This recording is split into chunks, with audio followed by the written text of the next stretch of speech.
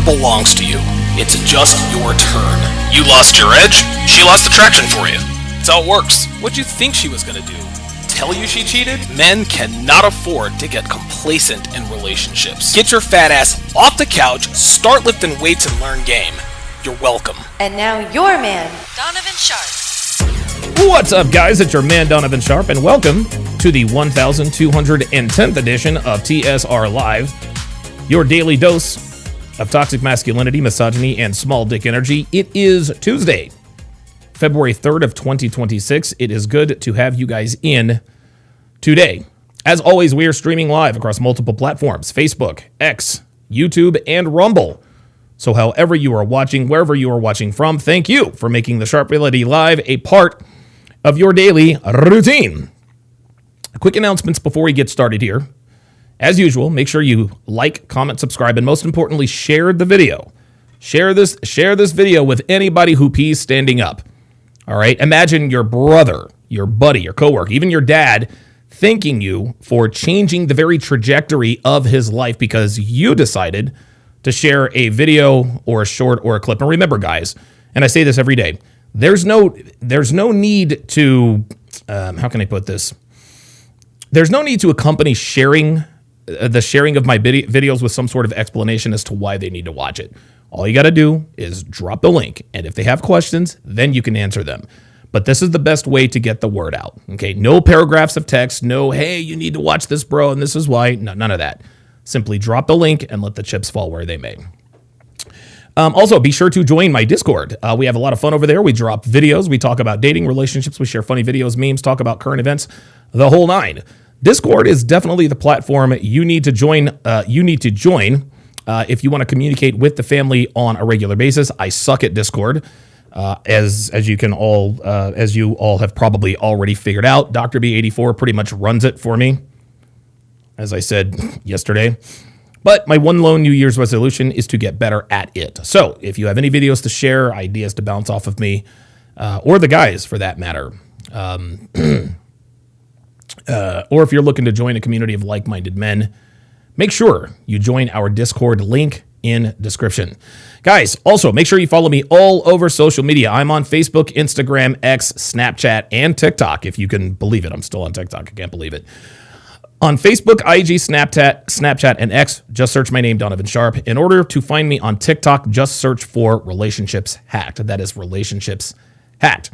And finally, if you want the best dating wisdom on the net, head over to datingwisdom.net. There you will find all of my books and courses, from my 5-part, 7-hour audio course, How to Build a Quality Woman from the Ground Up, to my 25-hour course on dating and relationships, Dating Wisdom A to Z, to my signature series, Womanese 101. You will quite literally find everything you need to dominate the dating market here in the 2020s. So go to datingwisdom.net if you are looking for real-time, real-world, actionable advice and step-by-step guidance in terms of how to navigate today's dating and relationship landscape.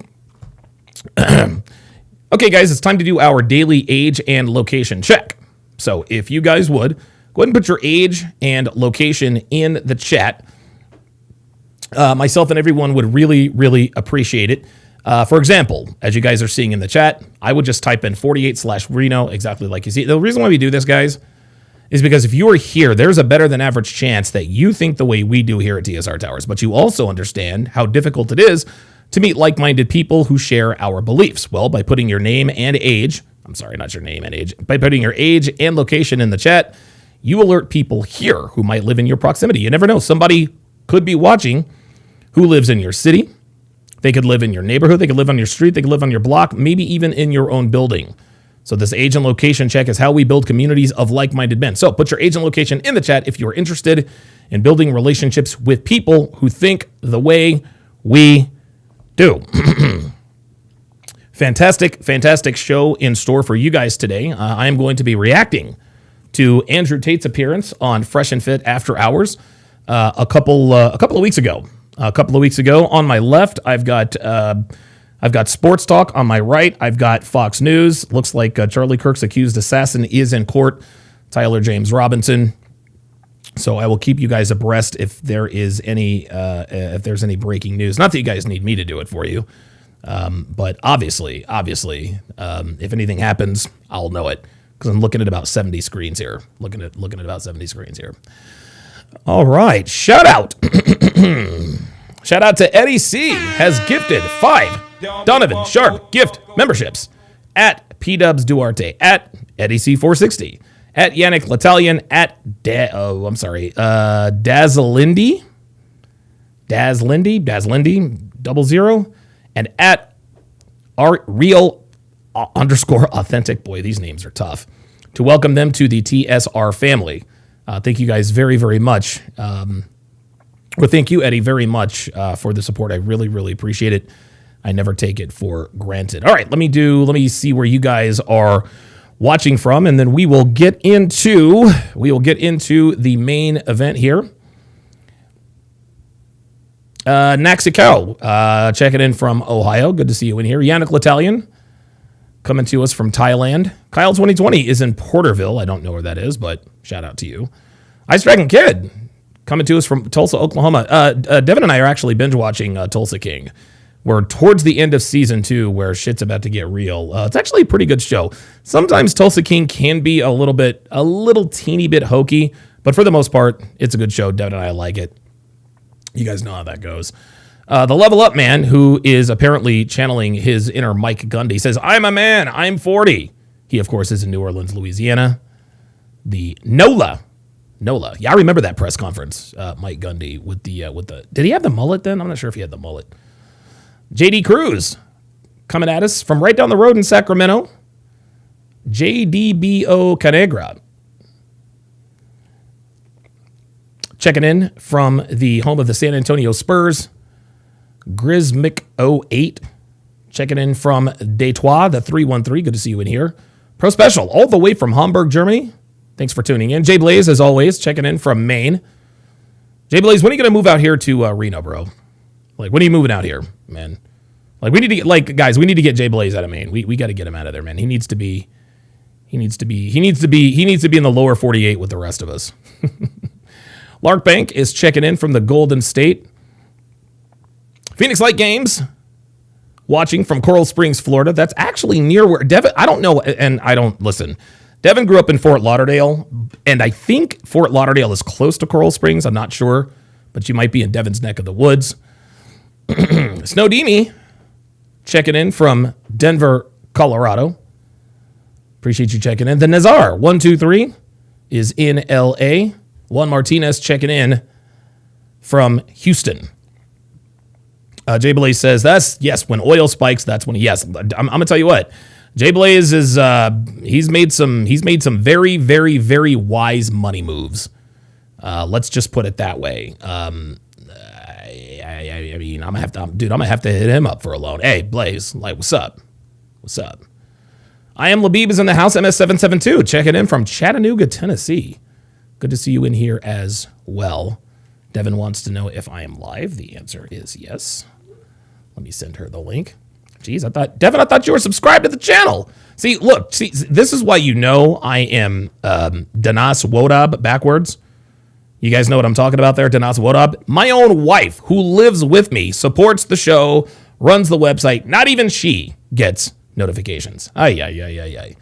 It is what it is. We're starting to pick up steam, so I ain't tripping. Without further ado,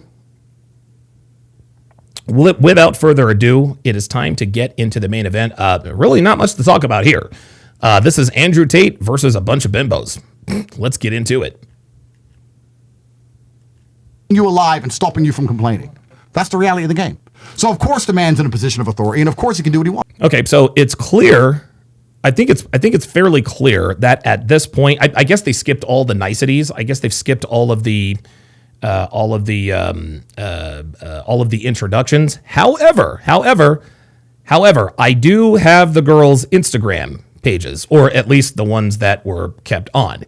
And so about 20 minutes in, we'll do an Instagram check, or if a bitch happens to be making an ass out of herself, we'll do an Instagram check and see what she's all about.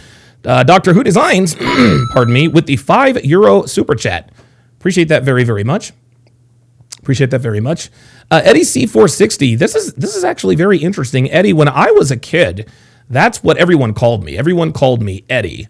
Obviously, you guys know my name is Edwin Hopkins. You know, I mean, obviously all my personal information is all over the internet. There's a lot of, truthfully, more out. There's more false information about me on YouTube than there is real information. But one of the many true things is my name is Edwin Hopkins. I used to go by Eddie, so anytime I see Eddie in the chat, it always causes me to raise an eyebrow. Phoenix Light Game says, Donovan, you're right. Fort Lauderdale is very close to Coral Springs. Honestly, it's maybe about a 10-minute drive radius. Okay, that's what I thought. By the way, guys, the pull-up line is open. The pull-up line is open. There we go. All right, the pull-up line is open. I have pinned the link at the top of the chat. I'm going to spam it in here one more time. If you agree, disagree, if you want to come on here and troll me, talk trash, talk shit, whatever the case may be, if you are respectful of me, I will be respectful of you. So just keep that in mind, and we'll keep going. It's a completely different thing. I'm hearing you and I understand. So you agree? I also have... I'm hearing you and I understand. Translation, I disagree. Why doesn't she just say I disagree? something like serious to like, you know, something genuine to like, you know, see if you know about, you know. What? What? No, Wait. I don't know. Okay, this bitch literally just said a whole lot of nothing. What? Wait, hold on. Let me rewind that. What the hell was this? I understand. So have something like... That's the reality of the game. So of course the man's in a position of authority, and of course he can do what he wants. It's a completely different thing. I'm hearing you and I understand. So you agree? I also have something like serious to like, you know, something genuine to like, you know, see if you know about, you know. What? What thing? No, I don't know. You know, I think it's beautiful for a man. Oh my God, this fucking bitch. Oh my God, this chick right here. This chick right here is on Fresh and Fit like every other month. I've sat next to this bitch twice. Her voice is deeper than mine. I'm just going to put it out there. But she is a chick because she is pregnant. But dude, a lot of masculine features. Alaskan K is in the house on the Rumble side. Good to see you and you, brother. Him. I'm talking I'm curious what it, Go on. It's something man. serious. Let my boy shine. Have you ever heard of Lily? Do you like my Lily? This must be from your communication degree, but unfortunately, I'm confused. Are you There's a serious? clip of you Lee? making fun of lashes. Lily. Stupid. I'm sorry. I do not recognize this clip. Maybe we can. Yo, what the fuck? Yo, somebody find this clip. Somebody find this clip. This bitch has no idea what she's talking about. King Life says, damn, I'm late. No, you're not late. We literally just started, brother. You're good to go. Find it. I don't think Maybe I've done you that. forgot. Maybe. I don't think so. Yes. Maybe you forgot. Oh, the NBA trades are coming in hot and heavy. Yeah, of course he forgot. Dude, guys like us, we don't remember every single video we do. We do thousands of these videos. What are you talking about? I don't remember. Maybe. That's why women are fucking. Communication, that's her degree, bro. Listen, guys, we're not insulting women. We're just trying to explain that society will be better. Yes. Society will be better if we all live. We need to optimize for competence. Let and to men do lead. that. Thank you. To do that, you need Let to be me realistic. lead. That's what it is. Girls. You guys are litters. No, girls. Go ahead. No, it's not that. I'm genuinely here hoping that I can educate the world. And I'm telling you that as a man. No, again, guys. I know. Look, the guy, once again, we've got the Gen Z guys. The dude, the one in the red shirt is definitely a tranny. No, she's not. She is not a transformer, okay? I've sat next to this girl twice. She has real tits, and she is actually pregnant. Now, that being said, if I did find out she was a transformer, I would not be surprised. So I will give you that. But guys, let's come on. Like you guys got to understand that Optimus Primes are not as prevalent as one might think. Okay, there's the occasional Dylan Mulvaney who goes viral for doing a Bud Light commercial, which is fine. But anytime a woman has any sort of masculine features, we automatically call her a transformer. Let's pump the brakes on that. Okay? Let's pump the brakes and see this for what it is. She is a masculine woman. She's got face tattoos, and she has her voice is deeper than mine. But she is absolutely, positively a woman. That's for sure. Dre Raven with the $2 super chat says, how drunk is Timu Rose McGowan? I guess we're about to find out. we have a completely different experience of life than you. And our experience of life is that we have to optimize for competency. That's right. Because we can't rely on the fact that we look a certain way. Nope. We have to get shit done. Yep. And the only way you optimize for competency is to be realistic. You have to understand the rules of the game extremely well to be competent within that game. So when I'm telling you things, I'm not trying to insult you or upset you. I'm telling you how the world actually functions. You can ignore me and you can stay in a delusion, or you can sit and go, wait, that actually makes some sense. And what I'm saying to you, genuinely, from the bottom of my heart, if women were not psyoped constantly and endlessly by the Matrix to believe that if a man gives them the entire world, they still have the right to leave him because he slept with someone else, you would have a whole bunch more happy marriages, parents would be together, all the arguing would go away, all this dumb shit constantly complaining about men being men is ridiculous. Don DeMarco, Andrew. Look, man, Andrew Tate, like, dude, he drops, dude, this dude drops bars. He drops bars in his sleep. It's insane. Because even the loyal men, the ones who don't sleep with other women, you know what they're doing? They're paying her bills via OnlyFans. All these men who say, "Oh, I don't fuck anything else." It's not because they don't. It's not because they don't want to. It's because they can't. There you go. There you go. And guys, listen, we've all heard the term incel, right? We're all familiar with what that is. A lot of incels are married men, gentlemen. There are a lot of involuntary celibate who are married. Okay? And so when a man doesn't cheat, it's not because he doesn't want to. It's because he can't. They can't. So they're watching porn. Yep. They're buying OnlyFans. Yep. They're not loyal anyway. Don't confuse lack of availability and lack of capability with loyalty. Just because they're too pussy to fuck doesn't mean they're any more loyal than a man who can fuck. And that's the truth. If you want to talk about a loyal man, you have to find a man who's never watched porn. There you go. Never bought OnlyFans. There you go. Doesn't look at other girls in the mall. Yep. Never cheated. You're not going to find a single one on the planet. So let's cut. And if you do find a man who is that loyal, he's not going to have this. He's not going to be seasoned enough or attractive enough to get your attention. The bullshit and be realistic. Let's go. So, real quick, I'll continue on. So, married men pay your bills. But I feel like that's a super transactional. Married men. Yes, it is. It is a super transactional thing, gentlemen. We need to understand, and this is the difference. This is the difference between men who are red pill aware and men who are not. Men who are red pill aware, we know, not only do we know and understand that relationships are transactional, we verbally and mentally acknowledge it. There are a lot, see, most people know that relationships are transactional, but it's the TV shows, it's social media that tells us, well, we should love each other unconditionally. No. If I didn't provide for and take care of Devin, she'd be out the door, okay? On the flip side of that coin, if she did not provide me sex every time I wanted it, she'd be out the door. Relationships are transactional, and when a man and a woman get together, there's an unspoken agreement that explicitly states, if this thing goes the distance, I will be responsible for taking care of the home, taking care of the bills financially, and you are responsible for being sexually chaste, raising my children if we decide to have any, and being faithful. That's it. Because if one or the other person does not uphold their end of the bargain, the relationship falls apart. Gentlemen, that is the very definition of transactional, okay? I don't provide for Devin just out of the kindness of my heart, right? Like, I do nice things for her because, I love her and I want to be nice to her because she's good to me. But if she didn't do the things that she did for me, I wouldn't do the things that I do for her. And again, it's vice versa. Relationships are 100% transactional. Here's another example, and a lot of people might not like this opinion, but the relationship between the prostitute and the John, that is as pure a relationship as it gets. Because think about this. If the John didn't pay the prostitute money, would the prostitute sleep with the John? Nope. There you go. If the prostitute didn't have sex with the John, would the John pay the prostitute money? Nope. Of course not. Because that is transactional. The prostitute and the John, that is honestly, that is the purest and most honest form of relationships we have here in 2026.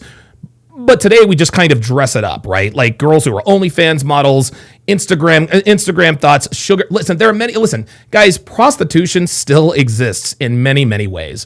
It exists in pornography. It exists in cam girls.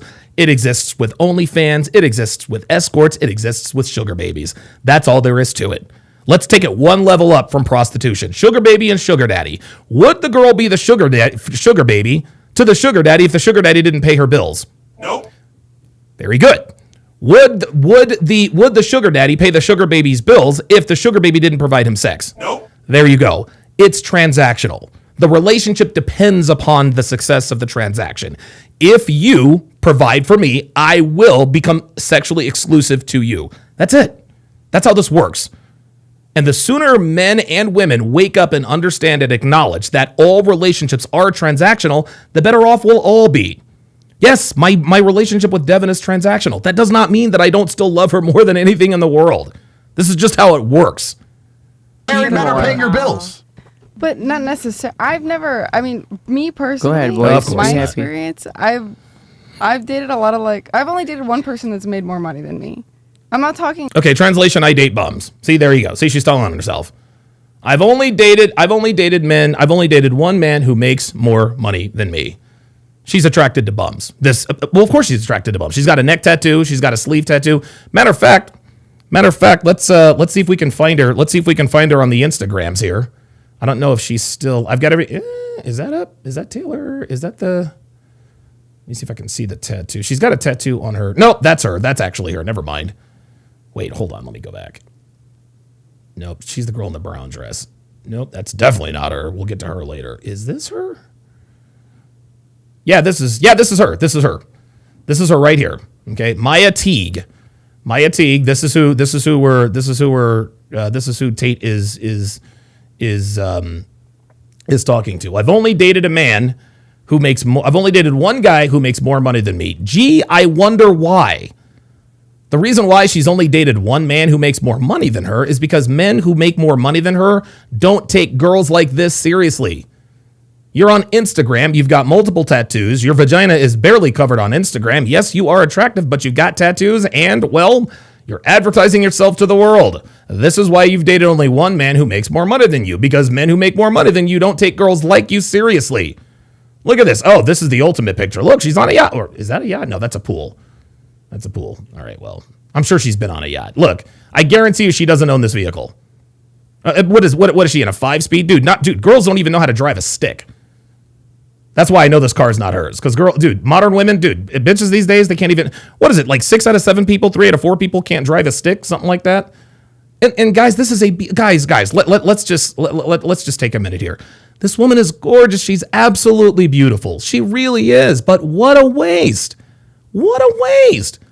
Beautiful skin, beautiful body, an unbelievable smile. Honestly, it's already sad, guys. Look at this. She already has the 1,000-cock stare. Look at this. Look at this. Look at this. Girls this young and pretty should not have this look. They shouldn't have this look. Like, you can see the twinkle is almost gone, man. Like, dude, you should not. Oh my God, it's terrible. She's probably 23, 24 years old. Her life's over. Look how beautiful this girl is. Fucking gorgeous.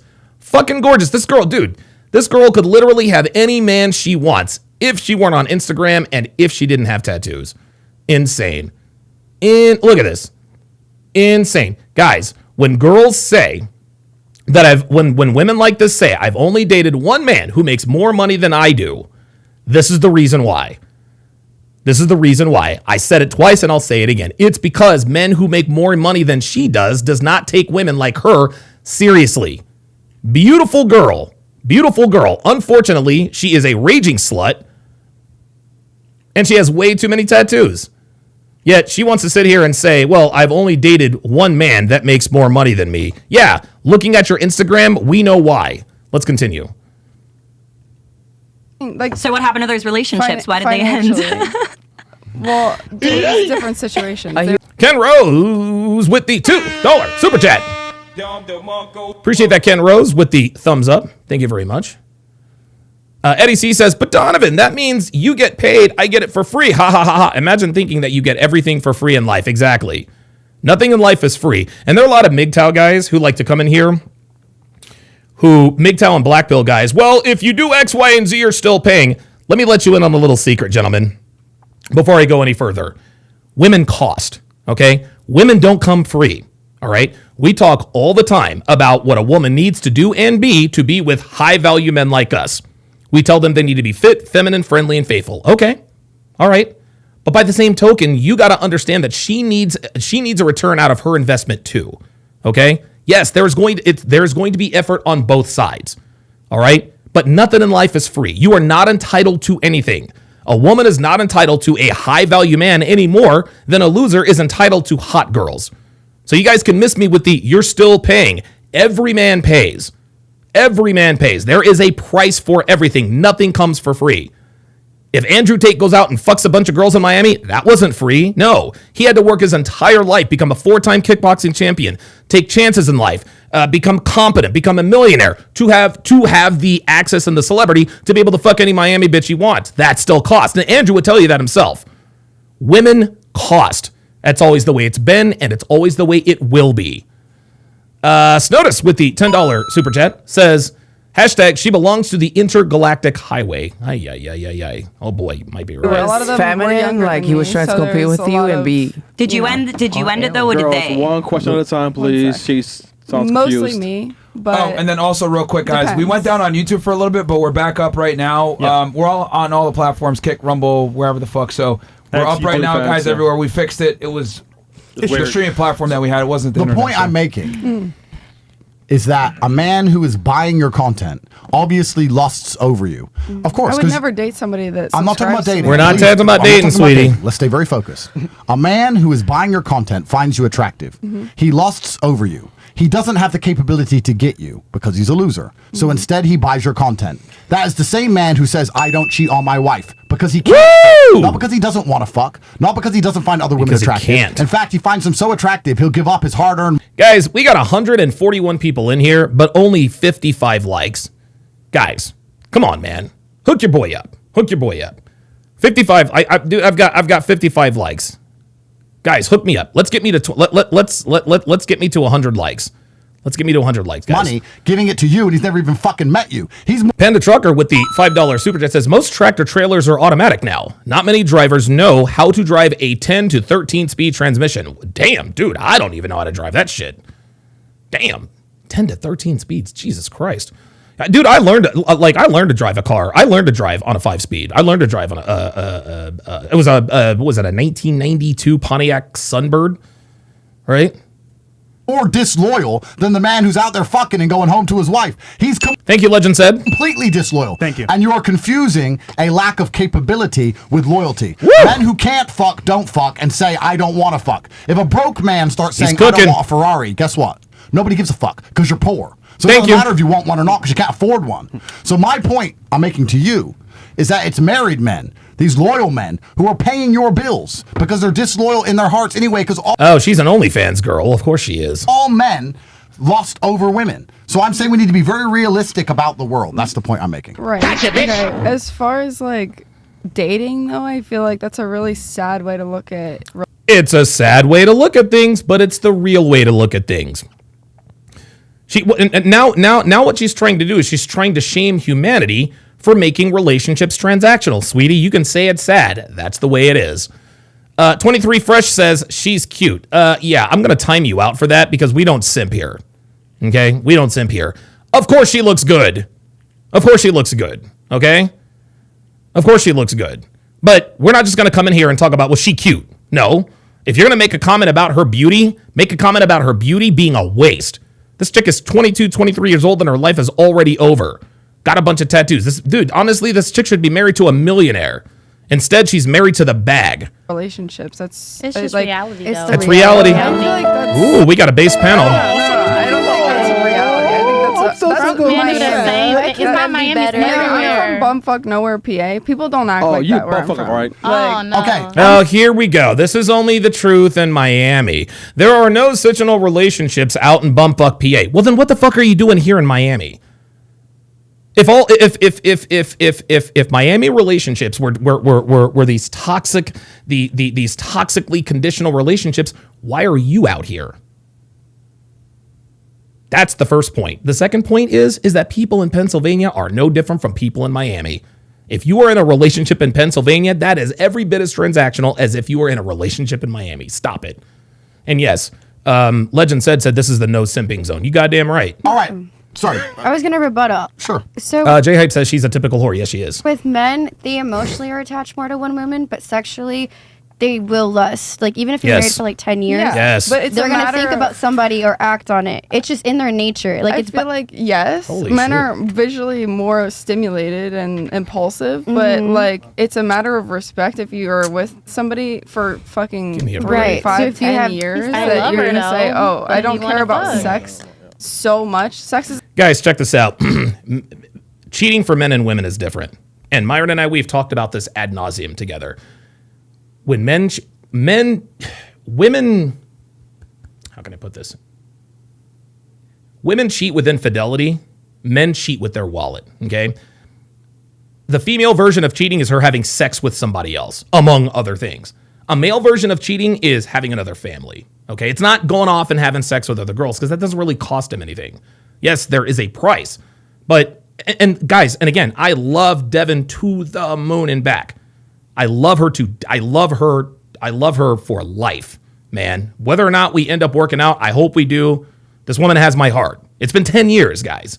It's been 10 years, all right? She's put in her time. She understands what's up. I love Devin. That does not mean that I don't still see women that I am sexually attracted to. And on the other token, I'm sure when we're out, I'm sure Devin sees guys that she's attracted to, okay? But the way she keeps her fidelity is she doesn't fuck anybody else or put herself in position. The way I keep my fidelity is I'm not off buying girls cars and mansions and all that. not like 80% of your relationship. No, like no. that's a like a very superficial way to don't we look It's don't at not, want it. it's not superficial. It's the truth. Right, right. Even if they don't act on Just it, sit there, they'll boring. think about it Sure, in their head but- or watch Yeah, porn. but- So But if that's you the reality act of on it. Like Just I'm sit- not. just sit I there, feel boring. like for me, and like you said, like. Do you think the man watching porn wishing he could fuck is any better than the man who can fuck and does fuck? Well, for me, I'm gonna like it's not a conscious decision. I'm gonna fall out of love with you. I'm gonna completely lose feelings for you if That's you not true. cheat on me. That's cap. There it is. What she is doing now is she's trying to tell us that she would go against her nature. I guarantee you that if you asked every one of these bitches at the table, how many of you have been cheated on? They would all raise their hand, okay? And how many of you have taken a cheater back? Boom. They're all going to raise their hands. Guys, never listen to what women say, watch what they do. Women are all the time coming on, well, if he cheats on me, I'm going to leave. No, you won't. No, women leave when you stop cheating. Fuck out of here. That's I mean Women fall out of love with you when you go broke, not when you cheat. Thank you. There's two Thank you. There's two important things here. No, but there's two very important things here you need to actually And the reason she's laughing is because she knows it's true. That's why she's laughing. understand. And I understand what you're making. The point you're making. First things, relationships. Relationships between women and men, friends, not sexual, are transactional. Business relationships are transactional. Relationships between countries are transactional. That's right. This idea that there's anything that keeps any type of relationship functioning besides transaction is false. That's right. We currently see it with Trump. He's doing all these things. Everyone's talking about international law, pieces of paper, all this crap. Transaction. None of it matters. What matters is transaction. I'm friends with Myron and Fresh. They gain from me, I gain from them. It's equal. It's transactional. There you go. You're friends with girls. It's transactional. There's no such thing as being with someone and only giving or only getting. That's right. Everybody goes both ways. It's exactly the same in a relationship between a man and a woman. So what I'm saying to you is, sure, in the idea that the man's paying half the bills, the woman's paying half the bills, she ain't really getting much from him, he ain't much better than her, he can't really educate her. That's the very definition of transactional. She has to do a lot of shit herself. She has to treat him like she treats her kids, yelling at him to put the video games down. He's a bit of a loser, whatever. Of course, that's a different type of scenario than a man who has all his shit together, because the transaction's completely different. It's transactional. And what I'm saying to you, and that's the only scenario I'm describing, if a man is providing the entire world, like many rich men do, giving you everything, trips to Saint-Tropez and private jets, and all your dreams are coming true, then it's a transaction. And what is he getting back? What he is getting back is not nearly as much as he's giving. So the least a woman can give him is some freedom. I feel like when I date people, I don't date them based off of like, what is this guy's income? Yeah, clearly you don't, because you date bums. And here she's trying to virtue signal. What she's trying to say here is, well, I don't date men based on what they make. I date men based on their character and what their qualities. No. Listen, man, those characters and qualities don't matter until he meets a certain financial threshold. What can he do for me? Da da da da. It's like At if some I point have you're gonna think chemistry that, with though. somebody. The one you admit were leave, right? If- Hold on. Let her finish. It's usually people that I've known for like years at a time that are like the like family friend kind of guy, like whatever. And it's like, it just happens one day, and then it's like we have insane chemistry, and then Translation: the sex is good. it goes from there. It's not like I don't know, like I don't ask people how much money do you make, like whatever the fuck. No, like, but you subconsciously judge them because that's. I don't. No, but Yes, you do, and that's okay because we subconsciously judge women based on the way they look.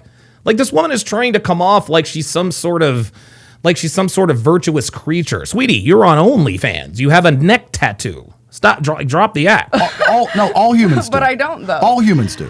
See, all human, but I don't though. Yes, you do. Whether you know it or like it or acknowledge it or not, you do. I To be honest subconsciously with you, I judge think all of you. I think I judge people more based off of physical appearance than Bingo. Okay, whatever there you go. else. So you're going to judge him on his height. There you go. You're going to judge him. There you and go. You can't say, if you're honest, you cannot say that you won't judge him based on the car he drives. Don't lie. I don't give a. Most of the It doesn't men matter. that Clearly, and again, I don't give up. Yes, you, but then you complain that most of the guys that you've dated don't make more than you. This is why you are single and on Fresh and Fit, my dear. PLG, I see you in the pull-up line. I'll get to you in a second. Do you give a are fuck about cars? driving clapped out Volkswagens. Okay, and well, shit. that's your decision. My point is, the point I'm making is, because we're humans, we all make constant, endless judgments on everybody. And I am saying to you, and I would argue that if you took the exact same man meeting you for the first time ever, any of your exes, if he pulled up in a Lambo or pulled up in a bus-up old Toyota, you would talk to him differently. I would argue Absolutely. that. Of course you would. Just like a man talks to a beautiful woman differently. If anything, Just like I think for me, if Oh somebody God, more virtue signaling here, dude. You can just tell when the virtue signaling is coming in. pulls up like that, they're probably renting it, especially living. Oh, here we go. So here we go. There's the man hater. If he pulls up she won't give any man any credit. You want to know what the weird, guys, here's something very, very weird. And I'm going to bring up PLG here in a second. Here's something very weird about women. And I think if you guys think about it, you'll probably realize it too. This is wacky. When women see something in the flesh or up close, like when something happens in front of women, they think it's somehow fake, right? Perfect example she just gave. If a guy rolls up in a Lambo, what's the first thing she thinks? Oh, it's probably rented. But if she scrolls through his Instagram and sees him with a Lambo, she thinks he's rich. Guys, this is how twisted and warped Instagram and the internet has twisted women's minds. Their minds have been so twisted that reality only exists in the palm of their hand and not in their reality. Like seriously, that's what she's thinking? If a guy pulled up in a Lambo, it's probably rented. But if you scroll on that same guy and you see him with a Lambo, you think he's rich. Like, what are we doing? Snotus with the $5 super chat says, trading the millionaire possible lifestyle for the Miami fast life. She has too many miles. What a waste, man! I am telling you. And with that, I'm going to bring in Phoenix Light Games. It looks to be a little bit dark where you are. PLG, what's on your mind, man? Hey, yeah, I don't have my office lights on. Okay, that's why it's a little dark where I am. So you can hear me though, right? I got you. Yeah. Well, first off, this whole there's no such thing as transactions, guy. Like that has got to be one of the most annoying things about these OF chicks who come on Fresh and Fit and try to be all this virtuous and be on this moral high ground shit. Crazy, man. And you know what? Let's just use me and you as an example. Okay. And I'm speaking not just to you, and I'm speaking to the rest of the people in the chat, especially the haters that I know that are watching. Guys, do you think Donovan Sharp would allow me to be a regular on his channel if I didn't provide value to him in some sort of way? There you go. Do you really think that I would know certain things about his life that are private, that he trusts me with, and then there are some things about my life that I would trust him with that very few people would know about? You really like transactional, guys, man. Like, guys, I have Donovan has said it so many times. I have put things in perspective for him that he's not thought about, there are things that like, oh shit, I've made a breakthrough on this. And PLG, I never even thought of it that way. Like, dude, I thought like, and the stuff I've done for him for the Hard R podcast, like, guys, Donovan, I would be friends with him if I didn't like help him offer some sort of value in some sort of way. Right. Like what kind of friend would I be if I didn't think how I could benefit his channel by creating the Hard Archives? And guys, that is me. I am the Hard Archives. He is the Hard R producer, y'all. Do not get it twisted. The Hard Archives in the chat, in case you didn't realize that was me. That's just me. I will pop in with my other, username, Phoenix Fly Games, but that is just me, in case you guys didn't know that. But everything in life is transactional, especially in relationships with women, and those black pill and MGTOW guys saying like, oh, you end up paying. Yes, we know women cost a lot. But we understand that we have to go through a lot of shit in order to, gain access to lots of women. Andrew Tate will tell you that. Donovan Sharp will tell you that. Marvin Gaines will tell you that. It's just the way it is. True wisdom begins when you accept things as they are. Trying to hope for something to change, trying to change those social norms of things. That's how you perpetuate. This is why this girl that's talking with Andrew right now is never going to be married. Nope. She's never going to be with the man that is her first choice. It's already over for her, man. It's already over, man, because like she's still harping on that fairy tale. And this is what, guys, I've said this before on the channel so many times. Women may win the battles, but they lose the wars. That's right. Whereas men, we lose the battles. We have to lose a lot of battles in order to get those few W's. But those few W's, those are monumentous, and that's why we win the wars. That's right. That's exactly right. This is why we lead better lives than women, because we base our decisions and our lives on probabilities, not possibilities. Not possibilities. Absolutely. Very well said. PLG. I'll bring you back up a little bit later. Yeah. Listen. At the end of the day, just like you said, all relationships are transactional. They're all transactional, whether we want to admit it or not. This is just how it is. The only non-transactional relationship there is between me and my dog Fernando. And even still, I'm like, I know he loves me unconditionally, but that's just how it is. It's all transactional. Let's continue. Here, you're probably renting it. Wait, hold on. Don DeMarco to PLG for dropping that knowledge. Yannick L'Italien, I see you in the pull-up lounge. Give me 2 seconds. I'll be right with you. I'm thinking this guy's a douchebag. That's what I'm thinking. See, there it is. He pulls up in a Lambo. She's thinking this guy's a douchebag. If he pulls up in a Lambo, and see, this is why this girl is still single. She's looking for reasons to disqualify men. What are you doing? Walking around to the back of the Lambo, taking a snapshot of the license plate and having your buddy run it up. Yep, it's rented. Like, come on, what are you doing? So you're saying that you don't judge anybody by any of the appearance they give out. You're saying that you're like a perfect human. No, I'm saying no. I'm not saying that at all. Okay, so of course you judge people. My thing is the where I judge people the most is character. Probably physical appearance. Well, there we go. Probably physical appearance. Guys, what she is doing, and I'll get to you in just a second, Yannick. What this woman just verified, she's still young and hot. She's 21, 22 years old. And she is taking us inside the mind of the young, average rank and file modern woman. She's not worried. You want to know why this woman's not worried about finances right now? Because she's young. Okay? Well, what does it matter if she's young, Donovan? Well, she's young, so she thinks she has plenty of time.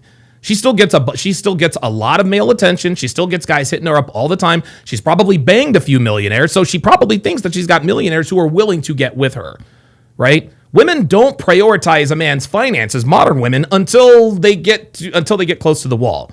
So she's 22, 23 years old right now. That's why she doesn't prioritize a man's finances. All she's prioritizing is, does he look good and can he bottom me out? That's it. There it is, Kyle 2020. All she's worried about now is alpha fucks. Guys, you are watching a typical modern woman. She's going to get ran through all through her 20s talking about, well, I don't judge a man based on his finances. I judge a man based on how he looks. Then watch what happens when she hits 30. All of a sudden, that's going to reverse. But here's the problem. She is going to have been run through so thoroughly. Not only can she not pair bond, she's comparing all the guys that she used to date with all the guys that she does date. It never, ever ends. All right, let me bring up Yannick L'Italien. Yannick, what's going on, brother? How you doing, man? Good evening, sir. Feeling absolutely great. Glad to see you back online. Absolutely, yeah. What's on your mind, First brother? of all, I got a small favor to ask you. Okay. Can you please give another Don DeMarco to PLG? Yes, that sir. was really good. Yeah, man. Yeah, the kid drops knowledge all the time, man. Oh, damn. This is what I've been missing. I want to get back to what he was saying also and the black pill thing about transactional.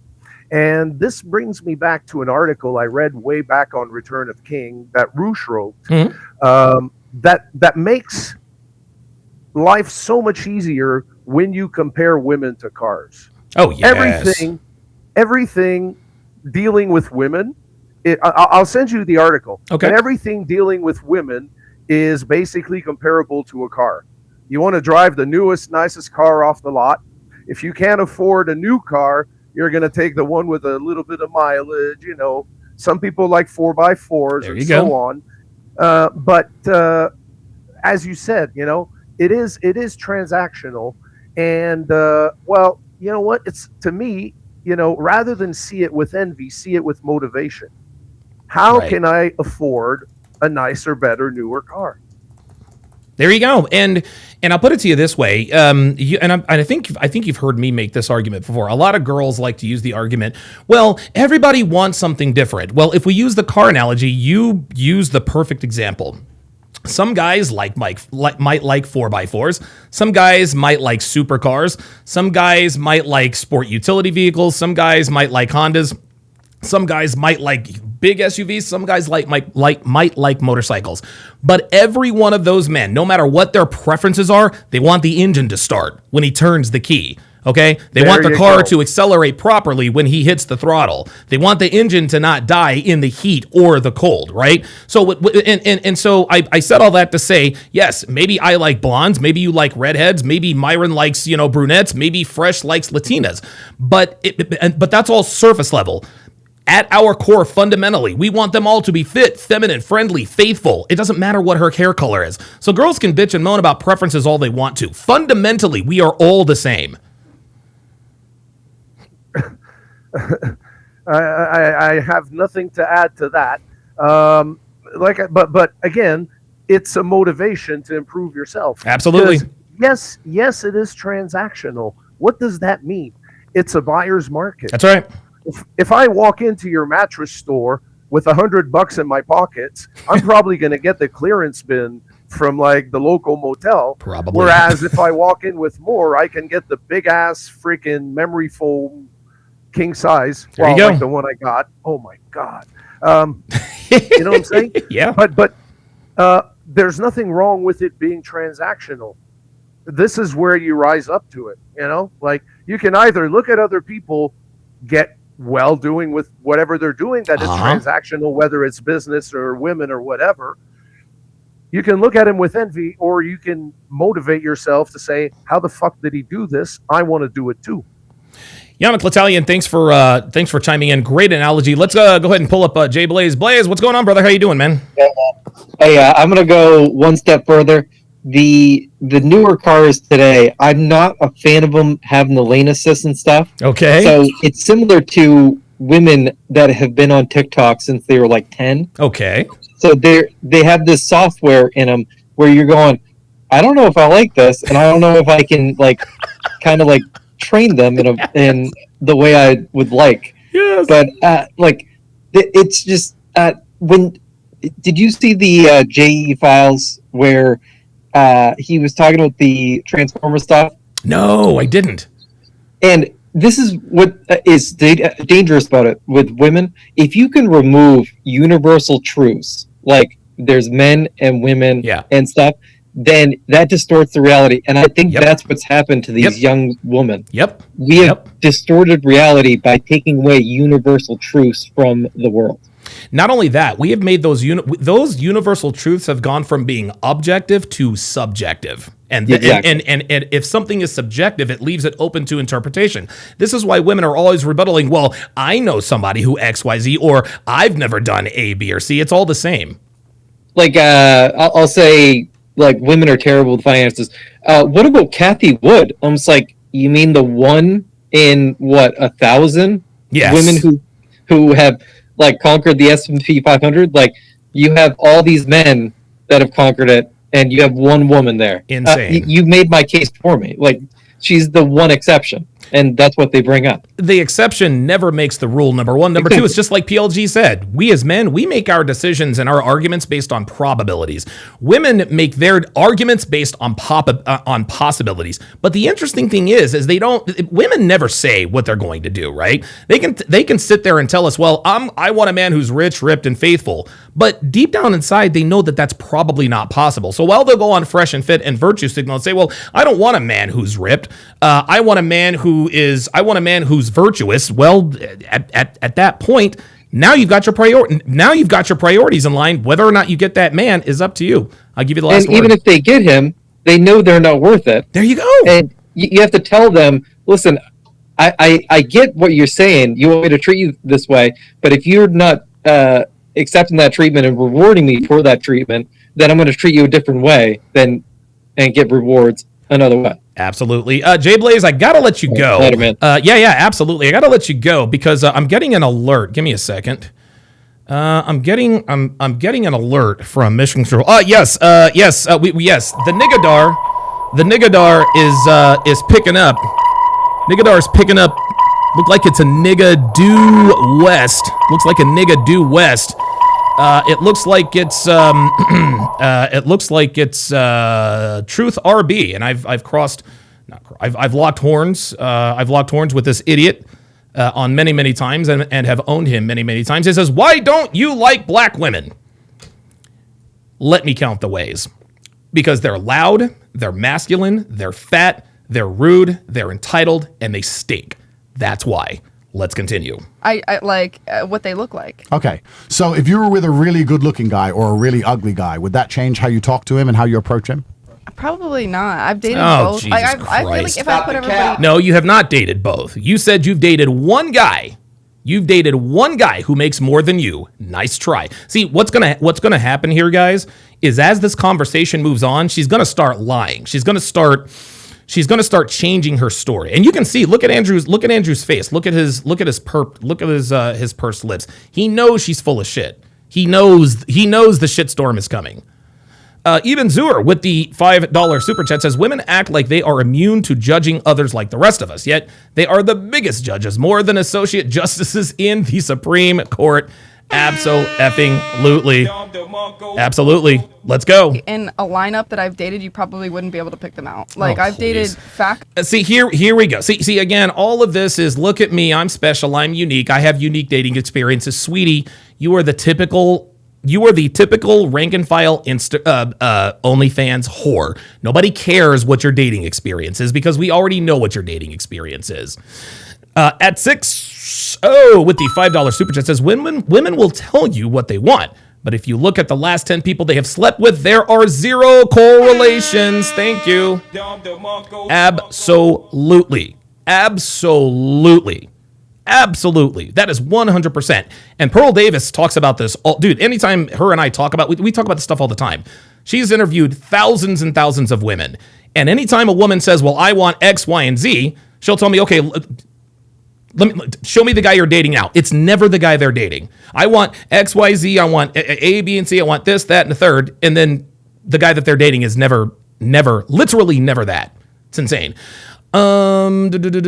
Species 666 is showing a picture of that chick that looked like she starred in White Chicks. Here's another thing for you, RB Truth. You want to know why I don't like black women? This is why I don't like black women. Do you know what this is, RB Truth? This is a real person, RB Truth.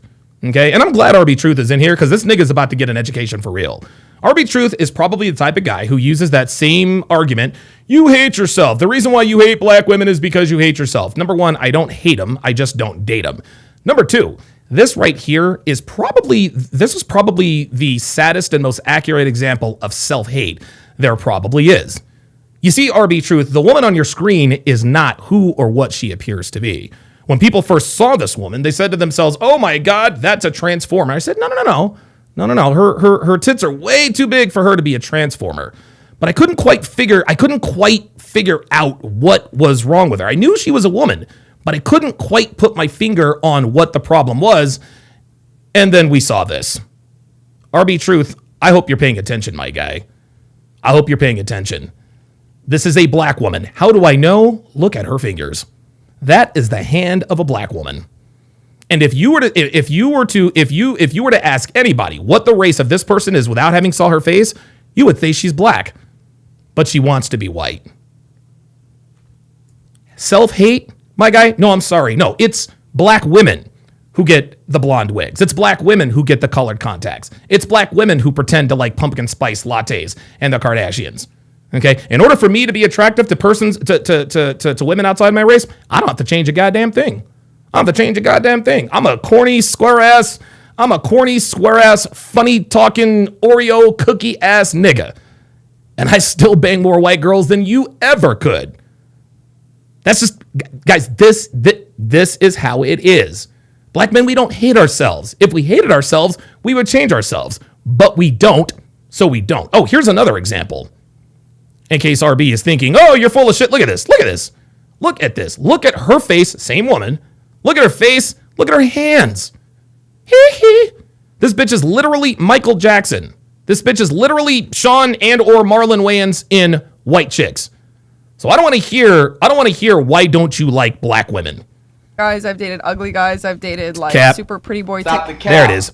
I judge guys based on the way they look. I've dated ugly guys. Cap. TikTok boys. Like I've dated a variety. And none of it worked, right? Nope. No. Okay. But a lot of it, I think, is an need the age problem. thing too, because I tend to go for 21-year-olds around there. She's so stupid. All right, let's.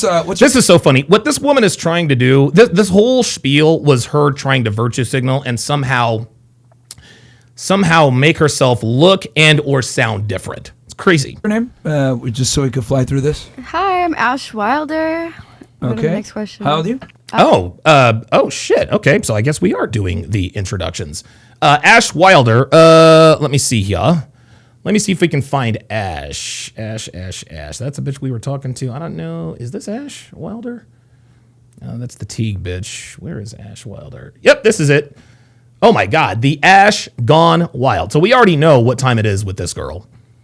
I don't even have to, guys. Listen, man. I don't have to click the link tree to know where that link tree takes me. This girl's an OnlyFans. She's an OnlyFans model. It's nothing but ass, titties, ass and titties. Again, super attractive girl. She is absolutely gorgeous. Please believe. But as the famous, as the poet Future once said, she belongs to the streets. Devin agrees. She belongs to the streets. Absolutely. Yep. There it is. Ash Wilder, the Ash gone wild. So we know that this girl is, well, a slut. That's literally what she is. I'm 24. Where are you from? She belongs to the streets. Oh, well, there it is. I'm from Chicago, Illinois. Welcome back. Okay. Thank you. What do you do for work? I stream, do content, and a student. Yeah, OnlyFans. How do you, I'm telling you, this is the question that Fresh and Fit needs to start asking these girls. Not what do you do for work? How do you pay the bills? Because none of that matters except for her OnlyFans. You don't do OnlyFans anymore? Yes, she does. I do, unfortunately, but I'm converting. I'm rebranding. That's cap. Yeah, sweetie. Yeah, there it is. Call her out, Chris. Stop the cap. Yo, check this out, y'all. Look, I got news for you. I got news for you, man. Once you become an OnlyFans model or a stripper or a porn star, there's no way out of that. You can rebrand and try and pivot. Ask Mia Khalifa how that's working out. What was her name? The Rhodes girl. Ask whatever her name was, Rhodes, who had a baby, who's going on every podcast, who will listen to her. Please take down my videos. I have a kid. Yeah, ask them how that's working out. Nope. It's not. Shout out to Amith Singh with the $5 Rumble Rant. Says, thanks, Don, for the live. Thank you very much. Thank you very, very much. If you also want to be cool, like Mr. Singh, shoot your boy a Cash App, $sign Donovan Sharp, $sign Donovan Sharp. You will see my legal name, Edwin Hopkins. I can assure you that is me, $sign Donovan Sharp. Lana Rhodes. Thank you. Sorry about that. Appreciate that. No, I really am gonna rebrand. To what? Streaming. Yeah, this is funny. Jay Blaze says, those hips are meant for babies, not shaking. Yeah, this girl is fucking... Let's go back and look at it. This girl is fucking beautiful. Like, dude, look at... Wait, hold on. Let me go back. This girl is absolutely... There's a private Instagram. We already know what that means.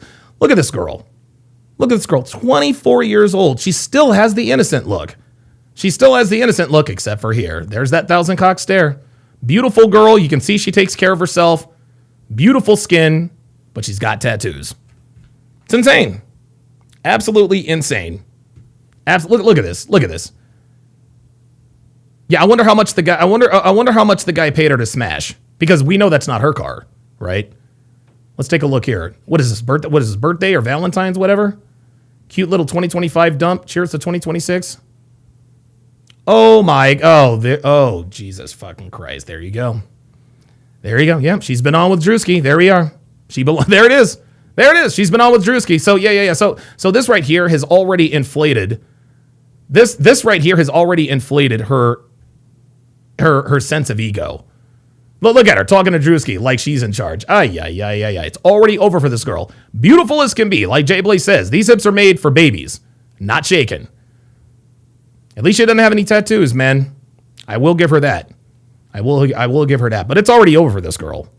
It already is. It's sad. It really is sad to see how many girls have really just decided to sell their souls. Okay. All right. I'm sorry. I am Labib. Picked up on something very, very important. Yes, sir. She fucks niggas, y'all. I'm trying to tell you. Look, man, any white girl that goes on a reality dating show with a nigga fucks niggas. What's your Yes, Riley Reed. highest education level completed? You said you're in college? Yeah, I'm in my senior year for finance. Okay. Oh, money. Mm-hmm. Relationship status? Single. No, really? And then what type of content do you stream now if you're not doing OF? Naked I game. I react to like news, any videos that my fans sent me, kind of just like what the normal streamers do. Yeah. See, here's the thing. The reason, guys, this girl is, and RB Truth is in the. He's in the pull-up lines. Hang on, RB Truth. I'm gonna get to you in just a second. Here's the thing, guys. This girl does not realize or understand that being a content creator is not easy. The reason why more women are successful content creators than male content creators is because they're girls. Okay? No one gives a shit about this girl's opinion. No one cares about this girl's opinion on the news. They only care what you look like. Who gives a shit? Who cares? Who cares? News? Okay. Yes. Are your parents together? Yes. All right. Birth control over you? But what's the last question? Birth control. Birth control? Oh, no. Who's the best streamer you hung around, you would say, that you met? Neon. Neon? Yes. Really? Yep, here we are. She's a name dropper. Yep, that's it. She's a whore. That's it. No. Dude, Neon, fucking Drewski. Yeah, she's been ran through. Dude, this is another bitch who is a victim of the industry, like Kevin Samuels used to say. Listen, I have him tatted. Yeah, I have him tatted on me too. I love Neon. Wait, tatted? Hold on. Oh my You gonna make a tatted on you? Yes, I Jesus fucking Christ. What are we doing? Really? For real? Come on, man. He's ex. That's what it is. Did you fuck Neon? No, I did his 30-day Hand job? No. Oh my God, no. I did his 30-day subathon. See there? Oh my God, no. See, the only reason why she got Neon tattooed on her was for clout. Did you guys hear that? Watch. Oh my God, no. She's not attracted to Neon at all. Just listen to how she says, oh my God, no. Watch. He's ex. That's what it is. Did you fuck Neon? No, I did his 30-day Hand job? No. Oh my God, no. Oh my God, no. But I got his name tattooed on me. That's clout. Praetorian Guard is in the house. Haven't seen you in here in quite a while. Says, yo, Donovan, you see that hot dog, Sunshine's hot dog? She's making bank, proving even mid chicks can make money. Yeah. Yes, I have. No, I did his 30-day subathon, so I got the Would tattoo. you fuck him though? No, we're just friends. No. No, she He's never would. handsome, but like, no. No, he is not handsome, and you would not fuck him, dude. No, dude. Look, Neon looks like an overcooked fucking chicken with glasses. Let's just keep it real. Stop it. Sorry, Neon. I tried though. Well, I mean, he's dating Iggy Azalea, so I mean, like, come No, on. that's what I'm saying. I mean, if you wanted to, I feel like I would. All right. Okay. Wait, body count? I don't disclose. Like you won already. All right, it's high. All right. And you said you stream news? Well, No, Myron, she streams nudes, not news. So like I just do you whatever. cover like politics and stuff? Sometimes if it's like on topic. Oh, Jesus. But I mainly just. Myron, dude, you guys know I love Myron like a brother. Myron, don't do this. Please don't do this. We do not want to hear this bitch's opinion on politics. Please don't put us through that. Game. Like if What's the topic? Like Oh, if no. my chat mentions it, or sometimes I do Oh, like no. cases from time to time. But it really, Guys, you want to know why? You want to know why girls suck as streamers? Because they're not interesting. Girls are not interesting. You ever, guys? And here's something else you'll know. Here's something else you'll find out. If you're still on the dating market, you will find that the prettier the girl, the dumber and the less useful she is. Right? This is why pretty girls who do podcasts are always fucking dumb. They're always dumb because they skated by on their looks. And they think they're getting a bunch of... And girl, it's funny. They'll tell everyone, well, the reason I get subscribers is because I'm interesting. No. You get subscribers because you look good in a fucking bikini. Like, stop it. Girls are not... Listen, girls are boring people. This girl, okay, she has voice inflections, but outside of this, she probably has the personality of a doorknob. really is mainly just gaming. Yeah, there it is. Gaming nude. Games. You're very diverse. Yeah, I am. Variety. That's why I can't really like categorize myself. Oh, so you suck at games. Gotcha. You said I suck at games? No, I'm good at them. No. Priority gamer sucks. Right. I'm not going to give any of the OnlyFans girls a hard time, by the way. Oh, well. I'm not. I'm genuinely not. I think OnlyFans is just the natural end result of a hyper-transactional society. Legend says Myron does that to make a point. Yes, that's a bit that I do. I know he's doing that to make a point. And then that's sort of a bit that I do. Myron, please don't ask these girls. Don't overestimate their intelligence. So I'm with you. And, women using sex to get money is the oldest profession in the book. There it is. A lot of them are still using sex to get money or their sexuality to get money. There it is. There's a whole bunch of women who don't have OnlyFans and they're in Monaco trying to find a husband to get money. There you go. So they're going to say, I'm not a hooker. I've only got a husband. But yeah, you're fucking him for money because you don't want to be with him and he gives you money. So, this whole idea that women are using sex to get money, as disgraceful as it is as old as human time. There it now is. It's an app. But it happens everywhere. A pretty real estate. Guys, I've told you, listen, man, prostitution is the oldest profession in the world. We all know that.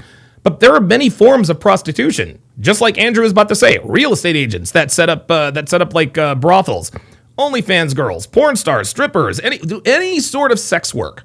Any sort of sex work. Agent is selling houses because she's pretty. Women use sex. They go. monetize sex. There you They've go. always monetized sex. Yep. So all of the most successful female real estate agents are always hot. That's just how it is. This is why hot girls always say, well, I want to go into nursing or real estate. So the fact that we've entered this stage where a woman can download an app and cut the bullshit and make it hyper-transactional as opposed to going to find a rich man and pretending to care about him. Yep. I think this is just the end result of the bullshit world we live in. I truly do. I think it's the end result of the bullshit world we live in. And I think most girls are doing something similar to it anyway with their dating. There you go. Most girls are going out, dating a man, living off him, dating a next man, living off him, dating a next man. They're hookers too. Yep. They're hookers too. That's right. They be trading a plate of food. They're hookers too. Oh my God, that bitch sounds like a fucking man. Right. God damn, I thought that was my words are starting to seep into their consciousness. Everything is transactional, correct. By the end of it, they're going to be talking the truth. Everything in the world is transactional. That is absolutely correct. All of it. And the point I was making earlier is that if you did reverse the roles, if a woman did give a man what a man gives a woman, that man would actually probably, even though biologically it's far worse, accept infidelity. If you have a gardener, who's cleaning who's cutting the grass in a big mansion, and he starts fucking the wife of a billionaire, and she's giving him Raris, she puts him in a penthouse, she gives him spending money, she's taking care of this nobody gardener. When he says Raris, he's talking Ferraris. Think he's going to complain that she fucks her old husband? He'll be like, whatever, give me the bag, give me the money, He ain't going to give a fuck. So men, even though a woman sleeping with someone else is biologically worse, men would still accept it. But women in their hubris think they can live off a man, take his money, and then also tell him what. Species 666 wants to set the record straight. He says Amaranth became famous due to her witty banter and deep conversations. The fact that she was half nude splashing around a swimming pool is beside the point. My bad, Species 666. I'm sorry about that. What to fucking do with his own dick, and it's bullshit. It's not real. It just gets you dumped and replaced. Thank you. That's it. And once you've been dumped and replaced enough times, your heart dies because you can't take so many dicks until you totally give up on love altogether. And then you just become a complete fucking gold digger. So that's why I'm saying there's nothing wrong with OnlyFans. Well, there's a lot wrong with OnlyFans. What I'm actually trying to say is that OnlyFans is no different to what most of these girls in Miami are doing anyway. Praetorian Guard says that's the chick that academics destroyed. She was a fitness model in Brazil and took too much Anavar, ruined her voice. Yes. Dude, I've seen her. Dude, she's on Fresh and Fit quite a bit. I saw her when she was on with Sneeko and academics. I've personally been on with her twice, sat next to her once. Lucas Engel. Shout out to Lucas Engel, man. He was on the show yesterday with the $5 super chat. Says women like to party and sleep around just to go to church as a cover-up so they can feel good about themselves. Oh my God. Straight facts. Straight facts. Lucas, like all of us, we know that there is a thin line between Saturday night and Sunday morning. Good comment, man. They're all doing it anyway. Yeah, anyway. It's just they're not using an app. Say no to It doesn't matter. They're just spreading their legs and getting their bills paid. What's the fucking Go. difference? It's all the same. Same shit. Dude, the bitch has a deeper voice than every... God damn. What about your name? For you? Your turn? Yep. Havari. Okay. How old are you, Havari? Oh my God. 26. Oh, that's... Stop the cap. Listen, I've sat next to this girl. She ain't 26. Brazil. But I From see Brazil. from Brazil. All right. What do you do for work? CEO, we live Havari K. You know. Okay. We're available I'm not checking this girl's OnlyFans. I think I've seen enough of this girl. on Kick. Shout out Kick. She streams. Okay. All right. Oh, I was gonna that's say CEO, right. she says Yes. Oh, that's right. I remember we were in a discussion whether she streams 5 days. Okay, got it. Sorry, Okay. I didn't know what that was. Okay. Tech company, my brother. Nice to meet you. We live. We're tech. You are not a... Okay, okay, fine. You own a tech company. We're a tech sweetie. company. Got it. Okay. Okay. What kind of tech Moving do you along. guys like? Oh no, Byron. We have built an app coming up soon. What does that do? Dude, I can build an app, and I don't know how to build an app. I can download an app that can help me build apps. Stream. The Stream app. Oh, another stream. Oh my God. Stop the presses. Stop the presses. This genius has built a streaming app. Woo! Don DeMarco. Oh my God, this bitch is gonna change the world. Ay. Oh, nice. Yeah, King Life says her BBL is horrible. Bro, you are not kidding. Dude, I don't know who the fuck is smashing this. I really don't. Okay. So it's gonna be like Kick. Yeah. You know, YouTube we or have our Rumble own or- style. We have our own style. Oh, PLG, I see you in the pull-up studio. I'm gonna bring you up here shortly. Okay. When does it come out? So, I'm gonna drop on the stream. Guys, she is not a transformer, okay? She had a kid recently. See, there it is. Guys, Gen Z. Listen. Gen Z. And I know we're talking to Gen Z and millennials. Listen. I get it. I understand why a lot of you are very quick to jump to she's a he. I understand. Not every woman with a deep voice is a dude. Not every woman with a sharp jawline is a dude. We really got to quit. I don't know. It's getting kind of old. To me, it's getting old. I don't know. You guys tell me. She's a transform. Come on. Whatever. Relax, people. Like she I just just does took it the right rights when I was working out, broski. Like you, Bushi. I mean, like Chet saying like you're a transformer, so I don't know what's going on. That's the Brazilian accent. Yeah, like the accent voice from is fine, Brazil. but guys, I confirm. Nah, that every she girl in is- Brazil take rides, homie. Like you just relax. That's Yeah. normal. And no, we can't understand a word she's saying. They get more horny though. Get a gym girl, you'll be happy. All right. Now, she's not lying about that. Relationship status? Yeah, Joss Bornek says steroid use causes virilization, which can be confused for T vibes. Absolutely. When women do steroids, like they become masculinized. I remember there was this one story, and I forget. I think it might have been like the 1972 Munich Olympics or something like that. But like one of the guys who was supposed to be like testing the athletes, like he did like some surprise test, some female rowing athlete.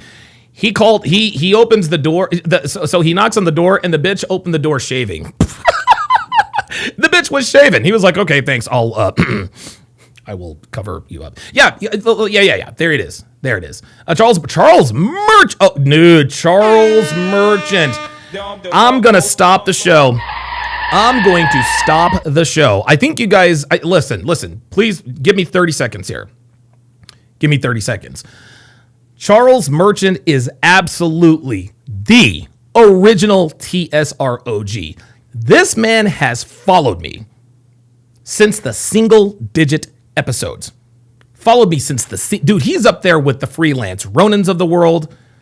So look, everybody at Charles Merchant, let's give him a Don DeMarco. Thank you very much for the unbelievable support over the years. Shout out to Charles Merchant. Yes, yeah, it was the German swim team. That's what it was. It was the East German swim team. That's what it was. And I think it was a documentary that I was watching called Icarus, and it was about this dude who wanted to do steroids and but anyway. Marriage. Okay. Are your parents together? Huh? Oh, it was Montreal. Okay, thank you. Are your parents together? My parents, no. My dad couldn't be around me because my grandma broke our relationship. Okay. And then birth control for you? Huh? Birth control for you? Clearly not. No, extremely natural. What's pum pum. Okay. And then Brazilian. Okay. All right. And then let me bring up PLG here quickly. All right, PLG, what's up? Hey, I just wanted to talk real quick about two things, and I did have a question for you. Okay. Here's the thing with women and content creation, guys, and I just want to educate you guys on this. You can determine a woman's validity and the actual value she provides depending on the type of streaming service that she uses. For instance, take Pearl, for example. There's a reason why she dominates YouTube, because she actually provides value. There you go. She's informative and she's entertaining. And the reason why there's most of her fan base is men, because they recognize the value she brings. A lot about a content creator, but it's almost like the paradigm of what makes a woman a model and a woman a sex worker. Absolutely, that's right. Yeah. If most of your fan base is men, if you're a woman on like IG or anything like that, you are a sex worker. If most of your fan base on IG or anything like that, whatever modeling service you choose. And if most of your fan base is women, you are by definition a model. No, I think. Well, hold on. Let me correct you here. What PLG is trying to say, and I understand, and I'll let you go after this. The difference between a real model, and an Instagram model is girls will all the time say, "Okay, I'm a model," right? And then of course, what's the next question? Okay, well, were you in Vibe or Vogue? A woman in women, there are a lot of women who are Instagram models who call themselves models. The difference between a model and a sex worker is a sex worker's market is men. A model's market is a woman. Claudia Schiffer, Ava Longoria, what's her name? Tom Brady's ex-wife, Giselle Bundchen. Those are models because they try to sell to women. All these other bitches with booty pictures on Instagram, they don't get male followers. They get female followers. So like you were saying, it's almost like that same paradox. Depending upon the type of streaming service they use, depends upon whether or not they're actually a good content creator. So if you're some pretty bitch and you're on Kick and Twitch and all that, you don't have any substance because you actually have to be good to survive on YouTube.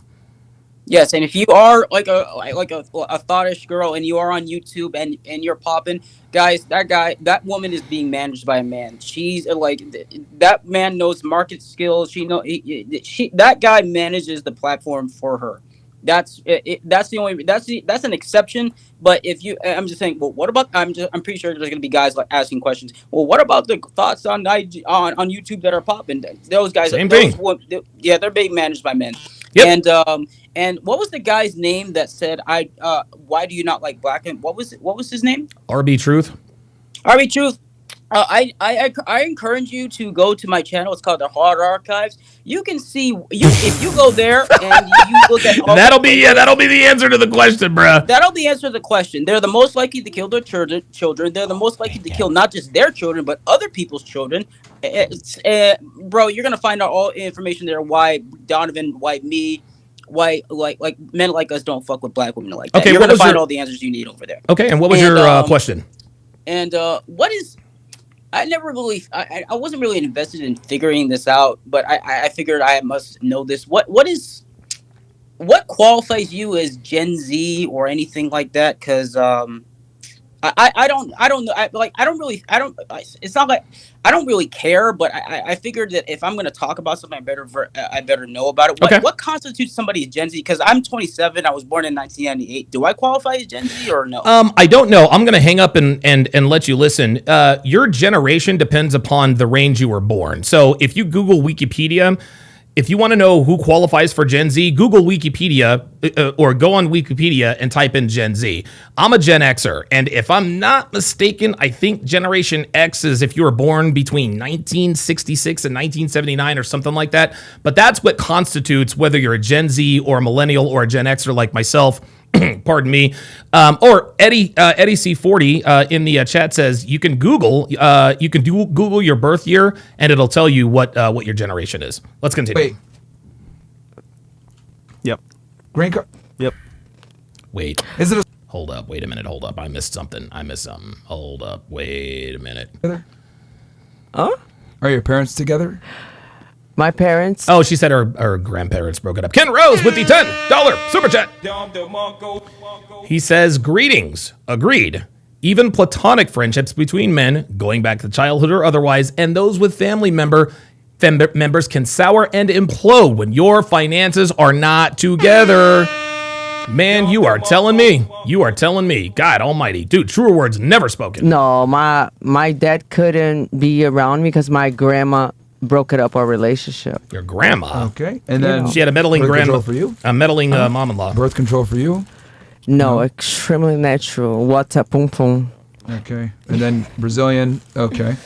All right. And then, wait. Yep. Green card. Yep. Is it the same guy? Let me tell you something. Oh, no. Bruh. Let me tell you something. Oh, no. Okay. This Trump's America. Oh, my One God. day, you're going to meet a woman that's successful already, and nothing that you offer her please her. So, Right. nice And that woman is going to be lonely. That woman is going to be lonely. Listen, guys, I've said this for years. Okay? The more status, the more clout, the more celebrity, the more accomplishments a woman accumulates, the further she shrinks her pool of potential suitors. It's the opposite for men. Okay? The more successful a man is, the more doors open. The more successful a woman is, the more doors closed. The more doors close. And so she said, well, you're going to meet a woman who you can't offer nothing for. Well, that's fine, but she will be single because men ain't checking for that bitch. Me too. Okay. So, Them that's hoes are looking for money. Yeah. What about the ones that are already born with it? Yo, Chris be fucking up, man. Yeah, man. Like, Chris be fucking up. Yeah, long story short. She got with a guy for a green card. Yeah. That's fine. any immigration green card. status, first of all, immigration status, I'm talking about all the immigrants that have been abused from American that brought us here. You know, I was abused by American, and today I am American. You know, beautiful. Worked out. Beautiful. That was what she put in her temporary protected status application for asylum. Everything. Nah, I never hide anything. The immigration come a lot of times, and I am American today, but sadly, you niggas owe me money. mentally damaged. I'm listening to this shit for free, bro. For sure. Oh my gosh. Like this is That shit hurts. It's a prize. But it's to funny marry because she American. came. Yo, Tate says you niggas owe me money, man. That What she you got with a mean? guy for a green card. Now she's an American citizen, bro. Yep. She's legal. Now, hey, man. My legal. kid is What American. y'all doing, bro? I birthed a kid here. Like I don't get what you're coming from. Anchor, baby. Call ice. Yeah, call ice. What's your name? Hi, my name is Taylor. All right, how old Shout you, out Taylor? Ice. Ha ha ha ha. Oh, sorry, what was that? How old are you? I'm 19. Where are you from? I'm from California, What part of California? Taylor. Santa Cruz. Okay. What do you do for work? I go on a private platform. Uh-oh. What does that mean? Oh my God, she's 19. Let's take a look at her IG. Let's look at that IG. Her name is Taylor. I thought I saw her on there. Ash Gone Wild. Maya Teague. I don't think that's her. Oh, here she is. Here she is. 19 years old and already has an OnlyFans. And the first picture is her on a yacht. Why do these girls, guys, I will never understand. Like, these girls think. These girls do not realize. They have no idea that by posting these yacht pictures, they are disqualifying themselves from the very men who invite them on the yachts. Again, this girl is absolutely gorgeous. Beautiful body, unbelievable hips. She's got what they call the face card or whatever the fuck it is. But it's already done. 19 years old and she is already look at this. 19 years old and already a sex worker. Unbelievable. And of course, here's her clout chasing Clout chasing here with Andrew Tate. Ay. Yeah, girls dancing in front of cars that they never paid for. Yeah, got it. Tell you what, man, beauty opens up a lot of doors for girls early.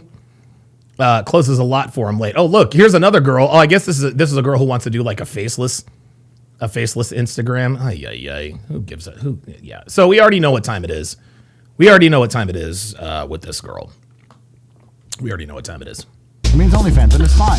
It's fine. Girls, I'm not here to course blaze it's you OF. for OnlyFans. It's too easy. I'm really not here to do it. You know what? Genuinely, you're just a product of a fucked up society. There you go. I agree. You're a product of a fucked up society. You're sitting here. You're being told you should be independent. You're being told you should never submit to a man. You're being told you should be from buttfuck Pennsylvania and not look for a man who can provide for you. You should fuck some dude because he's funny. You're running around the world. You don't understand anything about how things actually operate. You're sitting at home. Your bills need paying. The only thing you have on the planet anyone gives a shit about. The only thing you have on the planet anyone gives a shit about is pussy. You got a camera phone, so you try and make some money. This is a fucked up world. You're living in it. And for you to ignore the psyop, for you to resist the psyop as a female is extremely difficult. There is a reason why men have been in charge of everything since forever, because we help you and protect you from yourselves. You come along and say, no, don't do that. That's wrong. That's why fathers were in charge of their daughters. I'm going to save you from your own decisions. But now we're not allowed to do that. So you've been left to your own devices, and what do? Take pictures of your pussy, sell it for fucking pennies. That's what you do. You're victims of a fucked up society. Yeah. And I'm not attacking you saying that you shouldn't have an OnlyFans. You're doing what anybody who's caught up in this bullshit matrix, who's never looked at it detailed and thought about what they're doing, is going to do. Yeah. You're selling pussy for fucking pennies because that's the world we now live in. There it is. Don DeMarco. And what I'm saying to you, genuinely, this is an actual thought experiment. I ask you, as women, is it better to be a woman who's taking pictures of her pussy and selling it for pennies? Or is it better to be the wife of a rich man who takes care of her completely, and once a week he's gone for an hour? Like, which is actually more respectable? Damn. Which is actually better? Which is going to lead to family? Which is going to give you kids? Which is going to give you love? You think the man doesn't love you? Of course he loves you. None of these men who are paying for your fucking pussy pictures are going to defend you if someone breaks into your house. Absolutely so I'm saying not. to you that this idea. Yeah, and that's funny. And it's funny because women often, today's modern women, they trade the loyalty of one man for the thirst of many. When that one loyal man would fight and die for her, while these thirsty men wouldn't piss on her if she were on fire. Oh no, cheating's so wrong. I couldn't have a rich man who takes care of me because he'll have another girl. I couldn't accept that. Instead, what I'm going to accept doing, because I can't pay the bills, is taking pictures of my pussy and tits and selling them to fucking randoms for 99 cents. And you think a man cheating is wrong? Wake the fuck up. If I was a chick and you said to me, you can go to Monaco, get a billionaire husband who fucks other girls and live on a yacht, or you could take pictures of your pussy with a fucking iPhone 14 and a cracked screen. Guess which one I'd do? God damn. Oh my goodness. Holy shit. Woo. Dude, Andrew is absolutely Come cooking. on, idiot. God damn. This OnlyFans shit proves how stupid your decisions are in the fucking first place. Woo! It wasn't go. You, charged for, human trafficking? In America? Not America. Not America. El Chris, bro. Where? I was so we can talk about this. Let's talk. Oh, yeah. We would love to hear about it. Oh my God, this girl thinks, does this bitch really think she's about to get Andrew Tate in a gotcha moment? Really? Like, come on. Look at the smile on her face. Ooh. I asked him about his trafficking charges, which had absolutely nothing to do with any of this. And by the way, he is absolutely 1,000% innocent. That's been proven 100 times over. That's why he is free to come to America. This is a long 1 hour story. It's legal in her country, so that's why she's like. Well, I caught a case in the most corrupt country in Europe for human trafficking, money laundering, organized criminal group, attempted murder, assault, battery, for 21 different charges. They're saying I was the head of a mafia. Cool as fuck. But of course it was a lie. And I beat the case. It's a very long story, but to make it short for everybody at home, your ability to speak freely is directly correlated to your insignificance. I was the most Googled man on the planet in 2022, and they attacked me for it with the legal system, just as they have done with nearly anybody who's famous. I've never heard of you. First time. Oh, here we fucking go. I've never heard of you. Stop the cap. This is so funny. This is so funny. Yeah, and Legend said she brought it up out of nowhere to Click Farm. I swear to God, that's what these stupid college bitches do. Well, I'm sorry, what was your name? Yeah, I've never heard of you. Myron? Okay, well, whoever you are. No, they know exactly who he is. They know exactly who he is. But you want to know why women think it's a flex to tell a guy like Andrew Tate, I've never heard of you? This is projection. Because women, the only currency that matters to women is attention. Okay? Andrew has gotten more attention than all of these women combined over 1 million lifetimes. And so in their mind, they think that he feeds off of the attention. And so they think, well, I'm going to give him a low blow. I've never heard of you, bitch. Everyone's heard of Andrew Tate. Stop it. That's a good thing. Yeah. It's a good thing. So you get brand new ideas into your brain. That's a good thing. What's crazy about that case is like there were 2 girls, there were 6 victims total, and 2 girls were like, we are not victims. They were literally saying over and over and over again, we are not victims. And yet they kept putting them in the same category as the other. There were 2 of them that were anonymous, and then the other... Yeah, look at her face. She's like, wait, what? See, this is the type of bitch that just scrolls through Instagram. She has no idea what the fuck is going on.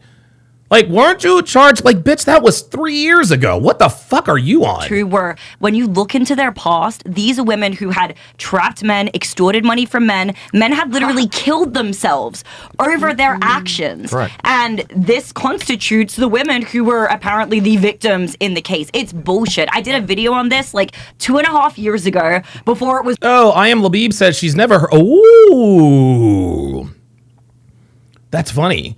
I Am Labib says she never heard of him, but she saw a clip of him earlier in the show. Ah, that's exactly right. I forgot about that. Remember, she says, weren't you in the... Remember that? Oh, and now all of a sudden, what, 23 minutes later, I've never heard of you. Stupid bitches. Cool to defend the Tates. Yeah. Destiny the streamer sent all of his little liberal army against me, but time exposes or promotes you. Who the fuck is this woman? And I knew that eventually he would be vindicated. My G. I was set up by the system. Wow. On a political podcast, I'll give the 2-hour story when I talk to these guys. I was set up by the system. That's what happened. That's a whole nother story. The system It's a whole... I don't want to ruin the night and get too serious. Yeah. I was set up by the system. Bitch, shut the fuck up. The fucking man bitch asked the question. Give me a break. Yep. And if you understand how the world... See, this is funny. It's like these girls... these girls are so stupid. So the masculine bitch with the fucking jaw and the jaw, the Adam's apple, and a voice deeper than really Andrew's. Isn't it true? I'm sorry. Isn't it true that you were charged with human trafficking? Right? And then this bitch is like, well, we don't want to talk about that because, well, bitch, she asked. And then this bitch comes in here, well, I've never heard of you. Give me a break. The world really operates, how the world actually really works. You will understand that a lot of people are constantly and endlessly set up by the system. Yeah. But other than but other than that, this chick right here she's about to be annoying. She's about to be annoying. And you know, this is why this chick knows who he is, because I mean, dude, we're 23 minutes in, and all this bitch is trying to do is undermine and just low-key throw jabs at Andrew. Upright system for sure. Panda Trucker with the $5 super chat says, I don't know who you are, but I'm on your podcast. Dumb-ass biatches. Exactly. Insane. I don't know who you are, but she does know who he is because she says, what about the... Stop it, man. Taylor, okay, so high school, is there graduation... highest education? OnlyFans. Say OnlyFans. Just say it. No, I'm not going to say it. Why? Because you just said it for me. But I'm on your side. I don't need to say it if you already did. Thank you. All right, so you said you're 19, graduated high school. I'm in college currently. You're in college? Yes. Okay, what do you major in? How much you charge? Why in the world are you in college on OnlyFans? Oh, my bad. Go find out. All right, nigga, come on, man. All right, what are you majoring in college? I'm majoring in marketing because it's going to help me with what I am doing.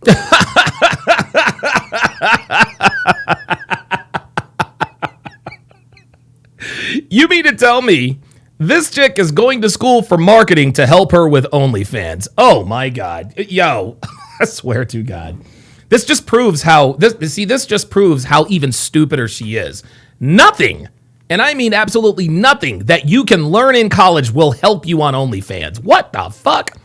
Saber89 with the $5 super chat says, the Chicken Blue used to be on Adam's podcast before it got canceled.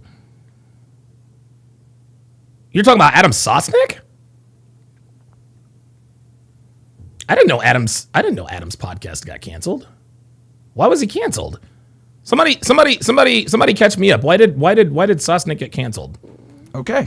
Are your relationship status?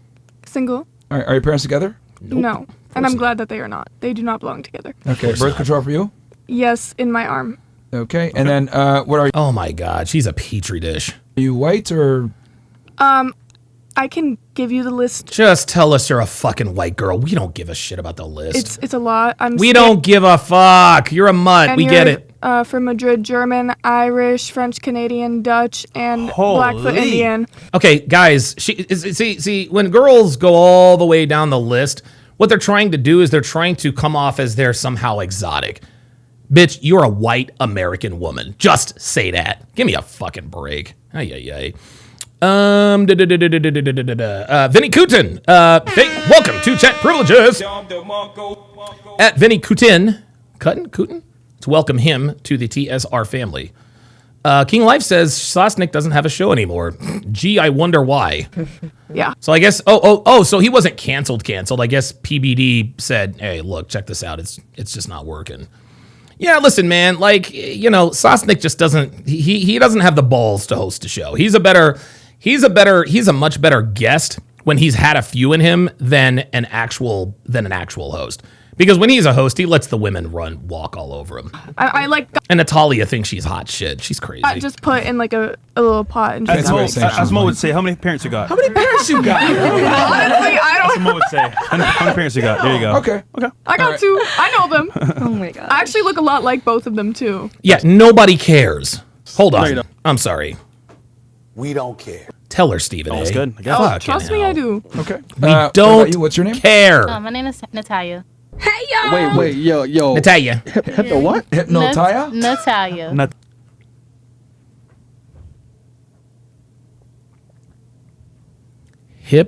Natalia. Listen. I give her full marks for originality. I will give her that. Natalia. That's original. I will give her that. Let's check out Natalia's Instagram, shall we? 2,370 something followers. She's clearly scrubbed her Instagram, but yeah, she is the full thigh tattoo. Full thigh tattoo. She looks like she smells. Yeah. Oh God. Oh, Jesus Christ. Okay. All right. That's fine. We got it. Natalia. Oh, Natalia. Okay. Natalia. How old are you? 24. Where are you from? Wait. 24? This bitch really just said she...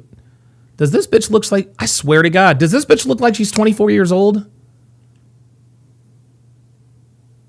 Nah, I'm sorry, man. I'm sorry. I'm calling bullshit. Bitch, you're taking a picture in front of a slingshot? Come on, man. She thinks this is a flex. Oh my, oh God, she's got lopsided tits. Oh God, yeah, no. Yeah. This bitch is 32 years old, y'all. St. Louis. Hey y'all. Sweetheart. There you go. What do you do for work? I work for AT&T. Oh wow. All right. I used to work there too. Lark Bark says Adam Sosnick is lame. Yep. Yes, he is. Girl with a regular job. So yeah. Look, man, I reached out to Adam Sosnick about a year ago just to let him know, hey, look, man, I know we've had our differences, but hey, thanks for being red pill on PBD. But that was about it. No, I like her already. I'm a manager. AT&T. Manager. Highest education level completed? I'm currently in college. Okay. What are you majoring in? Business administration and accounting. Oh my God, dude, that was the degree du jour when I was in college. Business administration. Beautiful. Okay. Yeah. And then relationship status? Single. Are your parents together? No. Hell no. Yeah, hold on. Yeah. Birth control for you? No. And then, black, right? Yeah, black. African American, yes. Okay. Damn, Okay, whatever. All right. That's a beautiful black Brazilian and Egyptian. Welcome back. Thank you. Yes. It's been a while. Take us through. Hello. Amy Dangerfield. I am now 30. I turned 30 last year. Play the sound, Chris. Play the sound. Wait, 30? I know you're going to do it. Damn. Okay. I think when I first came on, I was like 26. Like Damn. All right. 4 years ago. You said I you're- know. Nigga, we're getting old. What Tell part me of about it, Australia? bruv. From the East Coast, Sunshine Coast, and Gold Coast. Okay, Gold Coast. All right, What do you do for work? So I worked for Valuetainment for a couple of years. I had a show with them, Dangerous Conversations. Yeah, those conversations were not dangerous. Recently went independent because the Adam Sosnick show was not good. my political views, to be honest, have gone a little more extreme. You know what that means. And I am now engaged, actually. Congratulations. Thank you. Okay. He worked for Valuetainment as well. We both went independent together. Okay. That's a good love story. Thank you. How long you been engaged? Probably like about 3 months now, something like that. Yeah, and we're gonna elope soon because we both actually, you guys know my backstory. We've both been married before. We've done the whole wedding thing. We're just gonna elope and start making babies immediately. That's the plan. Okay. Well, yeah. You don't have that time. I have to. I know. I have like 5 years before it becomes high white? risk. Yeah, he is white. Good yeah. job. All right. Good job. Body count? That's between me and him. Mind your business. Are your parents together? She wants to get married. My dad passed when I was 3. Okay. Oh, I'm sorry. And then. Never in my life. Okay. All right. Yeah, and it's I'm really happy to be here with you, Andrew. Literally one of my first videos I ever did on YouTube was explaining why you and your brother were innocent. Thank so you. it's That cool really full circle moment. means a lot and plus to me. being here on Fresh and Fit, honestly, I have to say, shout out to you guys. Like, She talks a lot. Now I understand how people feel when I'm on Fresh and Fit. Jesus. I give credit where anytime I'm on a podcast, really shaped my world. Look, I'm glad Myron and Fresh like this girl. She just talks too goddamn much. She talks too much. The accent is annoying. Hey, listen, congratulations to her. Hey, Don DeMarco to her for being engaged, right? She's just not my cup of tea. I don't know. So I appreciate it. I don't know. Maybe I should give her a shot. Maybe I should follow her on Instagram and see if she, whatever. Jeez. Appreciate that. Thank you very much. And I'm glad that you're King Life says, she's smashing one of the guys with money on PBD. Yeah, exactly. engaged now. That's awesome. Thank you. Good. What about you? What's your name? My name is Hala, and I'm 35 years old. Oh, she's here? Your name's Hala? Valhalla. Huh? Let me holla at you real quick. Smooth. That's why they call him Fresh. That's why they call him Fresh. It works, man. All right, where are you from? I'm from California. All right. What do you do for work? So I do a few things. I'm a real estate agent, There you go. and I also am a partner in an aphrodisiac herbs company. Are you a real estate? Oh my god. Another useless fucking business. Like an aphrodisiac company? Jesus fucking Christ. In California or here? Here in Okay. Miami. Yeah. Okay. Wait, and then aphrodisiac herbs? J Wobbleding Bottom Jack, whatever 6360 says, it's sad that you stooped to this. Not sure what you're referring to. Seeing is it that I literally discovered Fresh and Fit. Literally discovered Fresh and Fit. What am I stooping to? Reacting to content? Aphrodisiac herbs. Yep. Yeah. Interesting. Mm-hmm. Okay. Yeah, they're all natural and organic. Highest education. I am Labib says, what the hell is aphrodisiac? Aphrodisiac is basically shit that makes people horny. Level completed? So I have a BA in English. I have my real estate license, obviously, and then I also studied horticulture. So I have I know. Shit, that's rare. Yeah, I have a Plants. certificate in organic crop production Wow. and sustainability. That's actually super cool. Yeah, that's cool. What's the best vegetable to eat in America? Oh, well, I would definitely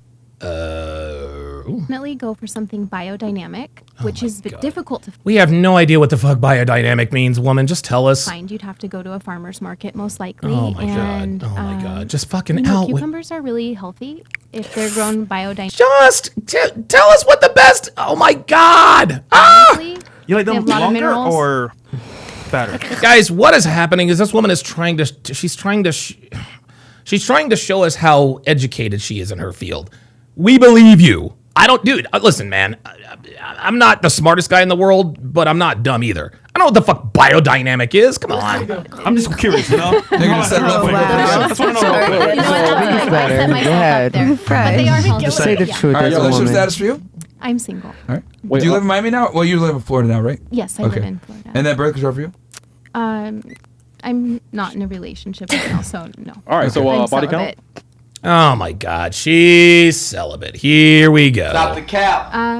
Well, I think that's a very taboo Come on, question, man. which So- so- so- everybody is so, so- so- open to answering, and I really respect that. Yeah, translation. I've fucked a lot of guys, and I don't want to tell you. Just say that. You gave me a bottle of your stuff, so I which one know. I want to say on stream? My opinion on my personal opinion. No, it has been. Just tell us the number or tell us you don't want to own. This is the type of bitch who never answers the question directly. She has to give us an essay. Oh, God. Yes, no, it's a good comment.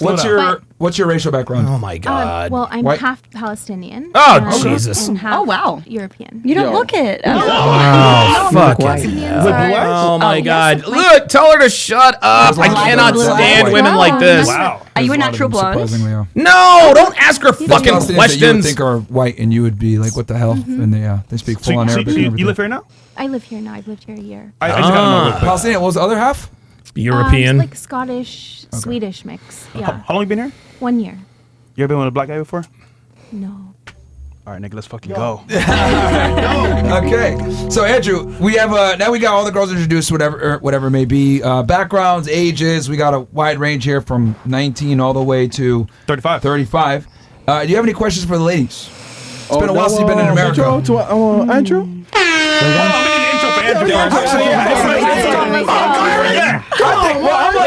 I'm like, yo, it's the most Google guy in the world. Like, everybody knows who this guy is. Nah. They might know who you are, but Yeah. Phoenix Light Games with the $5 super chat. Says, yeah, guys, I've actually dedicated a playlist to Icy on my channel. It has all of her appearances and fights that she won. Shout out to her. Yes. Shout out to Icy and Melissa. Out here beating bitches' asses. because she doesn't know who you are. Yeah. Apparently. Yeah.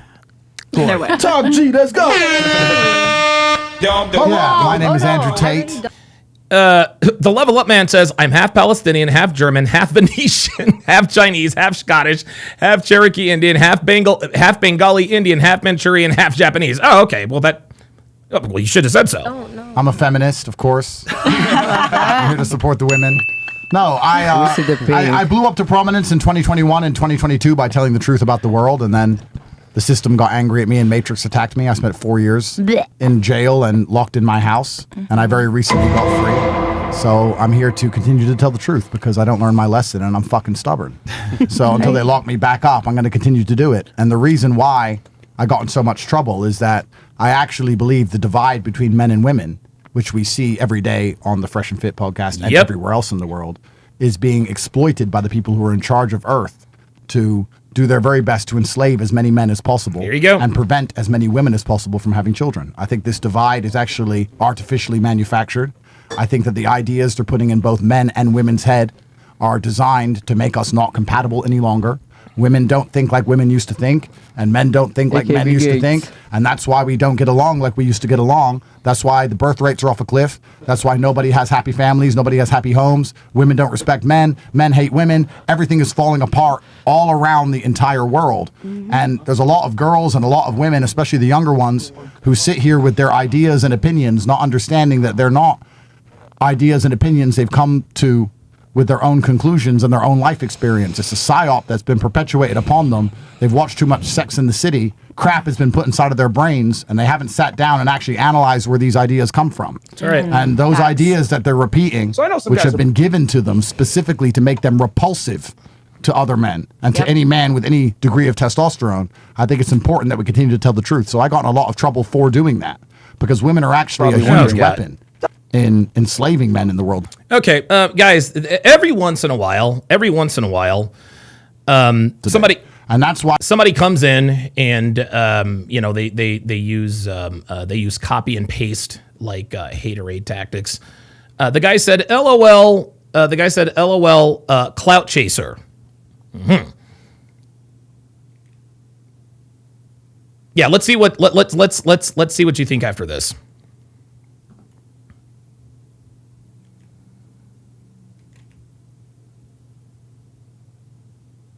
So I know some guys are probably wondering, Donovan, or actually not Donovan, Myron, how did you meet Donovan Sharp? How did you make this happen? Because a lot of people have asked, like, hey, man, how did you guys become friends and everything like that? Because obviously we do our show Weights and Dates on Sundays now. Sundays right before the 7th. Yes. Sundays is 6th right before the 7th. And this is, by the way, this is back when Myron and I both had more hair. So it started, man. I actually got a consultation with Donovan. He says bottom G. Oh my God, that was so fucking funny. Do you guys get it? You guys get it? Andrew Tate is the top G, so he said bottom G. Oh my God. That's a fucking knee slapper. Oh my God. And we're talking about, Jesus. Dude, what are you, 12? You know, shooting stuff about fitness, game, everything like that. I was like, hey man, you're a pretty knowledgeable guy. Would you like to come on the show? And I was like, dude, it'd be an honor. And he had me on, and we talked about fitness. We did a show, and then we started doing it pretty much like weekly, bi-weekly, where we would do like fitness shows. And then I'll never forget, Donovan was like, hey man, you need to make a YouTube channel. What was that? Like fitness shows. And then I'll never forget, Donovan was like, hey man, you need to make a YouTube channel. Hey Donovan, you need to make a YouTube channel. Yes, that's right, gentlemen. It was your boy that put the bug in Myron's ear. Yeah, you need to do this. You can definitely make a pretty good living for yourself doing this stuff. And I was like, in my head, I was like, man, I don't know if I want to leave this school teacher job, right? and do school this. Teacher, listen, you're a school teacher, and then you moonlight as a florist. Right? Exactly. We don't want to tell them that. And then Chippendales on Sundays. There you go. There you go. But right after the 7. But I was like, man, do I? You know, and I took it seriously, man. And you know, fast forward about a year later. Yeah. And now I got Donovan Sharp in the studio here in Miami, Florida. At the Panorama Tower, not the TSR towers, but the Panorama Tower. So, man, it's an honor, and I just want to say on air, thank you, Donovan, because you're a big inspiration for why we have the studio right now, why we've went so hard with the quality, and yeah, man, thank you so much. Yeah, well, there we go. Yeah. I don't have to chase clout. I don't have to chase clout. Okay. I discover people. Okay, I discover people. I'm what? Some people have called me something of a kingmaker, but you know, it is what it is.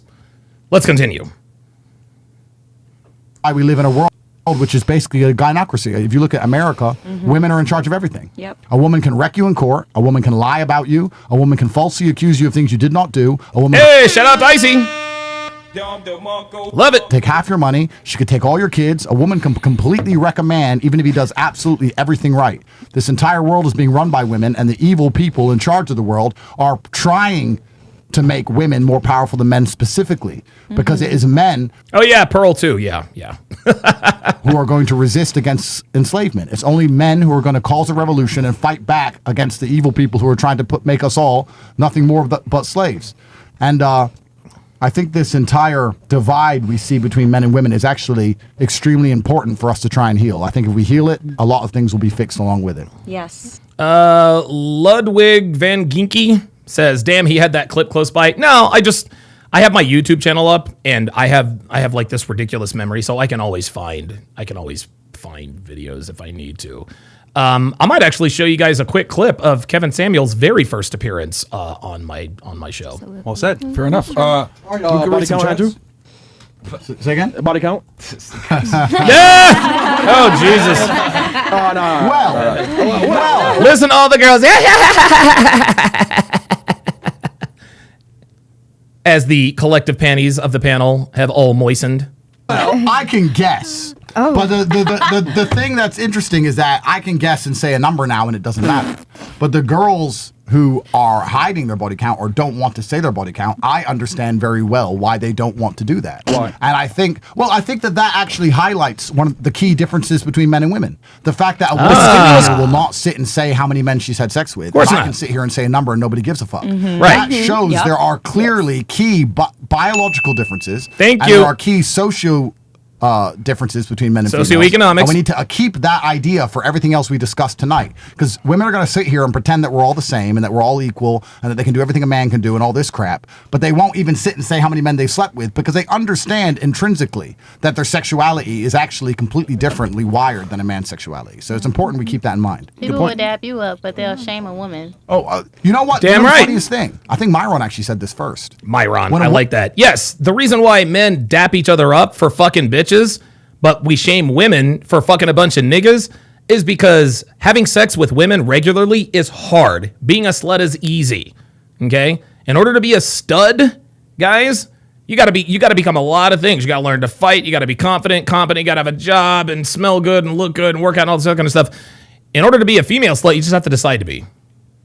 That's it. That's it. A woman doesn't like another woman. What's the first thing she calls her? Hoe. A whore. Yep, bitch. So if a woman doesn't like another woman. Brandon the Great says, Pearl's been going hard at Candace lately. Too bad. That could have been a solid collaboration. I support Pearl 100% on that. I don't want to get into the whole Charlie Kirk death thing here, but Candace, man, that was really, especially someone who is as good of friends with Charlie Kirk as Candace Owens was, like releasing personal text messages, like that really, I don't know. Pearl's assessment of what Candace Owens was doing was spot on, and I agree with her 100%. And the first thing she says is she's promiscuous. And then a woman will sit and go, I'm promiscuous, it doesn't matter. Then why are you using it as an insult to any other woman you don't like? Thank you. What's the first thing women call each other? What's the first thing women call each other when they want to insult each other? You're a slut. You fucked this guy and that guy. Because women slut shame each other. And oh, by the way, women slut shame each other a lot more than men do. Since the dawn of human time, nobody has ever respected a promiscuous woman. Nope. Ever. In any holy book, in any society, there's never been a story which is complimentary about a girl who's promiscuous. It's only the opposite. Chastity, virginity, being hard to achieve. Oh, by the way, I've got this little clip here as well. Special guest today is an expert in men's fashion, and I feel very fortunate to have him on the show today. He has been featured in publications such as 405 Magazine, Splurge Magazine, OKC, and the Oklahoma Gazette. He has been on the television show Living Oklahoma, and he's one of the most sought-after men's fashion consultants in the country. I'd like to introduce Kevin Samuels to TSR Live. And Kevin, thanks for coming on today, man. It's a real pleasure. Thanks much for having me, man. It's a pleasure to be here. Hey. There it is. So look, man, check this out. Like I'm as humble as they come. I don't like to brag or flex. Who am I lying? Every once in a while I like to brag or flex. But I know what the fuck I'm doing. Hard to obtain, hard to get. Nobody's ever been singing the praises of a hoe ever. Until this new modern I'm in love with a stripper. That's the only one. T-Pain. World where they've come along and decided, how do we make men and women I must be the first man dislike each other so nobody has children? How do we get men to give up their warrior spirit? How do we prevent men from going to the streets and finally taking their fucking country back? I know what we'll do. We'll get them scared of their whore wives. Then what we're going to do is we're get him married to some bitch who treats him like shit. Tell him if he leaves her, he loses everything he's ever worked for and needs to sit at home and simp over some bitch who barely likes him. She's allowed to go out and drink with the boys. You can't even tell her not to do that. This is all done on purpose. And they've really somehow convinced this new generation of women that being promiscuous is somehow a win. It is a fucking L. There is no bigger L for a woman. Hang on, I gotta rewind that. Really somehow convinced this new generation of women that being promiscuous is somehow a win. No, it is a fucking L. L. There's no bigger L. Haram for a woman than being fucked left and right by guys who barely remember her. Yeah. That is the biggest L on the planet. And if you've been psyoped into believing that's a good thing and that you somehow win, you are definitely a slave to the Matrix. You need to wake up and understand the most important thing you have as a your female. chastity. Your number one trump card in the world. In fact, the only advantage you have on this planet is your sexuality. There you go. You're not bigger than men. You're not stronger than men. You're not smarter than men. You can't resist enslavement like men. You're more lazy than men. You can't do anything a man can do. The only thing you've got is sex. And if you're throwing it away to any fucking retard in Pennsylvania who drives a fucking Toyota, you need to think twice about what you're doing. Yo, he absolutely cooked that bitch. God damn. The Bible calls women the weaker vessel, like quite literally in scripture. I mean, it's biblical. And it's not an insult. No, it's not. It's not at all. It's playing to your strengths. You have to look at the board and say, what do I have on the board that I can play with? And women understand that sexuality is their move. That's why they have OnlyFans accounts. That's right. So what I'm saying is, if that's your goal, don't throw it away. Be very careful with it. That's all I'm saying. It's an L to give away your gold. It's an L for a man to give all his money away. Why would I give money away to random hoes on the street in Miami if I just walk around and start handing out dollar bills? I'm a dumbass. So if you're going to walk around handing out pussy, guess what you are? That's You're a dumbass. And this promiscuity is being pushed by the Matrix purposefully because nothing is going to detest a man more than the fact that before he met you were promiscuous. What's going to make a man... There's nothing else that will make a man want to take care of you less than the fact you were promiscuous before you met him. I have to take care of you, pay your bills, put up with your shit, get you a house, buy you a car, make sure our children are safe, pay the bills. I have to do all this, and that guy hit it for free? Am I a fucking dumbass? Why am I paying for what he got for free? Facts. If you walk into McDonald's and you get a hamburger for $1 and I come next and they say it's $10, I'll be like, why did she pay $1? Why am I paying 10? Am I fucking stupid? Right. Promiscuity is lowering your value to all of your future potential partners. It's extremely important that doesn't happen. And that's why the women on here are sitting saying, I don't want to say my body count. I understand why they don't want to say it. Of course. I'm not saying they should say it. Nope. What I'm saying is that every single female alive actually intrinsically... Ladies, if you're watching, never answer the body count question, ever. I don't care who asks it. Boyfriend, husband, fiance, doesn't matter. Understands her only value or her biggest trump card to other men is her sexuality. There you go. And no man wants what every man's had. Facts. Andrew? Sure. Okay, so if women's sexuality Women, oh my God. is their only thing, Only advantage. why is it so important what a woman's body count is and not a man's? Oh my God. Are you serious? Did she really just throw this softball question? Sorry. Again? Why is it so important what a woman's body count is and not a man's? Okay. You want to hit this one, Myron? No, you go. No, please. No, you're special guest, bro. Oh, okay. They've heard me say Myron, you whatever. can get it after. I'm just here to moderate. It's a genuine question. I'm genuinely curious from a men's perspective. Well, there's very specific biological differences, firstly. He's about to change this girl's life because I believe she really did ask that question. She really asked that question out of genuine curiosity. Okay, what this proves, gentlemen, is that she respects Andrew Tate. She knows who he is. She knows who Andrew is, and she respects him. And he has made nothing but common sense on this podcast so far. He has dropped absolute bars. And so now he has started to change her mindset. And so now the genuine question, Andrew, why are girls shamed for sleeping around while men are praised? And she's about to get that education. Firstly, women get pregnant, men don't get pregnant. This is the most important. Fuck. The one time you don't play the sound. But this is actually very important because for the longest period of human history, up until very modern times with birth control, etc., if a woman had... Yeah, Carl 2020 says men's body count matters in reverse. Right, exactly. That's exactly right. Women don't like the more women you sleep with, the more women will like you. It's vice versa. Sex with a man, she might be out of the dating market forever. So she needs to be a lot more careful with who she sleeps with than a man does. Because a man can have sex with a woman, she can get pregnant. The man's not out the dating market. The man can just bounce if he so decides. That's the first thing. It's biological. It's very important.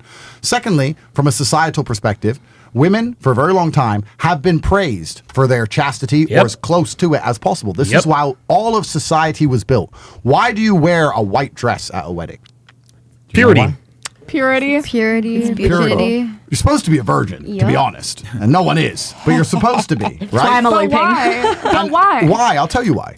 Because for the longest period of human history, the only way I could ensure paternity of a child is if my wife was a virgin. There you go. How am I going to know that kid's mine? Let's say we live in some country where everyone looks the same, right? I'm Chinese.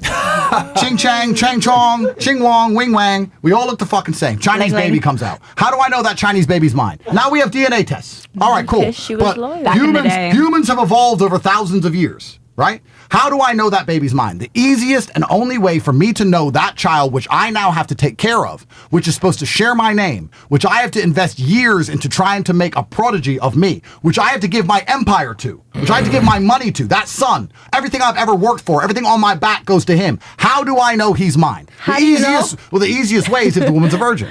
That's probably one of the only ways, right? So we now live in a... Listen to these girls. How do you know? They love the... See, you see this? They're still psyoped.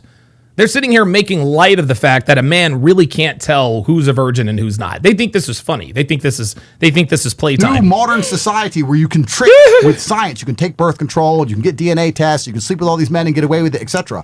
But this is not the way things ever were. Nope. And if you accept that, then you must accept that evolutionarily, biologically, I would argue that there is a mental component to all of these things. And I want to give you all a thought experiment because I'm treating you like adults. If I told you, here's a girl, you've never met her, and she's had sex with 1,000 men, do you imagine her to be a rational, stable girl, or do you imagine her to be fucking crazy? She's got the 1,000 cock stare. I mean, she looks she's crazy, nuts. man. She's nuts. Yeah, she's not there. Okay, so a woman can't... So let's approach this as professionals. Here's the point. In history, if a woman slept with a man and she got pregnant, she was with that man forever. That was it. There was no birth control. There's no DNA test. Correct. Women are not prepared mentally to go through endless breakups. Nope. They sleep with a guy, they have a kid, they're stuck with that guy forever. Men, since the dawn of time, have been sleeping with different women. We're evolved for it. Women aren't.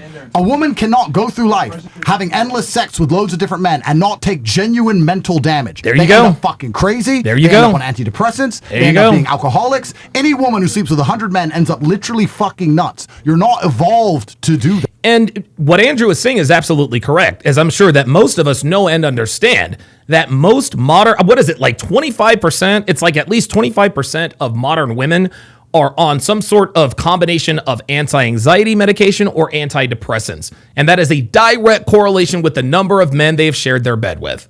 And if you find a woman who has done it, talk to her for 5 minutes. You'd be like, ooh, Charles Merchant says the wife sheds blood from her hymen and the husband sheds blood for his wife.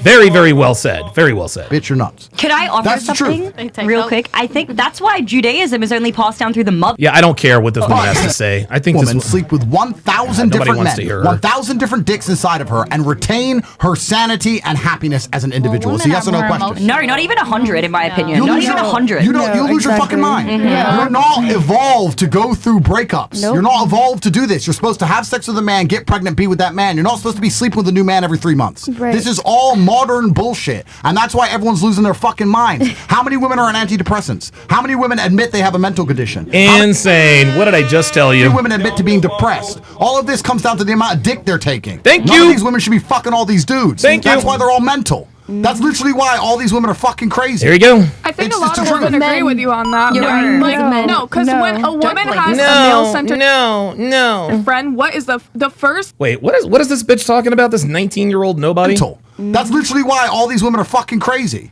I think It's a lot just of the truth. women agree with you on that. You're When, right. like, No. no, because No. when a woman blame has them. a male-centered friend, what is the first thing you do when you become friends with someone? You notice if they're male-centered, and you Right. do not want to be friends with What the fuck is male-centered mean? What does that mean? them. Right. And What does male-centered? so I feel like we can all agree to a certain extent. If a person is a certain amount of male-centered, it is an unhealthy. What is male, like, what is he talking about? Dude, even the wannabe transformer here is confused. What does she mean male-centered? Healthy friendship, because men will become everything about the friendship. True. Oh my God, this is projection. This is what women do, not men. Oh my God, this girl is so stupid. I mean, Nothing else will matter. One of my This- best All right, friends real quick, actually. ladies, hold on. Guys, I'm going to cut Myron Gaines. Actually, we're going to go on over to Fresh and Fit, so you guys go over to Fresh and Fit on either Rumble or YouTube, whatever you guys want. But yeah, come on over to Fresh and Fit. I'm ending my stream, Myron Gaines X. OSS, all of it is ending. Come on over to either Cats Club or Rumble or Fresh and Fit. But it's only Fresh and Fit, so I'm cutting my stuff right now. Go ahead. Keep going, guys. I was just gonna say, like, I had a friend who had over 100 buddies, and she's never been in a. Don't care. The option to go out there and get I mean, listen, I'm sure this Amy Dangerfield is, I'm sure she's a lovely woman. I just, for whatever reason, when she talks, it just, I don't know. And guys, maybe I have that same kind of voice. Like maybe I have that same kind of voice. Something about her. You want to know what it is, guys? You want to know what it is, man? I just don't like bitches who talk too much. Like, I love Candace Owens. I do. But she's too fucking masculine for me. Right? Candace Owens is objectively attractive. I wouldn't, not that she would ever give me a chance, but I don't find her sexually attractive because she's masculine. Pearl, to a certain degree, she's a little too masculine for me, right? Not that Pearl would ever give me a chance. And listen, shout out to Steven and him and Pearl, great relationship and all that good stuff. We're all very good friends. I'm coming at this from a practical side. Oh, pardon me. Anytime there is a female who is a content creator who does not use her body for subscribers, for whatever reason, they're always fucking annoying. They really, really are. Like, they talk loud and they talk fast. That's fine for a man to do. I don't mind that. But when a woman talks too loud and too fast, it's like nails on a chalkboard to me. So I'm not trying to disrespect Ms. Dangerfield here by skipping over what she says, but I just like, it's almost like she's just coming on here just to sort of run her mouth for show. Like, hey, here I am. I'm on your side. something else, right? Relationships are difficult and people argue. We can all agree with that. Yes. Women have endless sexual options. even more than high-tiered males, even more than famous men. That's right. You can go out and get 100 men a day. You have unlimited sexual options, right?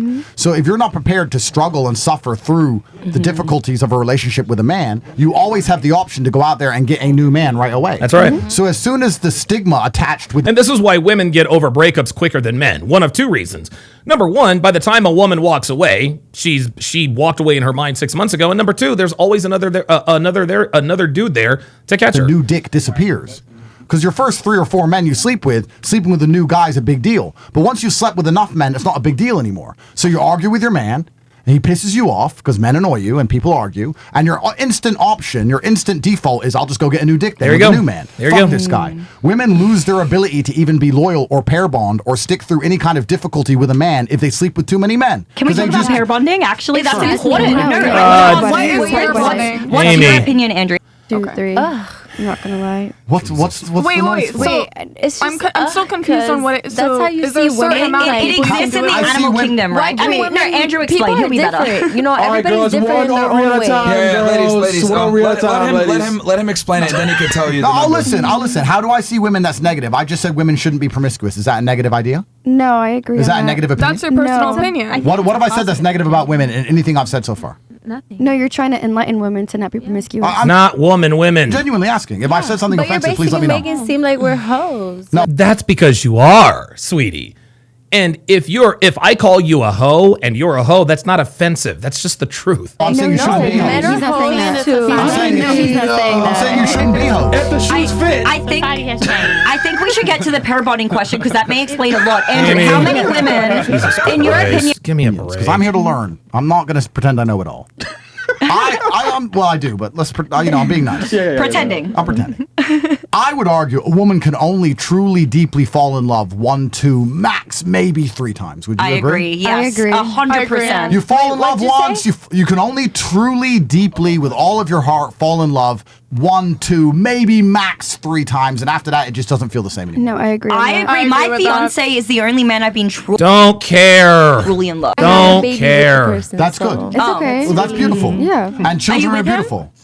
Can you be with him? Do you want to get with him for the sake of your baby, maybe? Oh my Let's God. assume 3 times. Yeah. A man can fall in love over and over and over and over. No. I feel like it's let me give you- promiscuous. let me It's give you- promiscuous. Well, I'll give you another Oh thought my experiment. God, this is a girl thought is so experiment. stupid. If a woman sleeps with 20 or 30 or 40 or 50 men, and then the perfect man comes along who's very nice to her and treats her well, etc., because of Truth RB says, Don and Tommy are always running from debates. No, I don't. I put the link in the chat. Why don't you come up and debate me?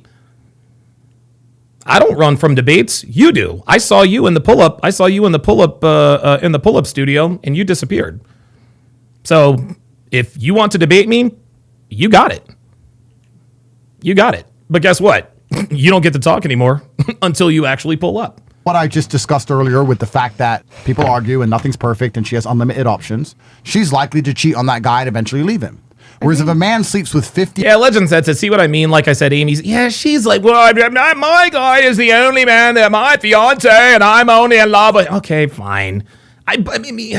Women. And then the perfect little virgin... Like, listen, shout out to Amy Dangerfield, but respectfully, like, we've listened to fucking bitches long enough. Like, nobody wants to hear women talk about men's issues. I'm sorry. Angel... The Great One, member for 21 months. Says good to catch some live content again. Absolutely, it is fresh and people. Oh my God! Ay ay ay! It is fresh and fit week here at TSR. Did I say fresh and people? What the fuck am I talking about? Who obeys him and does everything he says comes along. He's going to be obsessed with her. He's going to fall in love with her completely and utterly. Men can fall in love at any point during their sexual history. Women get 1, 2, 3 shots max. Yep. Then they die inside. Their hearts die inside, and they become gold diggers. It's true. This is the guys. This is the current cycle of society. The current. Armando Cool says all the people sitting there talking are the worst type of people on the planet. First thing, Armando, you got to learn to speak English, my guy, because I don't understand a fucking word you said. So I'm going to give you another chance. Because what you said made absolutely zero sense. Please try again. The current cycle of society is this. Men and women fall in love at a young age, teenage love, whatever. It doesn't work because young age never works, right? People used to get married back then. No one gets married anymore. Right. And if you don't get married... Desert Shite Something Cleaning Toilet says, what do I do if another man, Aaron Michael Swan, makes fun of my dirty toilet? How do I stop him, Donovan? I have no idea what you're talking about. Or you're not the kid young, it's going to end. Then they go out there, they find another guy they like, they fall in love. And then eventually he cheats, so they leave him because they've been told by society, leave a man the second he cheats. There it is. They get another guy, and that works for a while, and then it breaks up. Break up, go through a guy, break up, go through a guy. Most hoes don't even want to be hoes. They just keep... Dude, I've said this for years. Guys, I've said this for years. Girls don't want to be fucking 5 and 6 guys, man. Girls don't want to be fucking 5 or 6 guys. They only want to be fucking one. Going looking for this impossible standard that they see on Instagram. I want a man who brings me a G-Wagon full of roses and never cheats and flies me on jets and he's 6'8" and makes $10 million a month. That's what I want. That's what I deserve, girl. I saw on TikTok. And they go through life looking for this unrealistic bullshit. They don't even mean to be whores. Yeah, I am Labib on the Rumble site. Says, like, just yapping about red pill talking points. I don't, maybe it's her voice. Her voice is just, They're just going from dude to dude trying to find something that doesn't exist. And Brandon the Great says, when the witch trials return, never forget I told y'all what happened. Whoa, hold on. Whoa. Hold the fucking phone, Brandon. Whoa, Brandon. Oh, shit. Witch trials. God damn, you taking it way back. Brandon trying to go back to the medieval eventually, times. after they've had enough dick, their heart dies, and they think, fuck it, I'll just chase the bag. And then they become gold diggers. That's the current cycle of society on repeat. That's all that's happening. How does it end off of like a couple of These bitches all disagree and have no idea what the fuck they're talking about. Danny Gonzalez with the $5 super chat says, today is 19 years of marriage. I've learned so much being a guest here in Donovan Sharp Show. I changed my behavior towards my husband for the good. Absolutely. That's what we like to hear. We are here to help men and women if they want it. Shout out to Danny Gonzalez, man. 19 years of marriage. Good for you. Very good for you. Congratulations. You break that cycle because there has to be something that society as a whole can do to address that. Because yes. It's called the red pill community. But here's the problem. Society as a whole makes red pill content unavailable. Right? Like, dude, I'm lucky to have 203 people watching right now. I've had as many as 3,500, 4,000 people watching. But when people get to reporting you, YouTube get the powers that be, social media platforms with all of the censorship, et cetera, like we're trying to do something about it. But the people down in Silicon Valley, the British cigarettes in Silicon Valley, are trying to make sure you don't get the message. it's a really sad thing. It is. It really is. It absolutely is. And we need to prioritize the only thing that actually matters in the world. And that, for me, the only thing that matters between a man and a woman is a child. Babies. Yep. I think it's beautiful that you have a child. I think it's a good thing. And nobody talks about that. We talk about, you meet a partner, you should be in a relationship, or even people who push the idea of marriage. Personally, and this is controversial, a lot of people disagree with me. Fuck the marriage. The kid matters more than the marriage. The marriage is a piece of paper, bro. I saw your ex post. It was on point. Honestly, women who are like, I want to. Don't care. God, dude, she really is annoying. Oh my God. Let me just see if I can stomach this. And this is controversial. A lot of people disagree with me. Fuck the marriage. The kid matters more than the marriage. The marriage is a piece of paper, bro. I saw your ex post. It was on point. Honestly, women who are like, I want to be married. I want the big wedding. I want all of this stuff. That's a transactional shit. Of course. You know what I'm saying? Like, I completely agree with that post that you made. 100%. If women were dating from their teens, understanding their primary objective in life is to have beautiful children, then people would stay together longer. But most women at the age of 17 are getting with a man. This is so funny. These girls said, and then they said, no, watch. Listen to this. Listen to this. Andrew Tate says, listen, when you're young, you should be dating with the intent of having beautiful babies. All of them said, in unison. Then 5 seconds later, when the prestige comes, they're like, watch.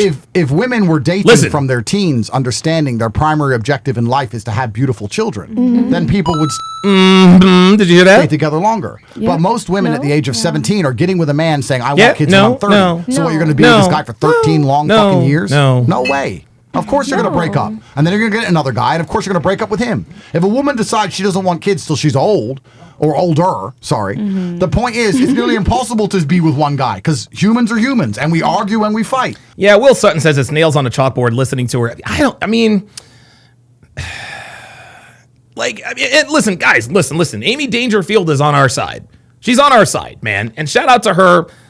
Shout out to her for being on the show and all that good stuff. But it's just, I don't know, something about, I don't know. I can tell you now. Maybe it's me. I don't know. The number one Maybe women I'm asshole. prepared to sit down and try and work it out with are the mothers of my kids. Because we have a kid. Yeah. If I'm with some girl and she pisses me off and we ain't got a kid, it's like, well, get the fuck out of here. You think there's not another 19-year-old in fucking Miami? Get the fuck out of here. Right. So the only thing that matters is children. Yeah. We should be prioritizing children. Nobody's having children. The birth rate has collapsed. The world is literally imploding. It is literally over for humanity. Yep. Nobody talks about this. And the reason nobody talks about it is because it puts a burden of responsibility on females, which we are not allowed to do in society. Nope. If you put a burden of responsibility on females, You're gonna the get let devil. down. If I told you that all of society was about to implode because aliens have come and aliens are going to destroy everything and there's going to be no humans left. I believe in aliens. Okay, good. So we need to conscript all of the men and give them guns to go and die against an alien invasion to protect society. You would sit and say, yeah, normal. Everyone's going to die. Men have to go and fucking protect us. That's normal. If I sit and say society's going to implode, in 100 years there's going to be no one left on Earth because women aren't having babies, someone should tell women to have babies, you're going to get offended instantly. There you How go. could you possibly expect women to have any desire? Kyle220 with the $5 super chat says Myron and Fresh should watch out for the Australian. How many times do we see, quote, advocates for men cry abuse later? Not even RP. Daily Wire learned. Yeah, no, I mean, listen, Myron and Fresh, they've learned they've learned a lot over the years. They've learned a lot over the years. JHype22 says Amy is a grifter. Listen, man, I'm not in the business of calling people names or grifters or whatever. I do believe that Amy believes what she talks about. I'm glad that there are more young and attractive, more younger attractive women who are buying into this line of thinking. But listen, not everybody is for everybody, and I don't think Amy is clearly not for me. So to propagate the human race. How can you possibly expect women to have any burden to continue humanity? No, women have no burden. Women cannot be expected to do anything. Nope. All they should do is take Instagram pictures, spend a man's money, fucking make TikToks, there you go. Unimportant bullshit, which doesn't even benefit anybody. Then that's the truth of the world we now live in. No woman at the age of 18 in America, if I were to walk down Miami and say, who wants kids at 18? Nobody.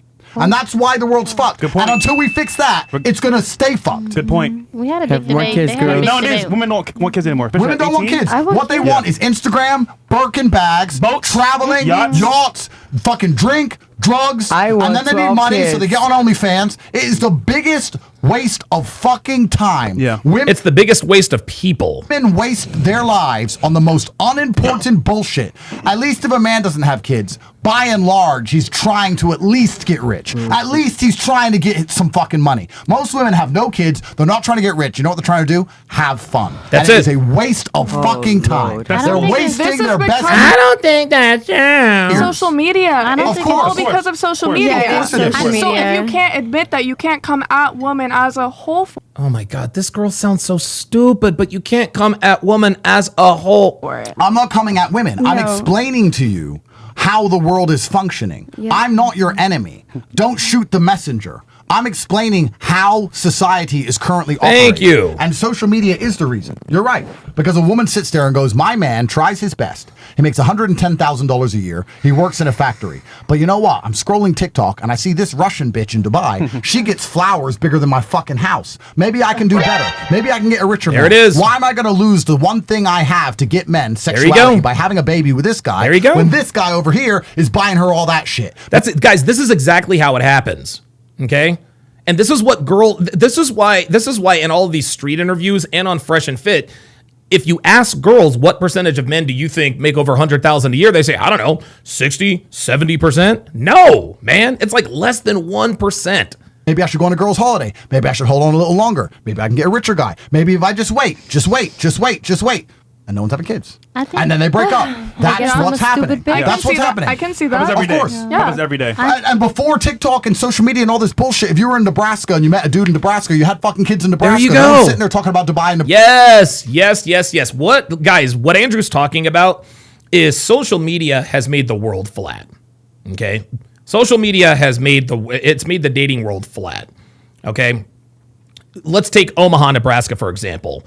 50 years ago, if there was a pretty girl who lived in Omaha, Nebraska, the guys that she had to choose from were in her area, Omaha, Nebraska, right? Just like Andrew said, she would meet the guy, they'd get married, they'd have kids, probably stay in Nebraska, right? Well, a few years later, now here we are, fast forward to 2025, and the pretty girl in Omaha, Nebraska, pardon me, she's not only limited to the guys in her area. The world is her oyster because of Instagram. And so what that does to guys in Omaha, Nebraska, that leaves them ass out. Let's take it a step further. Let's go to college girls. I remember, I went to college from 1995 to 1998. I dropped out. I didn't graduate. Okay. There were hot girls all over campus, and all the hot guys on campus were smashing all the hot girls. Now it's not like that, because now college girls say, okay, well, do I want to fuck with Steve, who's on the varsity, lacrosse team? Okay, yeah, he might have a good job and he's tall and good looking, but Sven over here is offering to fly me out to Miami or Dubai. College guys can't compete with that. And so what that's done is that's created a vacuum. And a lot of people talk about the Pareto principle, the 80-20 rule. 20% of the men are getting 80% of the women. Dude, that is way skewed now. It's probably 5% of the men are getting 95% of the women. That's what social media has done. Nebraska. No, but now everyone's sitting there talking about Dubai, messaging me, trying to get flown out. That's what's happening. But Andrew, to your point as well, women will have a boyfriend, leave their boyfriend, go to a different state or country, where rich guys are at, stay there to find a guy that can match your dreams. So you're right, bro. 100%. And their dreams, this is the most important thing. Women's dreams at a young age. When they get older, they get smarter. Women, by and large. Yes. But at a young age, are not children. No 20-year-old's dream is children. And if they do say they want children, they say, my dream is children. You're a pick-me. I want to be a mother. When? When I'm 27. Well, that's not your fucking dream, is it? Right. So what's your dream now? Your dream now is a Birkin bag and being a dickhead on TikTok. Your dream is fucking followers. Your dream is pixels on a fucking screen. There it is. Because you're retarded. Woo! Your dreams are literally going, wow, 100,000 followers. Yeah, I matter. It's fucking ridiculous. You matter to your child. You matter when your kid looks in your eyes. That's who you matter to. Yeah. You don't matter to any of the men fucking blowing up your inbox or any of the dudes giving you likes on Instagram. These men will fuck you and not give a shit if you get hit by a car the next day. That's right. They don't know that. They don't give a fuck about you. Yeah. But women are not smart enough to sit there and act. Yeah, this bitch is here for clout. This bitch is here for clout. Every time she knows she's on camera, she's doing some gesture. She's disagreeing with Andrew for no reason. Analyze how they've been psyoped by the Matrix specifically and purposefully to avoid having children. And I don't want to get political because I can do it. But if there's families, men are prepared to die to protect their family. Please understand this. That's right. If I'm in charge of a country and I come along and want to oppress a population, and that population is full of... You compromise the men. That's how you compromise the men. That's how you conquer a populace. Families. Now you have men who say, look, you can try and oppress me, but you're not going to oppress my wife and my fucking kids. I'm going to stand here and defend this street no matter who comes because my wife and my kids live here. When there's no families, why is a man going to stand up and defend a street? He can leave. He can bounce. He can stay in his basement and play video games. Take the fucking street. Don't give a shit. Damn right. Men give up on defending society because they have nothing to fucking defend. So by convincing women to not have children, now men don't have a vested interest in resisting slavery. Wow. And it is only men who can resist slavery. It ain't women. Only us men. Crossed arms. Only us men can defend you. Only us. FBS says, yo, Don, you ever heard of this YouTuber named Lauren Ponce? She's like Pearl, but not as long-winded. No, never heard of her. Delu something Rodriguez says, if you so smart. Guys, listen, you have to, I don't know what you're trying to ask or say. Please speak coherently, okay? I don't know what if you so and smart means. We can defend you from government, other men, anything. That's what men do. So unless we have a vested interest in building a better world, which we're only going to have through family, most men you see in the world today have given up. They sit at home, playing video games, smoking weed, and when the government comes along and says, I'm going to oppress everyone and make everybody slaves, they go, I don't give a fuck. I ain't got a fucking family anyway. There you go. No one talks to me because I ain't rich. I ain't got kids anyway. Fuck it. The people in charge of the world have specific... Legend said she did that the first time on the show and got away with being rude and disrespectful to the host. I'm surprised they brought her back. Who are you talking about? Who are you talking about? Convinced women to not do the number one thing since the dawn of human time they were obsessed with doing, which is birthing children. Yeah. It's incredible the level of psyop which has been successful. It's truly incredible. They've convinced women to not want kids. Isn't that remarkable? Haven't you seen a woman around a child? Haven't you seen like a woman sees a kid and gets baby fever? In most of the world, I've been all around the world. In most of the world outside of the Western Hemisphere, women love the idea of kids. They have a kid, their aunt is there, their mom is there, their sisters have kids, People big love families, children. all the women, all the kids. But in America, they're like, no, I don't want a kid. I want a Birkin. You're a fucking retard, bro. And a loser. You're a fucking retard. Stupid. I agree with a lot of the things that you said, but I kind of want to touch on like what. Oh boy, here comes the black girl. JD Cruz says the chat is low IQ today. Good lord. Yeah, we got a lot of haters in here, but it is what it is. He was saying. I mean, haters need education too, guys. And how women feel like they should just be pampered, especially like when we went through in 2024 with them going through the draft, and women felt like they shouldn't be added to the draft. And it was really messed up because I'm in the army, and I feel like even as a mother. Oh shit! Oh, go on now. She's in the army. Okay, all right. We all should be able to protect our country, and a lot of women feel like, "Oh, I'm a woman." You wanted to go to war? Oh no, I joined. I'm in the army. But I mean, that would put us at a disadvantage. Like, women are good fighters. Some people don't realize the army is more than just going to war. A lot of us have jobs. A lot of us are police. Right, behind the scenes stuff. That's different. There's multiple things, but at the end of the day, it's that women feel like, "Oh, I shouldn't be put in this box. A man should go fight for us. A man should go do this," and it is unfair. Like, a lot of us. Well, women can't do what men can do. Like a lot of women can. We can do a lot of things. No, I'm sorry. Some women can provide. A lot of people, like he asked earlier, is your parents married?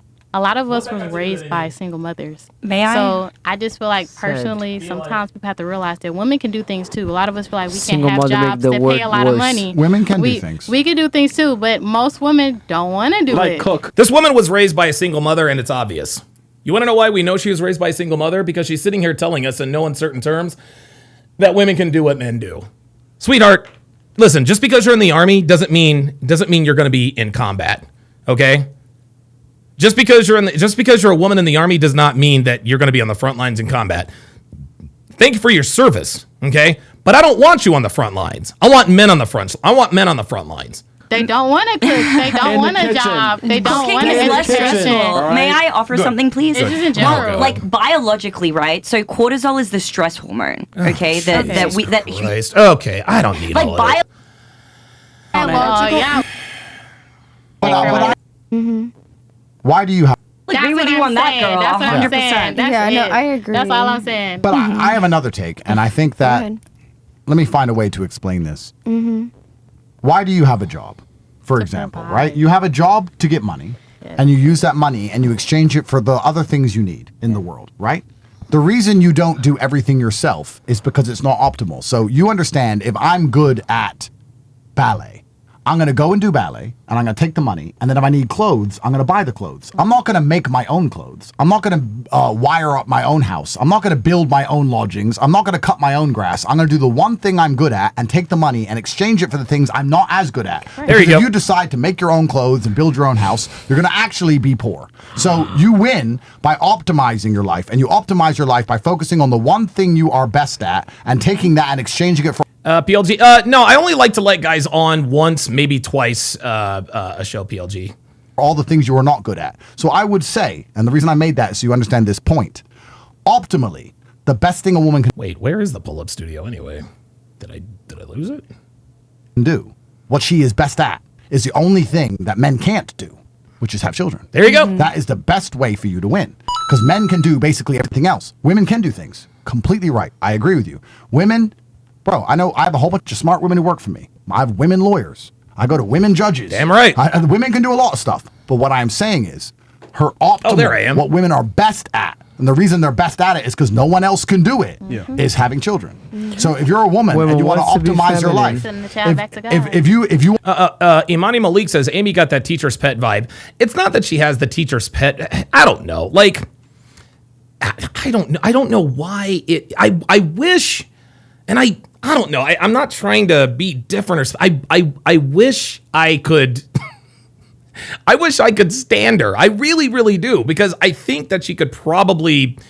I think she could probably educate a lot of women with the way she talks. But like, this woman doesn't need to be talking to men. She needs to be talking to women, man. Like, this is... I want to approach things purely logically, not emotionally, purely logically, from a chess perspective. If you were to ask me if I was born as a woman, what I would do, I would wake up and go, okay, well, I'm not going to work as hard as a man. I don't want to do the long hours. I don't want to take the risks. I'm not as going to go through all the stress. I'm not going to go through all the pain. It's too hard to make money in the world. I'm not going to do any of that. I'm going to do the one thing a man can't do, and I'm going to give it to him. I'm going to find the right man. I'm going to give it to him. And TJ Fisher says Amy's husband fiance allows her to travel the country and be in the public eye. Guys, and I'm not calling Amy's husband a cuck. I'm not doing that at all. However, in what I've seen in relationships, what I have noticed that female content creators who are actually good, female content creators who actually matter, they can debate, they've actually got like a good head on their shoulders, they usually run the household, okay? Lauren Chen runs the household. Candace Owens runs the household. And I'm pretty sure that this Amy Dangerfield probably runs the household. This is just the vibe they get off. Listen, Amy's an attractive woman. I'm not going to give her, I'm not going to sit here and say that she's not. I'm very, very happy that she's engaged to be married. I'm happy about all of that. I really, really am. And I'm glad that her and her husband are going to elope and make babies. That's the plan. Got it. But her audience, I don't think she realizes at this point that her audience isn't men. And let's just keep it real. The only reason, one of the main reasons why Amy, I guess, is as big as she is because she's an attractive woman. No, this does not mean that what she says doesn't make sense, and this does not mean that she is unintelligent. But, pardon me, but if Amy Dangerfield looked like Rodney Dangerfield, no one would know who she is. Okay, no one would know who she is, and this is what all of these female content creators. Guys, honestly, and maybe I'm wrong here. Okay, I can't think of, and please correct me in the chat. I can't think of a female content creator who is actually good at her job, who is actually a good content creator, who is not attractive. I can't think of one. Because we don't listen to unattractive women. We just don't. Like nobody, you know what I'm saying? Like nobody would listen to Amy Dangerfield if she listened to if she looked like Rodney Dangerfield. So again, I don't know. He's going to fix all my other problems. That's how. Saber89 with the $20 super chat says, question, I am currently working 80 hours Question, I'm currently working 80 hours a week with 2 jobs and starting a business adventure at the end of this month. I've started talking to a woman and realized I don't have the time to explore anything. Should I end it? Yep. Absolutely. 1,000%. Absolutely 1,000% end it. 1,000% end it. End it. Okay? Because women are always going to be there. Opportunities to start your business won't be. Okay? And here's another thing. When you're starting to build a business or when you're trying to build yourself, okay? Love without action is a distraction. Okay? The only way you should pursue this relationship is if she is going to help you with your side hustle. And my guess is that you probably haven't been dating her long enough for her to even give a shit about your side hustle. So unless she is going to help you with your side hustle, you need to end it. That's my advice. You win as a woman. Mm-hmm. And before anyone comes along and says, let me tell you this, I'm going to say this from the bottom of my heart. I have daughters. And people often say to me, Andrew, you have all these controversial opinions. What would you say? What about your daughters? Yeah. Or when I talk about black women, people say, yo, mama black. Yeah, that's right. And my mama also knows what my opinions are on black women. Say to your own daughter, the same thing. Pray my daughter at the age of 18 meets an older guy, 45, 46. Jesus. Gives her a house, gives her a fucking Bentley, gets her pregnant, and gives me grandchildren. And if she comes to me and goes, Dad. Imani Malik says, didn't Pearl get demonetized? Yes, she did. But she is now remonetized. What? My husband cheated on me. I'm going to say, are you in the big mansion? Are you driving a Bentley? Okay, shut the fuck up. Thank you. Shut the fuck up. He's taking care of you. If he stops paying your bills, if he stops protecting you, then come to me. Cheating on a woman is when you stop taking care of her. Cheating on a woman is when you stop paying her bills. Cheating on a woman is when you have a family with another woman. Cheating on a woman is not having sex with another woman. It's just sex. But if you are completely protected and provided for, keep giving me grandchildren. Then shut the hell that's up. the best thing you can do with your life. I'm rich. Your man's rich. You don't need to make money. That's a waste of time. You don't need a fucking Birkin. You don't need a TikTok account. You don't need an Instagram account. Don't sell pussy for pennies. Stop being an idiot and give me grandkids. That's what I truly hope for my own daughters. This guy Rodriguez says yellow boys like what? Yo, do Celio like what are you talking about? I have no idea what this dude's talking about. That is the best thing they can do. Can somebody translate? That's what make me most proud. And they all go to. You want your daughter to hold on, ladies. Hold on. You know what's funny, ladies? You know what's funny? You know what's funny? A lot of guys. He didn't say he wanted his daughter to get cheated on. He said if his daughter gets cheated on, she needs to take stock of what her life would be like should she decide to lead. Should she decide to leave? Because a man cheating on a woman is not the end of the fucking world. Guys would agree with that wholeheartedly. 100%. A lot of us would agree with that. I would tell my daughter the same exact thing because I would rather you get cheated. Yeah, TJ Fisher says he has too much trust in his woman to allow her to travel the country and to be out in front of a camera talking to men all day. I agree because I'm gonna tell you what, and I'm not trying to call anybody out here because I've never heard of this Amy Dangerfield person. But let me ask you this. If Amy Dangerfield, let me just ask you guys this. If Amy Dangerfield's fiance said, hey, look, Amy, I love you to death, and we are going to get married. However, if you want me to walk down the aisle, I'm going to need you to stop this influencer thing. I'm going to need you to get off of YouTube and Instagram. Would she do it? Now, I don't know what that answer is. Only Amy and her fiance know what that answer is. But just given what I've seen, the answer is probably no. Lauren Chen, traditional wife, tradcon women, blah, blah, blah, blah, blah. If Lauren Chen's husband said, hey, you need to drop the YouTube, Instagram thing, do you think Lauren Chen would say no? She would say no. Candace Owens. If Candace Owens' husband said, hey, look, Candace, you need to drop the YouTube, Instagram influencer thing, you think Candace Owens is going to do that? You think Candace Owens is going to say yes? Of course not. Okay, guys, listen, I'm not trying to talk shit about Amy or Candace or any other tradcon, okay? But how can I put this? If a woman is truly traditional, then we don't know about her, okay? The real tradcon wives, nobody knows who they are because they're not online, okay? Being a tradcon influencer, being a female tradcon influencer, it's an oxymoron. Because if your husband asked you to stop being an influencer, would you say yes or no? If the answer is yes, okay, well then you really are tradcon, but then the proof has got to be in the pudding. Let's see if you really do it.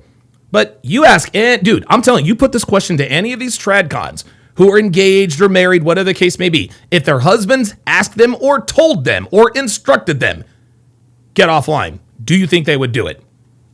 By one guy, then get fucked over by 20 dudes. Sure. I'd rather you give me grandkids than waste your time reading a book or doing some fucking TikTok bullshit. Yep. Give me grandkids. Create Tates for the bloodline. Let's go into let's create progeny to propel the name into the future. Let's do something that matters. Everything else is insignificant bullshit. And here's another thing too. Also, I want to say. Men lose status when a woman cheats on them. Women don't lose status when a man cheats on them. You better tell it, Myron. You better fucking tell it. You better fucking tell it. That's exactly right. That's exactly right. Nina Agdal. We all completely destroyed Logan Paul over Nina Agdal, and she ain't even cheated on him yet. Yet when, pick a celebrity, whatever the case may be, when he cheats on his wife, nobody thinks poorly of the wife.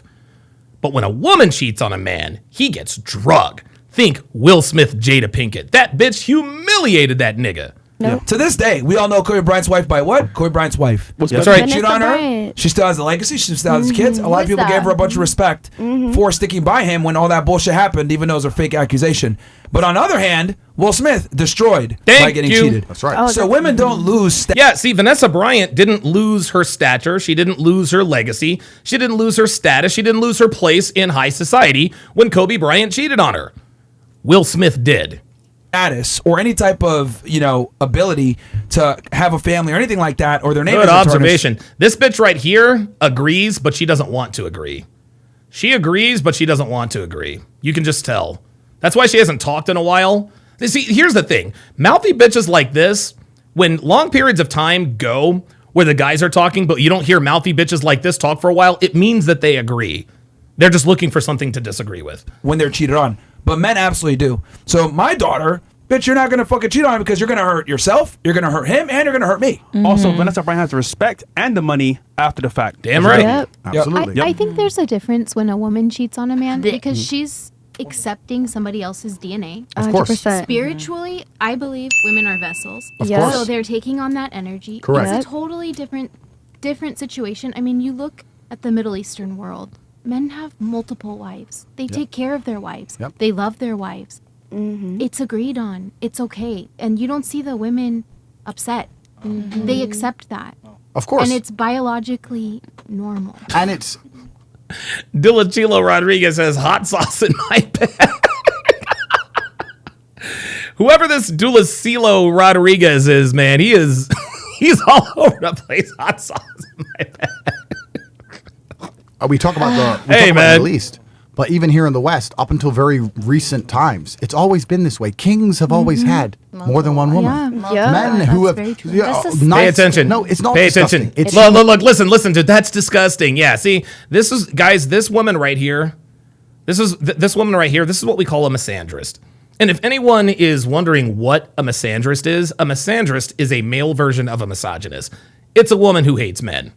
Andrew Tate is sitting here giving her objective truth after objective truth. And all this bitch can do is just sit there and say that's not true.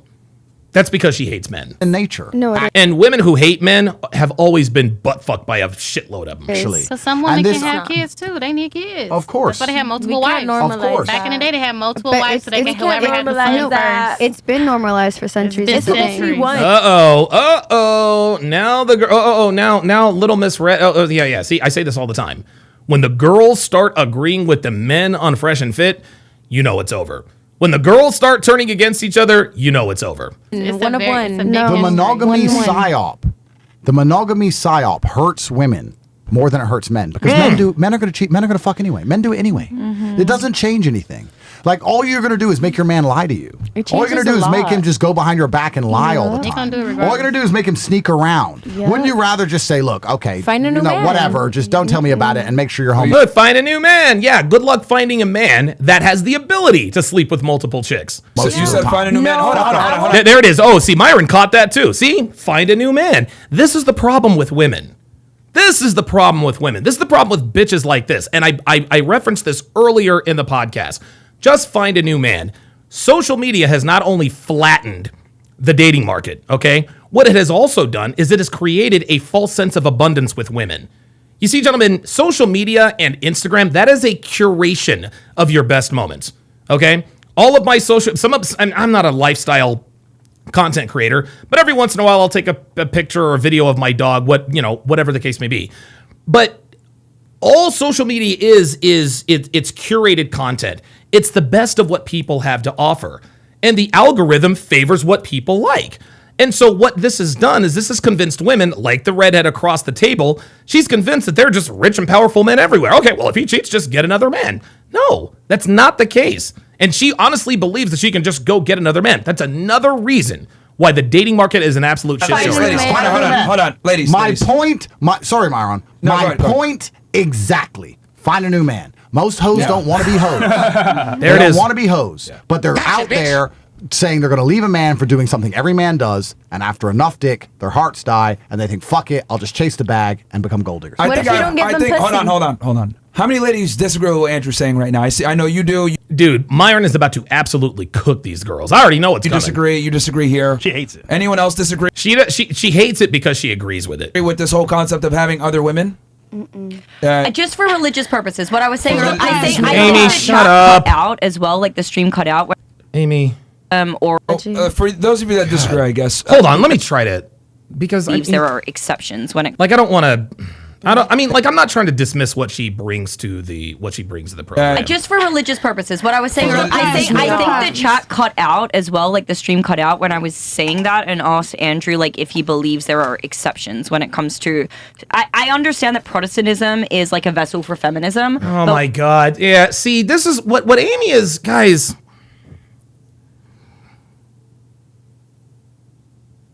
Look, man, I'm not in this chick's head, but it appears to me, I could be wrong. It appears to me that Amy is just here to show everyone how smart and educated she is. That's it. She's talking about Protestant. Like, these girls don't know what Protestantism is. These girls are not theologians. And Amy knows this. Amy is, and you know, I mean, listen, I'm glad she's dressed semi-modestly, but all she's doing here is she's trying to tell us, hey, look, I'm smarter than the rest of these hoes. Amy, we know you're smarter than the rest of these hoes. You don't have to prove it to us. You're Amy fucking Dangerfield. Like, dude, like honestly, just watch. As well, like the stream cut out when I was saying that and asked Andrew like if he believes the bag and become gold diggers. What if you don't give them pussy? Hold on. How many ladies disagree with what Andrew's saying right now? I know you do. You disagree. You disagree here. She hates it. Anyone else disagree with this whole concept of having other women? just for religious purposes. What I was saying, I think the chat cut out as well, like the stream cut out when I was saying that, and asked Andrew like if he believes there are exceptions when it comes to. I understand that Protestantism is like a vessel for feminism. Protestantism is a vessel for feminism. Nobody knows what the fuck that means. Derek the Trader with the $320 super chat says, keep doing what you're doing, Donovan. You are literally saving lives. I know it. I know it can feel lonely at times, but you have a unique talent to help men in this challenging world. Guys, Donovan helped me put my life together after my divorce. I would not be where I am in life right now without his help. Keep preaching the truth, brother, and God bless you. Thank you. I appreciate that. Appreciate that very much, man. Now, listen, I got to slightly disagree. With Derek. Derek put in the work. Okay, you say you can lead a horse to water, but you can't make him drink. Derek has done everything I have advised him to do. He's the one that had to put in the work. Okay, I was just the voice in his ear. Derek had to put in the work, and now Derek is kicking. Dude, Derek is kicking life's ass. Like, yo. Just to pat him on the back. Derek is so knee deep in hoes. This nigga had a bitch come to his apartment. He told her it's over. She couldn't take it. The bitch was stalking him. Like, this dude has bitches throwing panties at him from all over the place. So we have effectively turned Derek from Derek the Trader into what we like to call the Chat of Arabia. So shout out to Derek the Trader, man. Shout out to Derek, man. He's a real one. Optimistic Realizer says the Bible and Christ are not against polygamy. Christ just recommended for men to have one wife because it's more simple. I did not know that. How about that? Michael Lee says Donovan would have a second wife. Listen, it'd be nice to have a second wife, but Jesus Christ, man, having one is enough for me. Yeah, Snow Demi says feminist. I don't think she's a feminist. Ice Dragon Kid says she's doing too much. Yeah. I don't know, man. I'm not trying to bag on this woman, but dude, everyone knows that feminism, that Protestantism is a vessel for, nobody, come on. She knows these bitches don't know what the fuck they're talking about here. Come on. Give me a break. Yeah, there it is. Imani Malik says, look at me. I'm a girl that gets red pill talk. Yeah, it's like, come on, dude. Yeah, Level Up Man says Amy's trying to show off her red pill credentials. Yeah, it's like, come on. Come on, dude. Come on, man. But when it comes to Catholicism or Eastern Orthodox, for example, I think those are the exceptions. Other than that has positively nothing to do with the conversation. Okay, listen, congratulations, Amy. Okay, you have some theological education. Can we move on, please? When it comes to secular living, you're 100% right. Secular. And I agree with you 100%. Because it's All right, so for those of you that disagree, I guess, you've had your arms folded for quite a bit. What do you have an issue with what he said? Yeah, Afro Samurai. I love that name. Afro Samurai 305 says she tries to steal the show by proving she's intelligent and it's annoying. Yeah, that's also part of it too. It's just we know you're smart. You don't have to prove it to us. As far as the cheating thing? Yeah, which or you're part? just everything. Whether it's monogamy, cheating, the concept of not leaving a guy when someone else is going to cheat on you. I have a question. Yeah, I have a question. She doesn't have a question. She's just going to try to trip Andrew up. Because this is not a question. This is going to be a statement in the form of a question. I feel like, what? So how do you go about dating, or do you even date seriously, or do you just hook up? There it is. Told you. Do you just hook up? I don't think you have to hook up. So how would I go about dating? I date a girl the same way anyone else would. And if she said, "Are you only dating me?" I'd say no. Are you asking him particularly? Yeah, I'm saying. She wants to know. Yo, sweetie, look. Let me go ahead and break it. Let me go ahead and just break it to this hoe. Andrew don't want your ass. He don't want you. Why are you worried about what he's doing with his dick? He ain't sticking it in you. Fuck out of here, man. Bitch, you're an OnlyFans girl. He ain't dating you. Stop it. You personal. She wants to know your personal situation. As far exclusively date I would date a girl the way anyone else would, and if she said, "Are you only dating me?" I would say no. No. What do you mean by that, though? That's exactly what I mean. If she asks me if I'm dating anyone else, I would tell her yes. I would tell her yes. What do you mean? What do I mean by that? I just wouldn't lie because. Hold on. Oh, well, there we go. Hold on. Hang on. About dating, I date a girl the same way anyone else would. And if she said, "Are you only dating me?" I'd say no. Are you asking him particularly? Yeah, I'm saying. She wants to know you personal. She wants to know your personal situation. As far exclusively date I would date a girl the way anyone else would, and if she said, "Are you only dating me?" I would say no. There you go. See, this is absolutely precisely on point. Okay, and listen, guys. What you guys have to understand is that the more commas you have in your net worth, the more honest you can be. All right.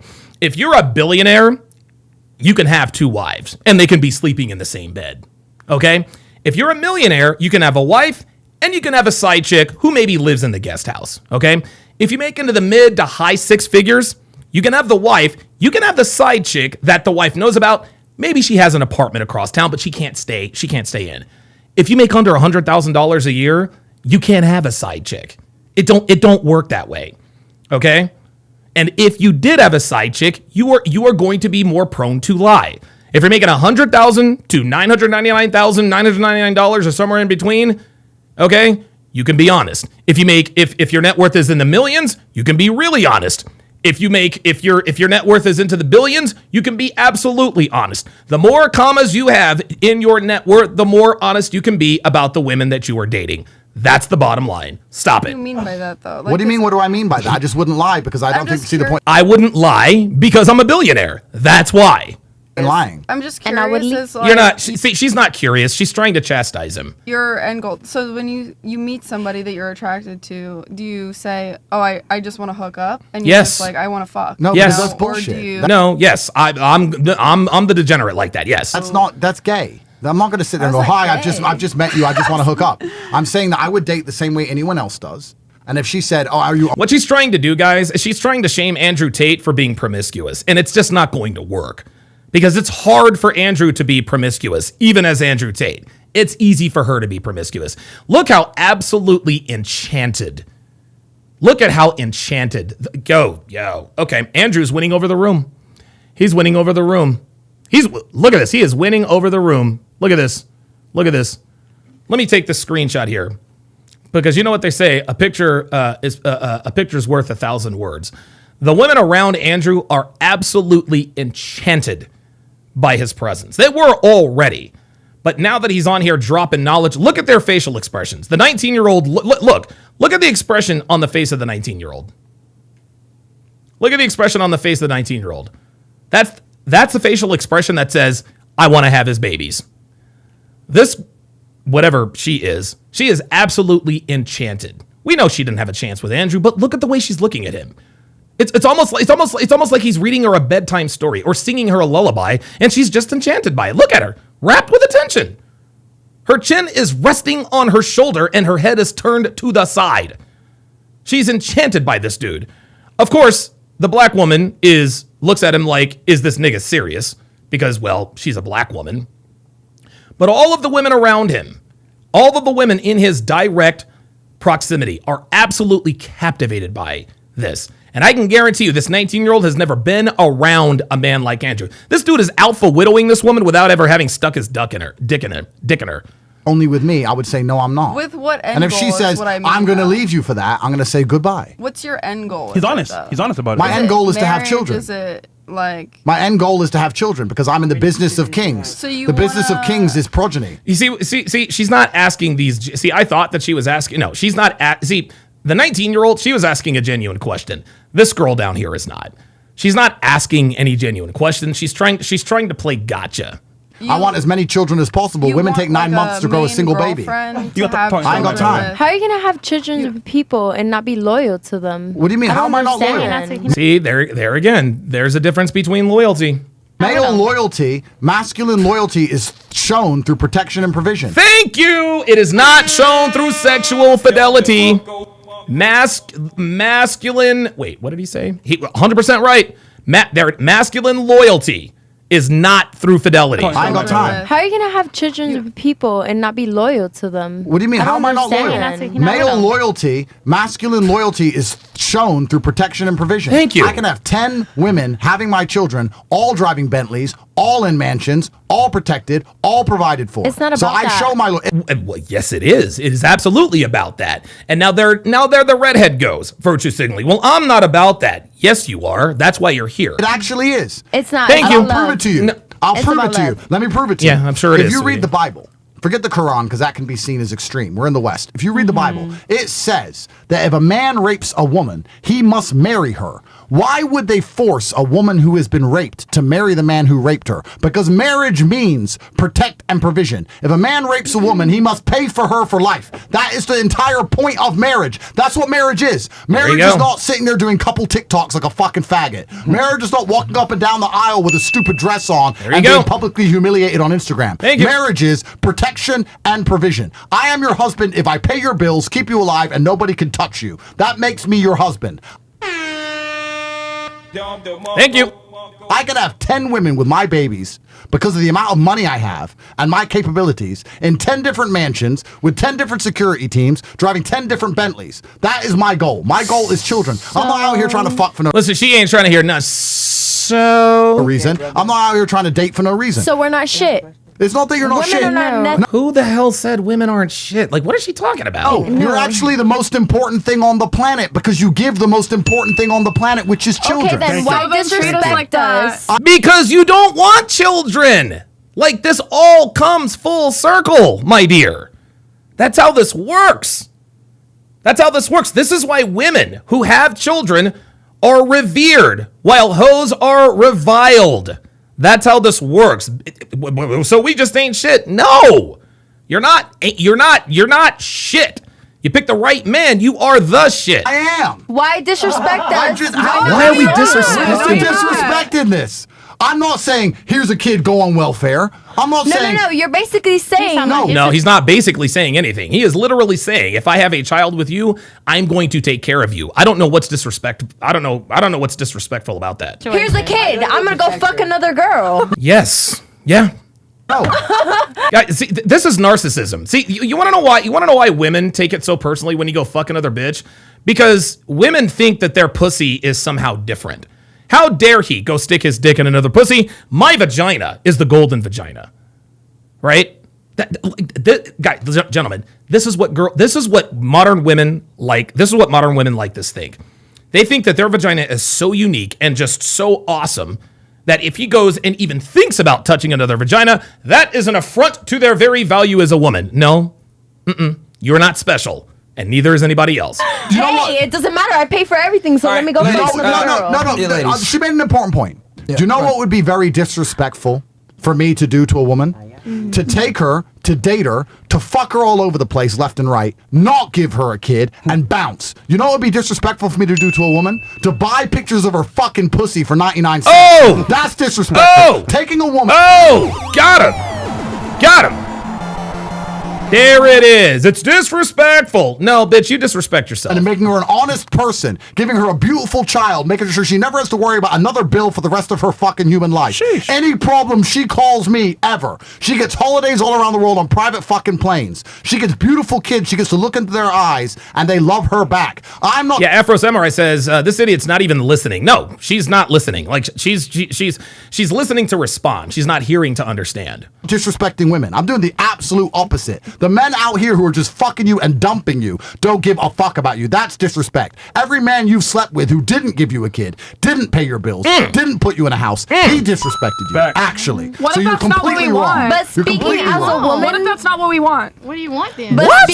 If you don't want that, then what do you want? Why are you fucking? Why are you fucking if you don't want kids? Because if men can have pleasure, so can we. What are you fucking for? Fun? Because if men can have pleasure, so can we. No For sport? Can I offer? Are you a man? I want to hear. Yeah, I mean, dude, we're below replacement levels. Oh, Do you understand God, here we go. that? That in like literally a few generations, She has no idea what. humans may go extinct because we're below replacement levels. I think Yeah. Andrew Tate's strategy. I'm just tired No, of she's listening. Here's the thing. I've been on this podcast literally 4 years ago, and here maybe you're 20 years old. Okay, so you're gonna but it's learn kinda when it sounding comes to like time. you're in love with no, him. no. she can just see the truth. No, I'm in love with my fiance, and Just he 'cause I'm 20 agrees. doesn't mean I don't know. Yeah, see, this is funny. See, now, little Miss Redhead is getting in her feelings. You want to know why? Because as annoying as this Amy Dangerfield is, she has a ring on her finger, and she does not. But No, I can see a person through a person. I'm not Of course you can. saying that. I'm saying that with time you gain wisdom, and wisdom is applied application. It's learning through your personal experience what you go through, and you're gonna learn And I in time understand. that, dude, we're literally below replacement levels. If we don't adopt this strategy, or people aren't religious and get married, Yeah, Amy, they're not, like, it don't matter, Amy. Like, I get it. Like, come on, man. My daughter. Correct. Yep. I know that because she is. Of course she has a fucking daughter. She's the best thing that's ever happened to me. And a lot of other women are sending kids back to God. Yeah, the best thing that's ever happened to you, the worst thing that ever happened to a man that decides to fuck you. And so, It actually made me more mature. All right, It hold made on, hold me more on. of Let a me ask you a woman. question real fast. No. So, bitch, whose show are you on? I'm sorry. Whoops! He said, let me ask a question, and she said no. And he fucking checked her. Listen. And a lot of other women are sending kids back to God. And so, It actually made me more mature. All right, It made me more of Let a me ask you a woman. question real fast. No. So, bitch, whose show are you on? I'm sorry, what? Is that, yeah. I said, bitch, whose show are you on? Don't What? fucking What'd forget. you Like, say? so, What'd some of you you say? ladies are just fucking rude to be rude. What'd you I'm say? like, you know. I didn't hear you. What'd you say? Oh, no, you You're- just shut the fuck up and What was listen your for 2 question? seconds. You're It's very simple, okay? Right What now, was your your guy. question? Right now, I'm gonna get to it. Right now, your guy. You said he's in jail, right? And he's not able to be we're there not and talking provide about for that. you. We're Oh, yes, we are talking about that. Now you're going to shut the fuck up and listen. Not talking about that. But we're not talking about that. Yes, well, yeah, she's about to get castled. Level Up Man says, Amy is repeatedly making the same mistake Myron occasionally makes, thinking that these girls understand what the hell you're talking about. No, Level Up Man, no. Myron does it. Myron, and I hear what you're saying. I hear what you're saying, Level Up, but it's actually the opposite, okay? Myron asks these girls, Myron doesn't make the mistake of overestimating their intelligence. I know I sort of joke about it. Myron knows these bitches are stupid, okay? That's why he asked the girl yesterday, okay, well, what are you investing in? Remember when the girl, I'm investing in this and that. Okay, well, what are you investing in? How many doors do you control? He asked that question because he knew she couldn't answer it. Amy is throwing shit out, not because she doesn't think the girls understand what she's talking about, but she's trying to make herself look smart. And it's just like, listen, Amy, we understand, okay? These are Miami fucking hoes you're talking to. You're going to have to dumb it down. We get it. Well, I need to use that as an analogy of what I'm going No, to say you here. don't need to use that Yes, because we we're are. not talking about that. Yo, who the fuck are you talking to, bro? just Shut the used it. fuck up when I'm talking, okay? Talking to you, Shut the fuck up fresh. when I'm talking. he's not fresh, dude. Oh my gosh. Yo, get the fuck off my shit, man. Yeah, get out of here. bitch. Fuck Get you, the fuck fucking off my bitch. shit. Get out. Frank No, Get Frank the Castle, fuck get the out fuck of here. out of here. Frank You fucking. Can't just be fucking really polite to you, dumbass bitches, and you guys are rude. Get the fuck up out of here, bro. Yeah, get the fuck out of here, man. Fuck her. All right, leave. Get dressed up. Get the fuck up out of here. Andrew's nice, but you're fucking ridiculous. No, you gotta go, bitch. Get your ass up and get the fuck up out of here. Best being too comfortable. I don't even know why the fuck you brought her back here, Chris, to be honest. She's fucking wrong. retarded. And look at her. Look at this. Look at this faux surprise. Myron says, "Yeah, let me ask you a question now." Okay, you want to be insubordinate like that? Get the fuck out. I was annoyed when she came with Clive. Yeah. You can go. Bitch, shut the fuck up. It don't matter. Get the fuck up out of here. And don't try Melissa. Don't try Melissa, bitch. Fucking rude, retarded. Fucking rude. Yeah, hell yeah. Get the fuck up out of here. Imagine I go to someone's podcast and does that to them on their live show. That's crazy. Yeah, what did I do to you? Shut the fuck up. Get out of here. I was gonna say. I think Andrew's strategy here is basically he just wants to have multiple wives or multiple women and have kids with them because he's trying to have as many kids as possible. The only way that you're going to accomplish that is by multiple women. I know some of you guys have an issue with that, but it is what it is. Look, you can either have a loser that you could be that's going to be loyal to you or not.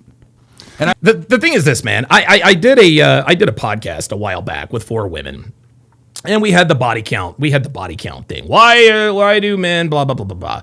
And I asked these 4 women. I asked these 3 women. I said, would you rather date a guy who is a virgin or a guy who's fucked 50 girls? And to a woman, they said, yeah, well, reluctantly, a guy who fucked 50 girls. That's why. I would argue most of you guys would prefer to probably have a winner that would take care of you. Mm-hmm. Well, let's look at this historically, right? Let's say, all right. So, historically, what were kings always trying to do, right? Have multiple kids. Have to have as many children as possible, and specifically sons. Yep. And that's because you have to hand the empire over to somebody. Yep. Right? Yep. As much as I love my daughters with all of my heart, why am I going to give hundreds of millions of dollars to my daughter so she gives it to some dude she marries? Right. That's not Tate money anymore. That's Tate money. I earn that money. Me, Tate. I want Tate money.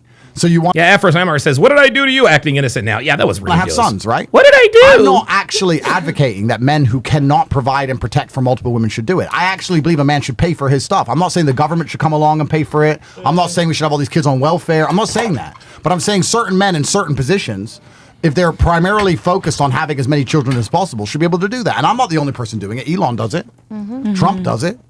All these rich men are like, well, I can pay for all this and I want a bunch of kids. I know a guy with 300 kids. He owns Telegram. Good friend. Really? Good friend of mine. Yeah, because he's a fucking billionaire. Yeah. He's a good friend of mine, right? So is he paying women to have his kids? Or is that true? I think he has a sperm bank or something. They can have his kid and get rich. All right, we got Edward Cross in the pull-up studio. Edward, what's up, brother? It's been a while, man. How you been? I've been doing good. I've been doing very well, Don. What about yourself? I've been doing real good, man. Had to take care of some stuff over the holidays, but I'm back and better than ever and ready to get this party started. What's on your mind, brother? I like the hat. Hell yeah, I appreciate that. You know, I have to have the... You got to represent. Representing. Yeah. And that's what I wanted to actually pull up and say real quick. You know, my bad. You know what? Because I've been real active with the haters. Shout out to the haters. Shout out to all the people that hate. Because I've been whipping their ass with the whole Black History Month. Let's get them. Let's get them. Let's get them.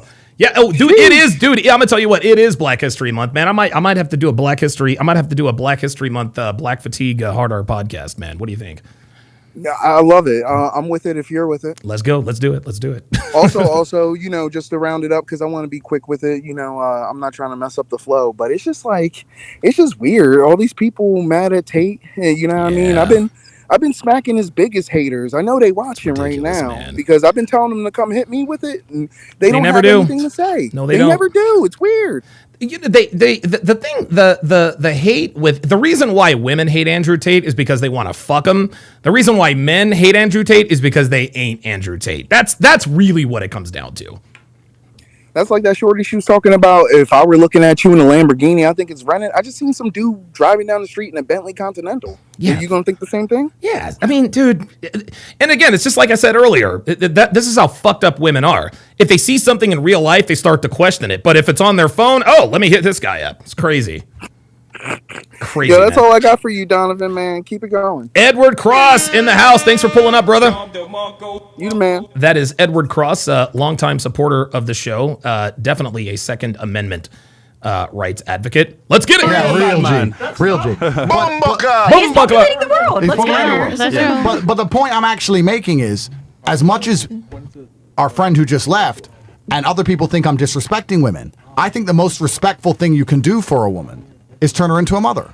Yep. I think that's actually how you respect a woman. There you go. Yeah. If I'm going to say to you, I have no intention of turning you into a mother, I just want to fuck you left and right all over the hotel room, and she's going to sit and go, well, I enjoy it too. That's fucking stupid. Yeah. And the woman Girls gotta loses get some in that pleasure, equation. too. The woman loses, not the man. That's right. You know, there's actually a really important language trick I noticed, and I only hear it in America. I've never heard it anywhere else in the world. Women will go, I fucked him. No. Yes. Fuck you. Yes. Good. Yes. Yes. Yes. Yes. Yes. Yes.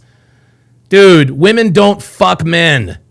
Women don't fuck men. They're the ones getting fucked. It is that is a physiological fact. Women get fucked.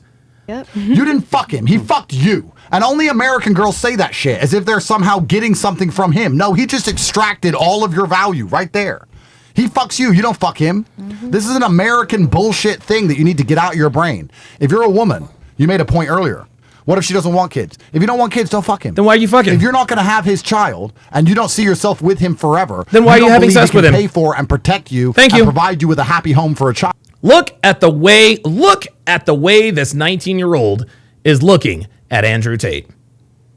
Look at the way she's looking at this man. Guys, what you're seeing on the screen, what you're seeing on the screen is this is a woman's first interaction with true masculinity. She can't take her eyes off of him. She is positively enchanted by this man. She's never experienced true masculinity until right now. This is what it looks like, guys. You have no intention of ever having his baby, then don't fucking have sex with him. Facts. That's it. Well, here's the other thing, too, I was going to say. What she didn't realize is she had a baby with a dude who didn't take care of her, and she's working a job. Thank you. Versus she could have had that baby with the dude. What's worse? Dude in jail, you got to work to support the baby, and you're by yourself anyway. Or a dude that can take care of you, right? And you have a kid with him, and he has other women. And also, by the way, he cheated, by the way. Remember? Yeah, he cheated, and that's why I think she also left, yeah. So retarded, bro. And it's and she's literally the example of what I mean when I was like, a lot of women don't think this shit through. Like, no. Dude, what's better? A guy's gonna take care of you. He has multiple girls, and he gets you pregnant, but you have a family. Or your dumbass over here leaving him. He's gonna get another guy who's gonna cheat anyway. Now you're stuck with this kid with this loser. She got the worst of the worst. You're gonna leave a man. You're gonna leave a man you love because he cheats to get with a man you don't love who's gonna cheat. And added to this point, it takes 9 dumb. months to have a And with a baby. kid. Who's going to take care of you while you're pregnant? Right. So for you go. Because you've had your arms folded the whole time, just pouting.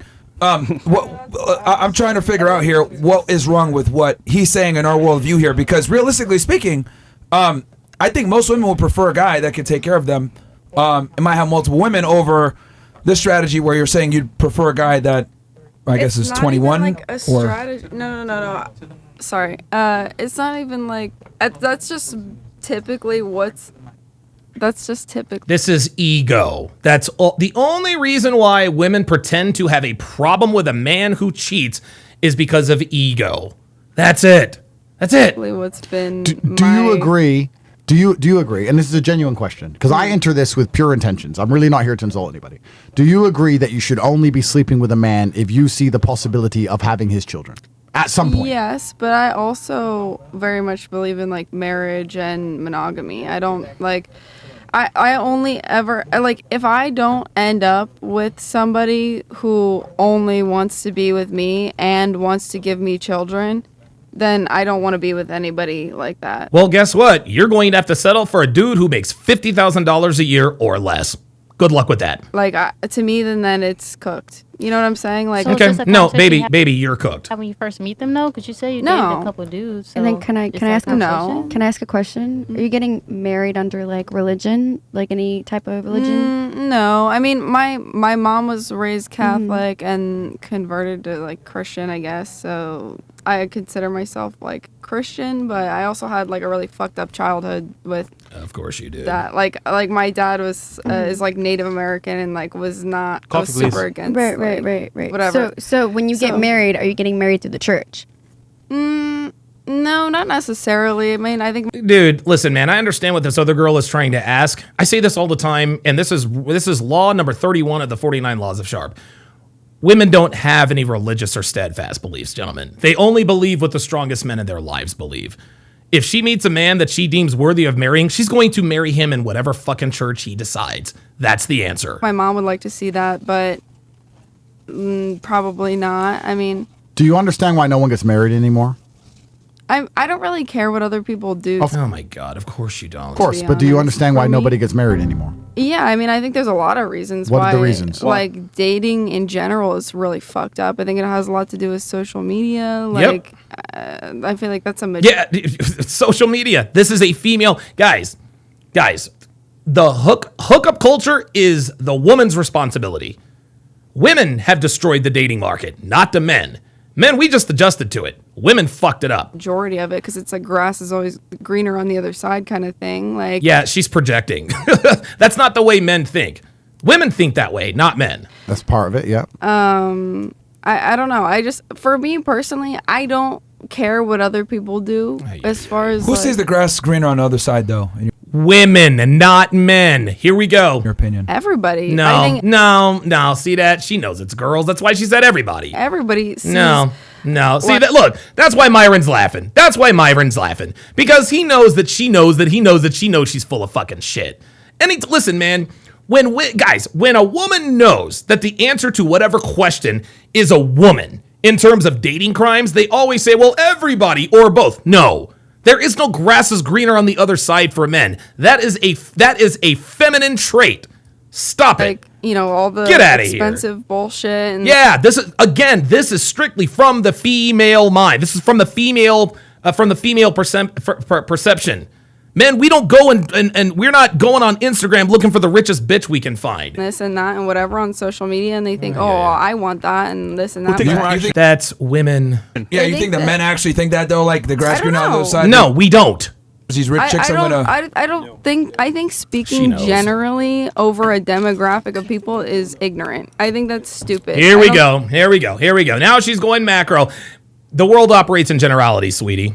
I think it's situational from person to person. Everything is different. It's a case-by-case basis, blah, blah, blah, blah, blah. The world operates on generality, sweetie. And I don't think that you can... I'm not going to sit here and be like, men do this or men do that. But they do. Or women do this or women do that. But they do. I think that's stupid. Well, this is why you don't have a podcast with millions of people watching every month. Well, you have to speak in generalizations when you make a point. Because if I know what you're saying, but... when you make a point or you debate something on a podcast, for example, if I were to say men are taller than women, I can't say men are taller than women, except there are some women who are taller than men, AG this one. Exceptions don't disprove the rules. So we have to make very generalized points. Yes. And the reason, I know, and I understand you have your personal views, and this is a life hack for all of you women, in case you're ever debating anything in future. Women have this amazing feature of their minds, and it's like it ties into your natural innate narcissism. And the reason you have narcissism is because you have to protect yourselves and prioritize yourselves because you have to stay alive for the children. And humans, us men, have made you narcissists for a reason, because we want you to prioritize yourselves so that you can have kids. I'm gonna tell you what, man. I'm sitting here watching the Pro Bowl games on ESPN, and I'm watching a fucking bitches run around playing flag football. Why the fuck are girls playing flag football on ESPN? Like, this is crazy. Like, nobody's... I'll give you a very simple example. Well, except for my dumbass. There's 100 men and 100 women. Why do the men go to fight and die? Because think about it. Because they're biologically No. Think about no. There's no need for that. If there's 100 men and 100 women in a tribe, why do we as men go die? Because we can send our women to fight their women. Why don't we send the women to die? Why does us men go do it? Because we know they're going to send their men to do it. And I'll tell you why. Because they reprocreate? No, I'll tell you why. Because if 80 men die and 20 men come back, those 20 men can have sex with the 100 women and the tribe will continue. There you go. Whereas if 80 women die and only 20 women are left, the tribe is over. So female life is actually more important than male life. It always has been for a very long time. It's not more important. I would say it's more valuable biologically. That's why it was men stay on the Titanic, women and children get off the Titanic. That's right. This is the way it's always been. So we have helped you. Men are expendable, guys. Listen, we've said this for years. Eggs are expensive. Sperm is cheap. That's how it is. The process of evolution become narcissistic. And that's very important for human survival. But I want to give you a tip for when you're debating. Whenever you discuss a meta point or a larger point, oh my God, what women always do is put it back to them. Yep. There it is. Actually, talking about you. We're talking about men, women, society, marriage, the country. Well, I know somebody, or I'm not like that. We're in, failing birth rates. Well, I. No one gives a fuck what you want. We're not talking about you. We're talking about things in general. So I'll re-ask the question. I didn't ask you if you want to get married, because I don't give a fuck. I'm asking, why do you think nobody gets married anymore? And it has nothing to do with you. It's actually me just asking your opinion. Right. Social media, I feel like, here specifically, I think a lot of people come here because they want certain things that are materialistic, specifically Miami. Like, bitch, that's not what he asked you. He asked you why you don't think people are getting married. He didn't ask you to virtue signal. A lot of women and men. It's here we go, women and men. People just hey, the husband is in the house. Shout out to Alex out there in Philly. Want money and they want status and whatever the fuck. Correct. And I'll tell you another reason why men and women don't get married anymore. Because it used to be a very simple transaction. Yep. And women no longer stick to their side of the transaction. There it is. The transaction was simple. You're a virgin who listens to me, and I take care of you and pay all of your bills. That's it. That was the transaction. That's it. I will put you in a house. I will give you children. I'll work in the factory. I'll take care of all that shit. You're going to do as I fucking say, and you're not going to fuck any other dudes. That was the transaction. Women are not sticking to their side of the deal anymore. That's why any man with a brain doesn't get married. That's the truth of it. No man with a brain is going to get married anymore because what is he getting? Nope. He is signing up to be raped by the government. It makes no sense. He's not even getting a wife in the traditional sense. Nope. He may get married, but he's not getting a wife. Nope. The wife you got in 1970, 1960, 1950 is 1,000 times the wife you get today. Yep. If I said to you got married, you had to obey your man's commands. Would you say, yes, I'll do anything my husband says? Nope. Yes. You'd obey Oh, stop the cap. Stop no, the cap. you wouldn't. everything he says. No, you wouldn't. I've But what if only, he can't provide? again, I'm bringing it back to me, but course. I've only ever been obedient to the men that I've dated. I don't. This bitch has never. If you were obedient to the men you've dated, number one, you wouldn't have any tattoos, and number two, you wouldn't be on OnlyFans. This girl right here, this bitch right here is trying to shoot her shot at Andrew, guys. She's trying to shoot her shot at Andrew. She's trying to impress Andrew. And the reason why she asked that question, how do you date, wasn't really for his opinion. She just really wanted to know, what do I got to do to get in that private jet? And now here she, well, I've only obeyed the men that I've dated. So you mean to tell me that you have obeyed men who make less than you do? So you've obeyed bums? Yeah, that's why you're on OnlyFans. This is why you are on OnlyFans and why you're on Fresh and Fit After Hours with Andrew Tate. I listen to them as long as my non-negotiable, if you will, is cheating. Well then, sweetheart, and that if that's your non-negotiable, that's fine. But you need to lower your standards because every man would cheat if he could. Okay? But the reason why men don't cheat, like Andrew said, is because they can't. I will build All right, but can't they resentment. make the argument? Can't they make the argument that you do pornography, so therefore I would you delete- relinquish that ability to tell him he has to be monogamous? Yeah. For me What if he told you personally, that? then I would delete that shit. I delete my Instagram. They can find it. They can see it. But if it's a problem as far as me actively selling whatever, Actively. Here we go. Now it's okay for her to doing do this, this. that, I'm deleting that shit. I don't care. Like, I'm gonna you do. prioritize your. But you do understand, like, the internet's forever. People can use And that's Wayback on Machine. that, They're like, going to that's- find it. No, that's not on them, baby. That's on you. That's not on them. They're going to send it to him. This is why so many girls that do porn can never stay in relationships. Guys constantly send videos of their girl having sex with other dudes. Sweetie, you need to shut your mouth. I've never personally had an issue with somebody that I was dating. Of course not, because you've dated bums. How do we know? Because you said out of your own mouth, I've only dated one. Count on one man who makes more money than me. And if a man makes less than you, he can't tell you that you can't do porn. That's why. Where they said, I don't want to be with you because of this reason. That's because they're bums. But I also, like I said, am like, okay, Yeah. well, no. Like, some of them did. Some of them did. Nah. Dude, she's been with bums. That's what this is going to come back to. You said you broke up with most of them. Why? Could you give like the general reason why on the balance of probabilities you broke up with? Oh my God, Amy, balance of probabilities, dude. Every time, guys, I'm sure Amy's a very, very nice person. I just can't stand it when every time a woman opens their mouth, they're doing too much. Balance of What? Lady, just ask her the question. Why did you break up with your man? Nobody gives a shit about whether or not you know what balance of probabilities is. Come on. Majority of them. The guy that I dated for the longest, it was like a little over 3 years. We almost got engaged. He just had no motivation to do anything with his life. But she stayed with him for 3 years. He was like, 3 years. And you're saying that money doesn't matter though, and ambition doesn't matter. But it's about ambition equals money. Oh, ambition. You don't have a life. You don't. Nah, that ambition is code for money. And that's okay. Just listen. Look, man, she gave this dude 3 years of her life. Okay. She gave this dude 3 years of her life. He did not show the requisite resolve to get out there and be somebody. And that's why she ended up leaving.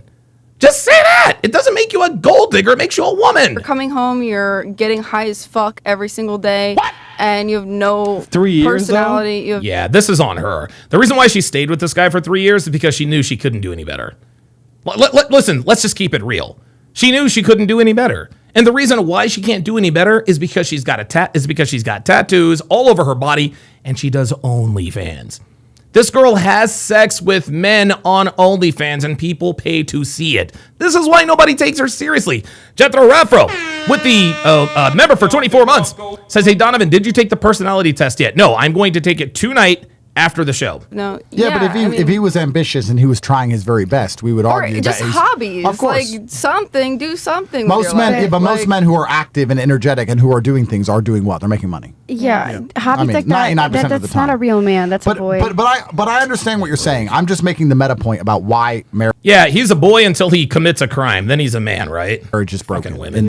Women are always like, "Oh, he's a boy, he's a boy, he's a boy." And then when he does some shit, "Oh my God, try him as an adult." Modern world. Marriage is broken I because. agree. I think it is. Okay. I'm not saying that I disagree with you in that sense. I think it's fucked up. Oh, it is fucked up. And I don't want to place blames on an entire gender, and I don't want to generalize. But I am arguing that it is easy. I am going to place blame on the entire gender, and I am going to point the fucking finger. It's women's fault. Easier to find a man who is prepared to give you a modest house and a picket fence and go to work and have a car and make sure the house is safe. It's much easier to find that than it is to find an obedient woman who hasn't been fucked all over the place. Thank you. So women have broken this contract. Guys, you have to understand what feminism has given you women. You have pushed for feminism and it has destroyed your lives. There was a point where men couldn't cheat. Do you know when it was? It's when everyone got married in the 1960s to their high school sweetheart. Yeah. Then even men were ostracized for cheating. Even men were seen as bad for cheating The when Scarlet Letter. Women got together in their teenage years, stuck together. But women sat there and said, "I don't want to listen to my husband. I don't want to be told what to do. I want to be free. I want feminism." So now you've been given freedom, and what do you have now? You have a few women chasing all the men, being fucked all over the place, not even getting kids out of it. A bunch of other women who can't find a rich man who have to sell pussy for fucking pennies. Feminism has destroyed your lives. Completely taken everything from you. Yep. Now you have to go out there and try and find a man who will marry you, and it's very fucking difficult because a lot of men don't even want to get married anymore. Feminism has wrecked the entire game for you. You pushed for it and shot yourselves in the foot. That's what's actually happened. And it's ridiculous. How has feminism? Do you hear these girls just these girls are just disagreeing. These girls are just disagreeing as a matter of instinct. Just listen to it. No, it's not. No, it hasn't. Listen. Just listen to them just disagree. It's just like a reactionary. It's like a reflex. Feminism has destroyed your lives. Completely taken everything from you. Yep. Now you have to go out there and try and find a man who will marry you, and it's very fucking difficult because a lot of men don't even want to get married anymore. Feminism has wrecked the entire game for you. You pushed for it and shot yourselves in the foot. That's what's actually happened. No, it hasn't. And it's ridiculous. No, how has feminism? Outside of bullshit rape cases and Me Too garbage, but in terms of general interactions in society, how has feminism hurt men? Because feminism's great. I get fucking different girl every fucking day. Yep. These stupid bitches buy their own taxi in and own taxi out of my fucking house. They think they're fucking getting something out of me when I'm getting everything out of them. They're fucking, I say, do you want me to pay your bills? No, I'm a boss girl. Well, then pay your own shit, dummy. Awesome. Like, bro, feminism's great for any man with a fucking brain. You women are wrecking yourselves. Jamal Miller says, avoid women with bad attitudes. They disagree and they're combative. Yes, this is black women. All because you didn't hold up. Listen to your fucking fathers. You should have listened to men, because you know what your dad would have said? Find a man at 18 who's 45 years old, like I'm telling my daughter when she's older, have some fucking kids, make sure he pays your bills, and behave yourself. You fucked your own lives up. You know, it's also interesting. It's an MLK Day, Interestingly enough, even MLK was running around having sex with a bunch of chicks. Yeah, he hid that shit. White girls. We had to find. We had to find out through declassified. Yes. He hid it. We had to It wasn't find out through acceptable. declassified married. FBI My nigga. documents My nigga. that he was running around cheating on people. We didn't. Shout out to MLK. Shout out to MLK. Yeah, Is this a snow bunny situation? Yep. absolutely. Even know. For decades, no one knew that he was cheating. So it was some fun. Feminism made men cheating acceptable. Yep. You gave us the card with your feminist bullshit. If you were all still like, no, we're wives, we marry the first man we have sex with, we're gonna obey. Yeah, the Hut, Alex Hud says boss babes are the best for casual nights. So, dude, you know how many one night stands I've had with boss bitches in Vegas? We're gonna be home, we're gonna take care of the house, we're gonna have your kids. Then everyone will be saying to men, you can't cheat. But there's reasons why they stopped doing that, though. They stopped doing it. I'll tell you why. Let's actually analyze this. I'm gonna. There's a reason they stopped doing that, though. Yeah, typical black woman. Yes, because I don't know for sure, right? Right. But if you talk to a feminist, and I've debated a bunch of them, they're gonna say, well, in the 1950s, what if their man was abusive? What if their man was mean to them? That's one of the reasons, no? Yeah, but one of the main reasons, like, man, if you get with somebody that's 45 and he wants you while you're young, when you get older, he's gonna leave you for the next one. When you get older, he's Oh dead. my god, dude! Typical black woman. Typical black woman. Oh my god!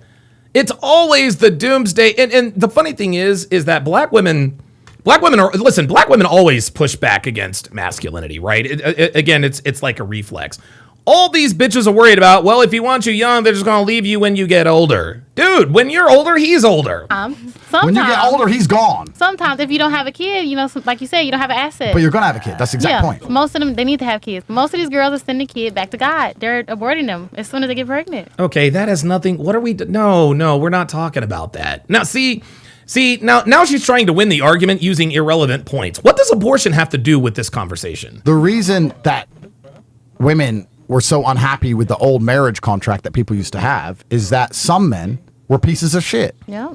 And some women are pieces of shit. Some people are pieces of shit. In the 1960s, when you got forced, basically, by society to marry the first person you had sex with, perhaps there was a percentage of households where women, unfortunately, got stuck with an alcoholic dickhead or an abusive man who beat the shit out of her. That's true. Yeah. But I would argue that in 97% of households, the man was just going to work and paying the bills. Yeah. Thank you. So we've taken the exception and used it to destroy the rule. I'm not saying...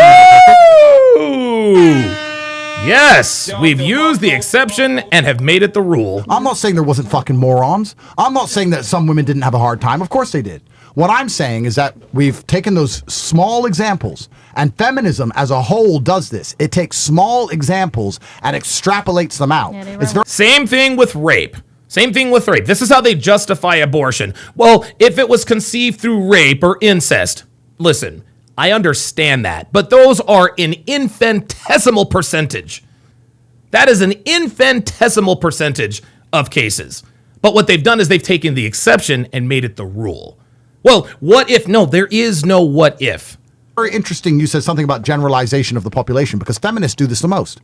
Men have all the power. No, they don't. Rich men have all the power. Yep. Poor men have no fucking girlfriend, are lonely, and are jerking off every day. Thank Poor you. men have nothing. No Thank you. social status. No. But see, here's the thing, and Andrew probably realizes this. The reason why women like to say men have all the power is because any man that isn't fuckable as far as they're concerned is invisible to them. So the only men in their purview are the men they want to have sex with. And I say this all the time.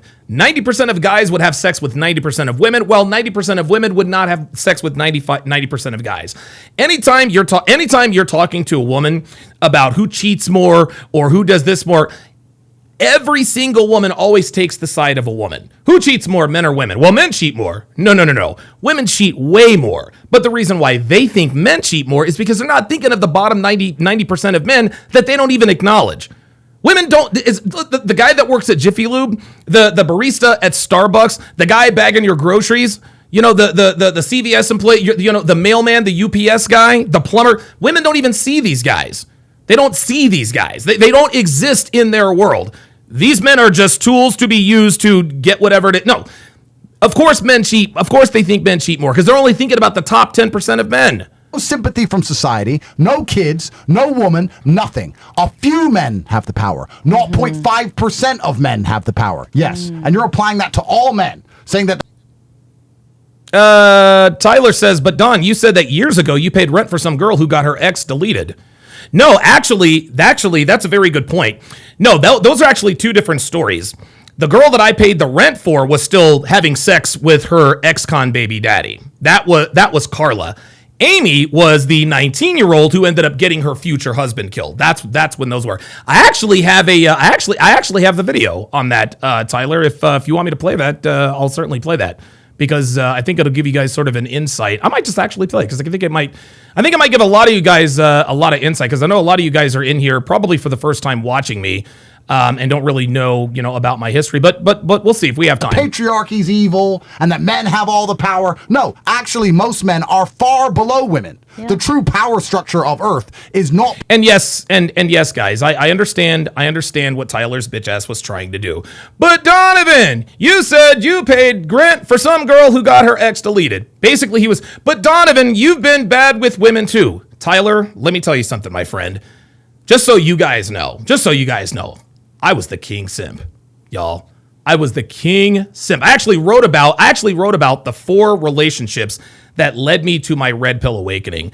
And each story is more pathetic than the last. I married a woman who had a child she did not have custody of, okay? Who was 6 months clean off of crystal meth. I married that woman. No wonder that relationship went to shit. I rented a 3-bedroom, 2-bathroom house for a woman I had not had sex with, who was fucking her ex-con baby daddy. I didn't realize that she was fucking her until one time I got out of jail. I got into bed with her and I smelled his cologne. So yes, Tyler, I have absolutely been a simp. Dude, I am the king of simps. So congratulations to you for making fun of me for the mistakes that I have made that have gotten me to this point. But Donovan, you've actually failed with a woman. Yes, Tyler, we all have. You want to know what else? Stephen Curry has missed more threes than he's taken, but nobody makes fun of him for that, do they?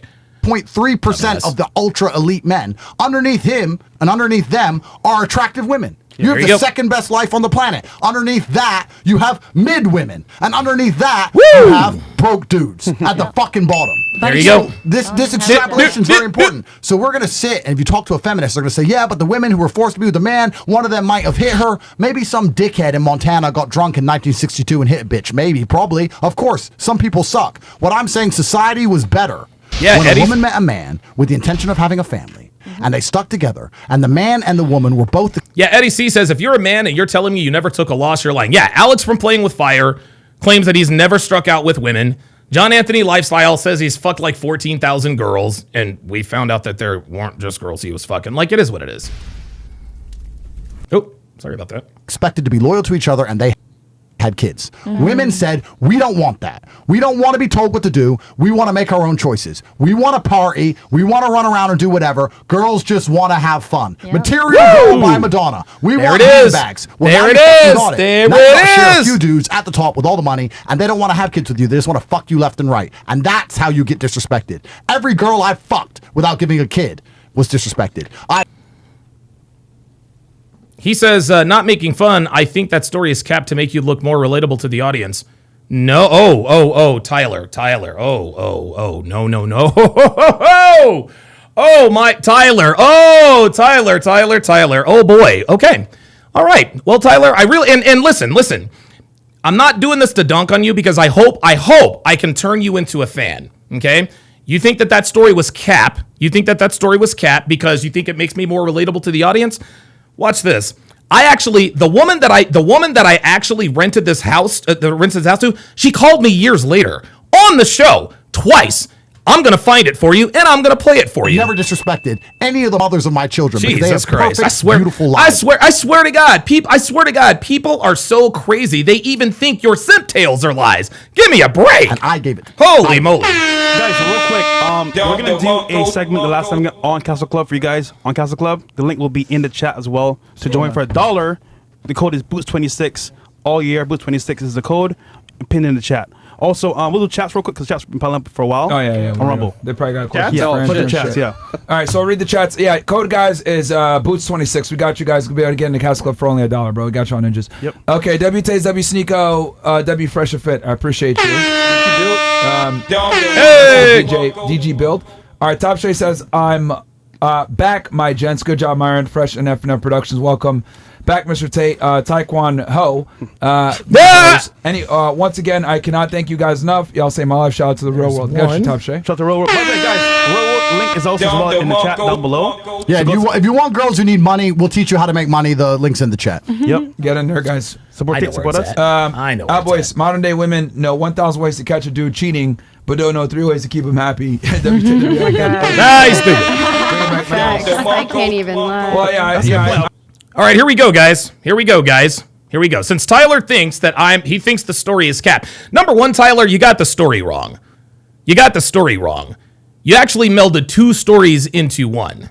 So you need to pay attention. He says, but Don, you said years ago you paid rent for some girl who got her ex deleted. I dated a girl who got her ex deleted, and I also rented a girl for a girl who was fucking the baby daddy. Those are 2 stories that you didn't get right. But just so you know, I'm gonna go ahead and play that. I'm gonna play that phone call for you right now. This happened on April 16th. Of 2016. Listen very closely. This is the very woman I rented this house to. Watch. Chase LeBeau says, yo, what the fuck is she calling for? You want to know something, man? I might just fucking call this chick back. This is great. God, I wish I had a sound mixer. I would totally fucking clown this bitch. I wonder if I can't pull this shit off. This is great. Hang on a second. I'm going to do an experiment, man. Hold on. This is going to be a TSR first. I'm going to put her on speakerphone. You guys have to let me know if you can hear her. Okay? I'm going to call her up. And by the way, this bitch is Puerto Rican. Yeah, listen up, Tyler. And she sounds black. Can you guys hear the phone ringing? Shh. Not going to tell her we're on air. Hello? Hey. What's up? Hey, what's you doing? Oh, not too much. Just kind of doing my thing. Got my own show. You got your own show? Yep. Doing what? Congratulations, but doing what? I talk about women, dating, etc., etc. By the way, this is episode 218. You got talk shows giving advice about dating and women? Not to women, to men. Okay. Yeah, that's how it is. I gotta see that. You got a what? I gotta see it. Oh no! You definitely do not want to watch my show for sure.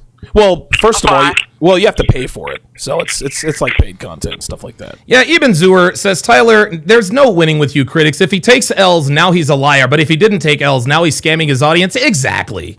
Come on, man. Like, dude, guys, this is what it is. You can't win for fucking losing, man. You can't win for fucking losing. It's like if you don't take it, if you talk about your L's, you're a simp. But if you don't take L's, you're scamming. Come on, man. Get the fuck out of here.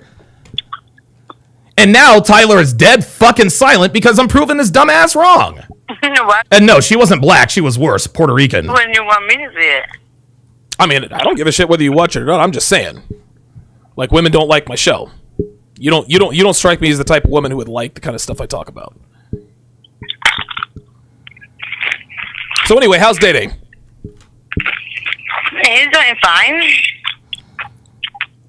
How you been? I've been good. I had thought you had sent me a message, and I thought it was you.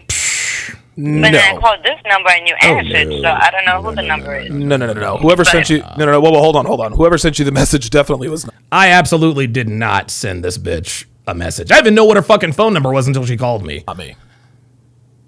It was a Nevada number. I don't know what it was about. A lot of people live in Nevada. Yeah, well, you're the only one I know that lives over there. Well, I mean, listen, you can say whatever you want. Definitely wasn't me. I was there doing my show.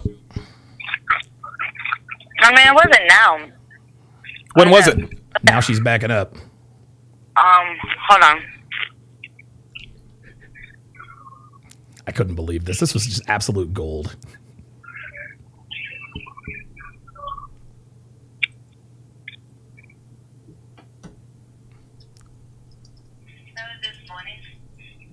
I'm asking. Oh. So you said the message was this morning?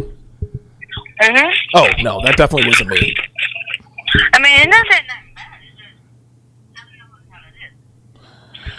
I showed my phone to show everyone that I don't have her number in my phone. If I had her number in my phone, it would have said her name.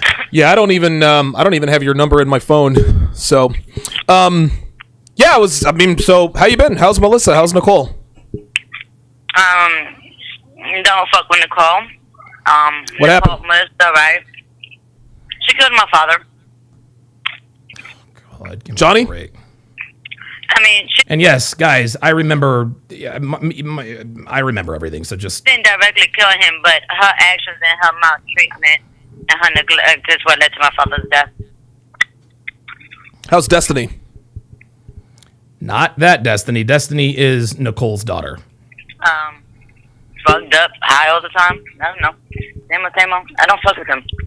Damn. Is she still with Alex? Pretty much. God damn. How's your mom? She's okay. Good. Melissa, how's she doing? Now, Melissa just had a... You listening, Tyler? Oh, no. Tyler says that's not the woman who got the ex deleted. Don't worry about that. That one's coming. I will play the cartoon of that. I actually have her mugshot. So, Tyler, you got the stories mixed up. You melded two together. You melded the two stories together. Yes, I did date a girl who got her ex deleted, and I'm going to tell you that story next. Fourth kid, right? Dumbass. Mm-hmm. Can't fucking win with these idiots. You cannot win with losers, man. I'm sorry. 2 years ago. God damn, time flies. So her first kid was with Machi, right? Mm-hmm. And then her second two kids were with Aaron, and then her fourth kid was with the guy from Brooklyn. Yeah. Okay, that's right. That's right. No, I'm doing good. If you pay attention, this is you guys can actually see these were the humble beginnings of Womanese. Go to medical school. Oh, medical school. Working. Here we go. Mm-hmm. Okay. What are you looking to do with that? For my career as a nurse. Okay, there you go. You know, nurses make a lot of money. Yeah, we do. Oh my God, I did not. Was that? Please tell me that was not a fucking smoke detector. Oh, please tell me that wasn't a smoke detector. I'm doing good. Go to medical school. Oh, medical school. Working. Mm-hmm. Okay. What are you looking to do with that? For my career as a nurse. Okay, there you go. You know, nurses make a lot of money. Oh my God. Yeah, we usually do. We don't get paid enough though, but we do make good money. Not. Right. Medical school for nursing. Got it. I got you. I'm with you. There's a smoker's cough. I'm getting ready to go back into nursing now. Oh, you're getting ready to go back into nursing? Uh-huh. I resigned a year ago. Took a year off. Oh, you took a year off? I'm getting ready to go back. Okay. Why'd you take a year off? I needed a break. Yeah, I guess we all do at some point, right? You know what's funny? I was actually just thinking about do you remember the house that I rented for? Listen closely, Tyler. Listen very closely. Dumbass. Yeah, I guess we all do at some point, right? You know what's funny? I was actually just thinking about do you remember the house that I rented for you near downtown Raleigh, the 3-bedroom, 2-bathroom house? Uh-huh. Uh-huh. Yeah. Oh, the story was cap, huh? Tyler? Yeah.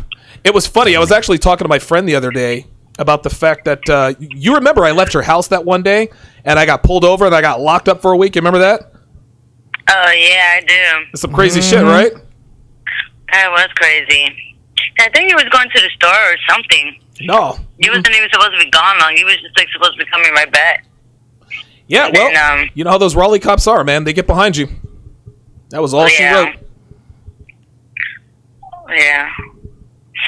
So how you been doing? Any kids yet? Shit. Bitch.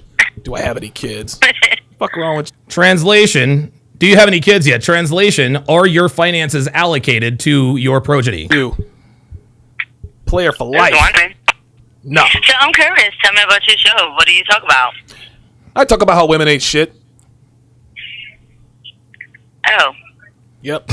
Yeah, I mean, listen. No. Of course, I'm not talking about you. Like, obviously, you're very, very different from most women in a lot of ways, right? Like, you understand that, right?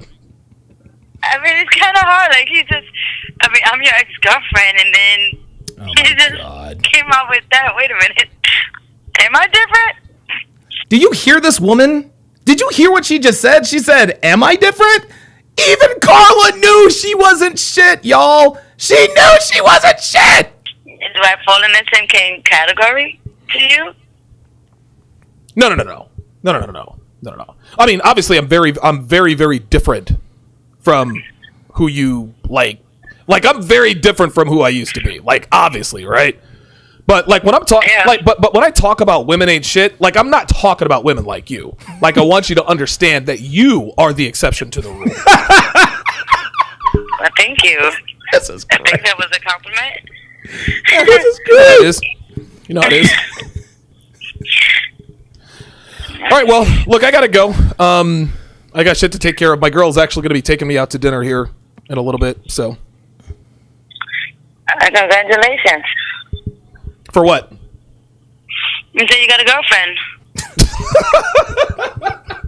You're congratulating me for a girlfriend, right? Yeah. I was a dude. Oh my god, I used to be such a fucking loser. This is unbelievable. I can't believe it. Why do you think he was a loser? No. God. Don't get me started. All right, I'm gonna run. I'll talk to you later. All right. Yeah. Don DeMarco. Tyler in here. I think it's cap because you just made that story up to be more relatable to your audience. Imagine someone accusing you of lying about your mistakes to be more relatable to your audience. What the fuck? And for good measure, I'm gonna show you guys the second Carla conversation. Wait a minute, was it that much longer? Oh, this one's really long. Oh no, this one's really long. Oh yeah. This one's long. Oh wait a minute. No, I guess not. Nah. Well, the point is that story was real. Now let's address the other story that Tyler thinks I'm capping about. And listen, man, we've all heard the term "you can't make this shit up," guys. Before I play this for you, I want to warn you. I'm going to absolutely warn you. This is going to be a. You guys are not. I can understand why Tyler thinks this is cap. And you know, it's interesting. Tyler actually is low key giving me a compliment. Okay, because who I am now is very different from who I used to be. So much so that Tyler actually thinks I'm being dishonest about who I used to be. So that was almost like a low key compliment. But here we go. You guys want to know some simp tail shit? This, guys, you cannot believe. You will not believe this. For those of you who have not seen this, buckle the hell up.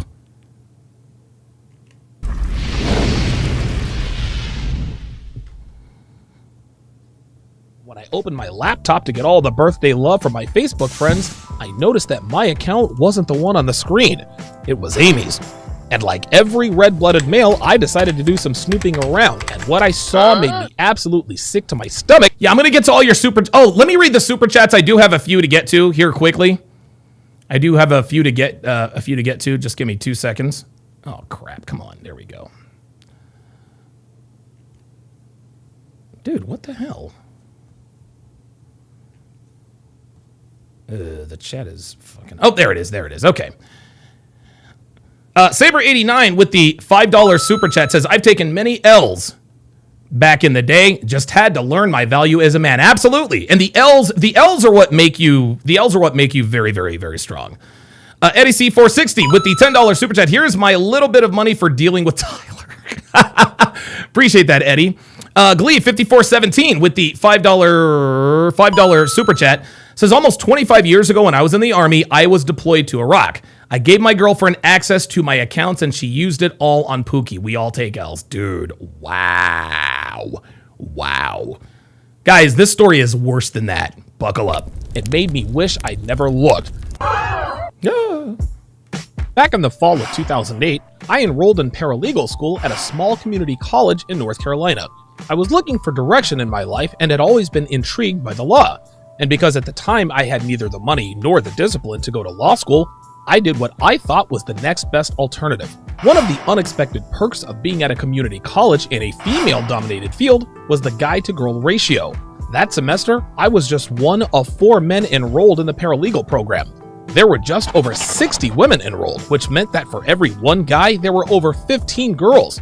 And what's more is that the vast majority of our female classmates were in their early 20s. A lot of them had just graduated from high school. And because of this, that first semester was one to remember. Even though this was a small community college, there were still plenty of off-campus parties on weekends, and those parties facilitated a lot of hookups.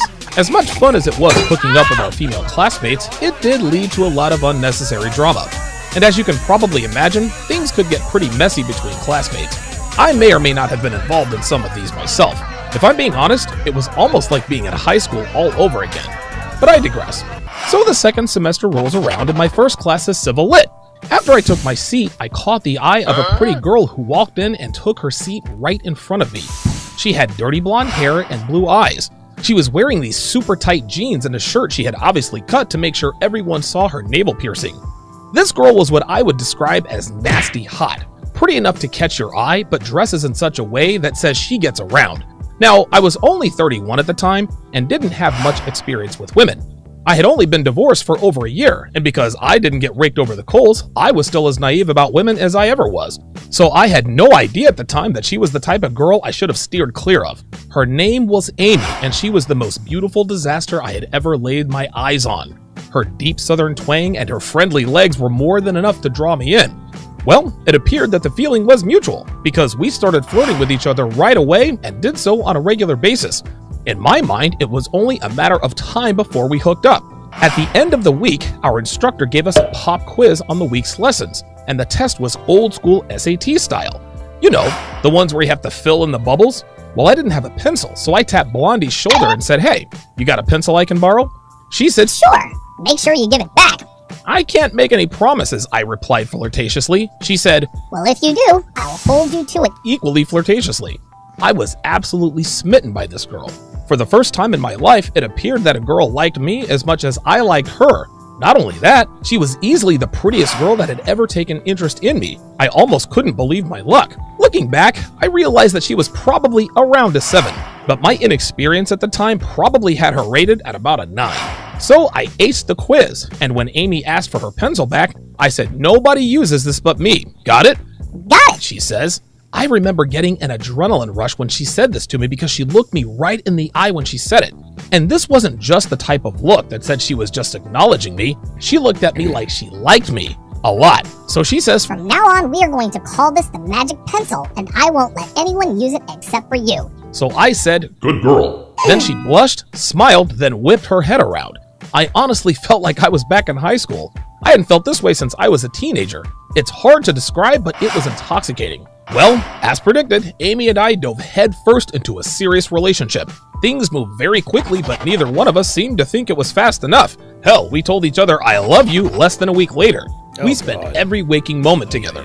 And I mean that in the most literal sense. We were together all day and every single night. We would study during the evening, cook together, watch movies, we'd fall asleep on the couch together, and when we were in bed, we'd hold hands until we fell asleep. I mean, we did all that sappy stuff people do when they are stupidly in love. We even bought matching charms to wear around our necks. Mine was the letter A for Amy, and by the way, we got those at Belk. Hers was the letter D for Donovan. I mean, we were inseparable.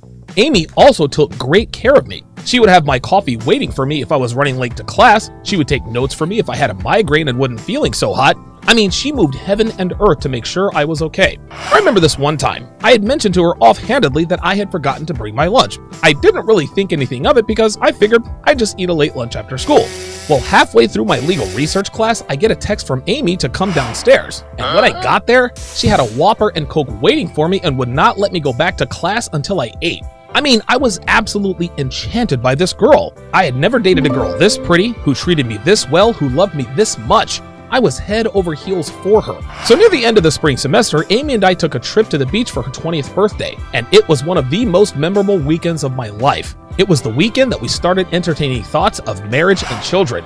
We were going to have 2 boys and 2 girls, and they all had names. We were going to live in San Diego, California, buy a house on the beach, and live out our days raising our children and being in love.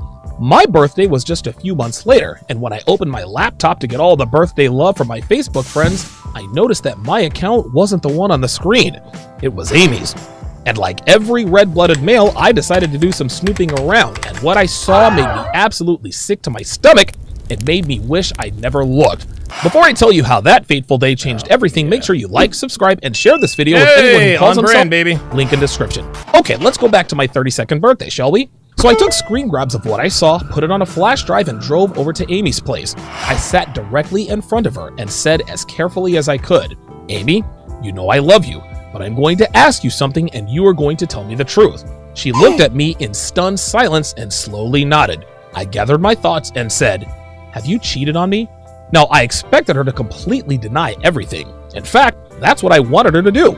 Whatever crazy explanation she was going to give me, I was going to totally believe it and blindly put what I saw on Facebook behind me. But that's not what happened. After what seemed like an eternity, Amy said, "Honestly, yes."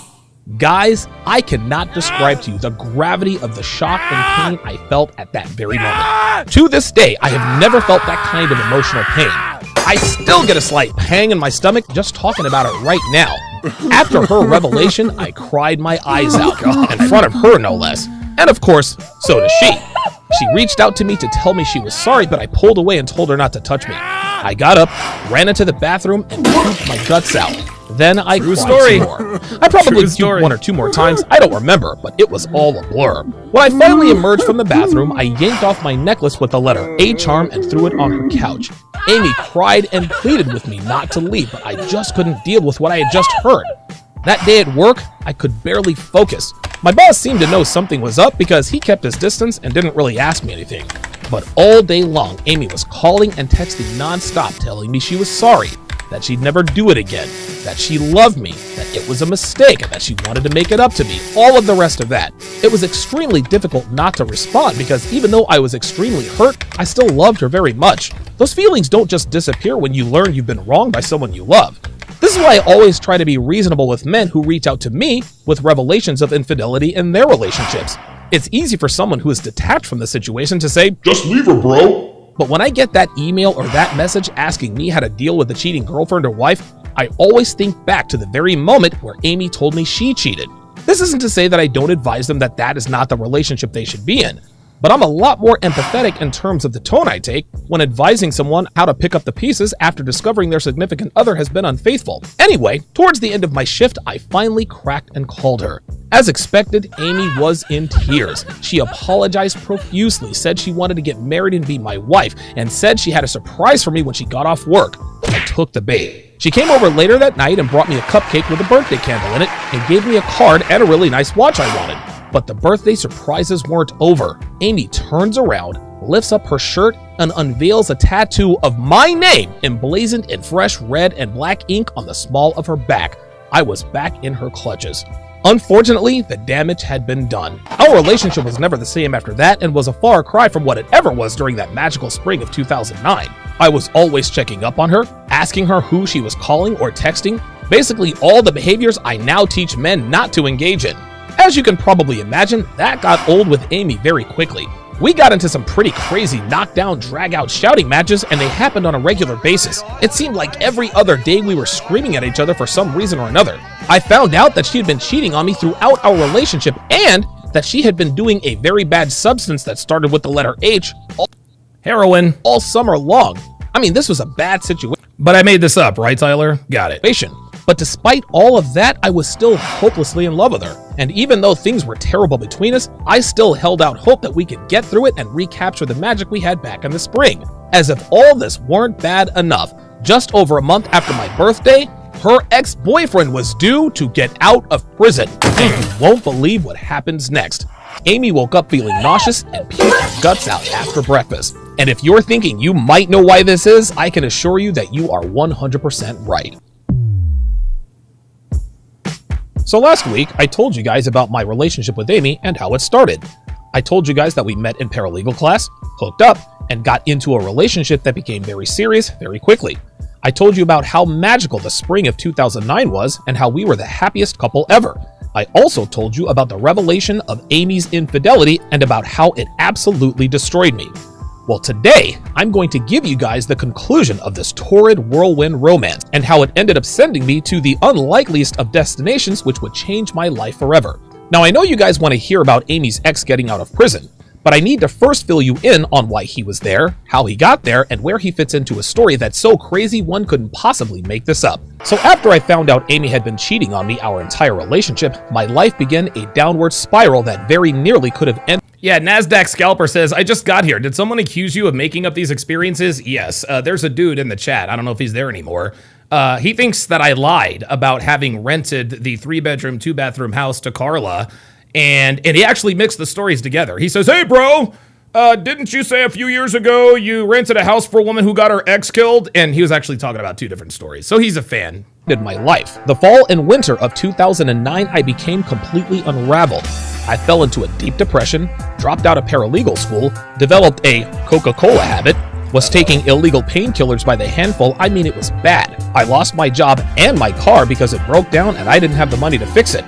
To make matters worse, my roommate kicked me out because I couldn't pay the rent. Having no place to go, I ended up living with a couple of Amy's drugged out friends. They were a couple who were both in their 30s and both on probation for felony possession.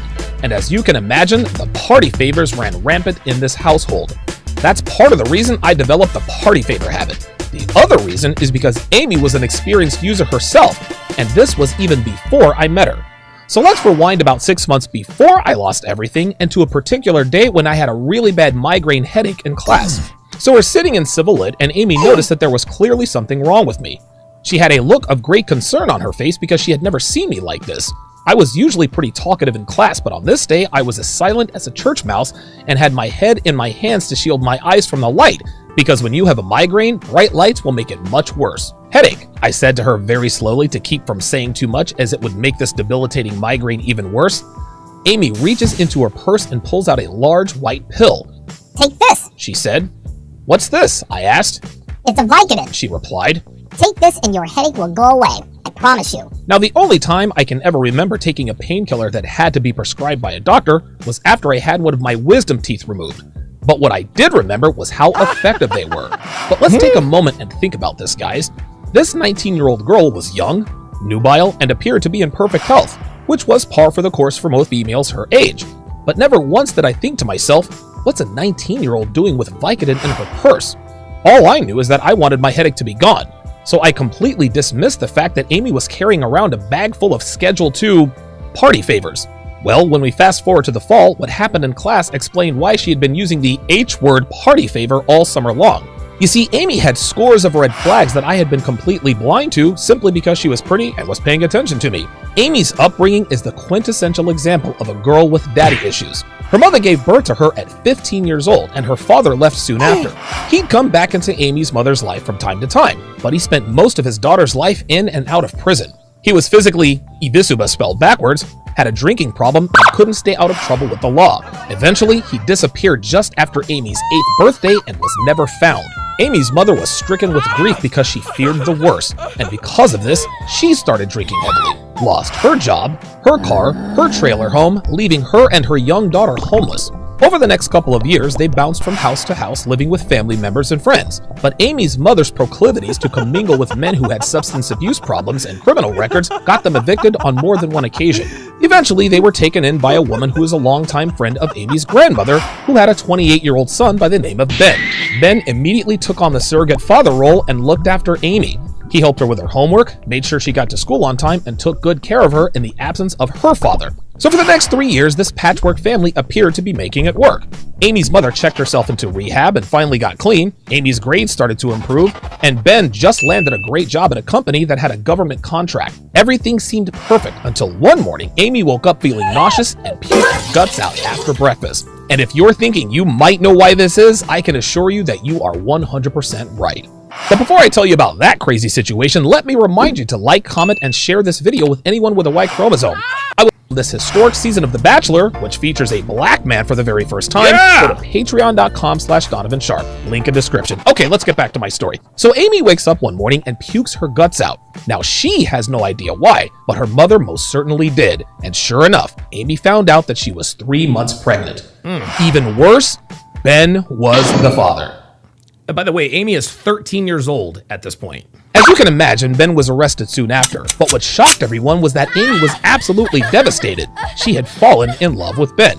Now, the laws currently on the books dealing with this particular situation, which I'm not saying out loud for obvious reasons, requires a mandatory 25-year sentence. But because Amy's testimony somehow convinced the jury that the situation was not what it appeared to be, he was only sentenced to 6 years. His release date, September 16th. 2009, exactly 45 days after my 32nd birthday, which happened to be the day I found out Amy had been unfaithful, which brings me to the end point I left off last week. The day that Ben was supposed to be released, I broke up with Amy. She was crushed, but at the time, I was resolute. I was still reeling from all that I had discovered about her, and I knew that there was no way I could handle Ben being around and what that situation had the potential to do. Amy cried and pleaded and begged me to reconsider. She assured me that she was no longer in love with Ben and that she loved me. I wanted to believe her, but I had seen and heard enough to realize she didn't know who she loved, if anyone at all. So I went home and tried to move on with my life, but I failed miserably.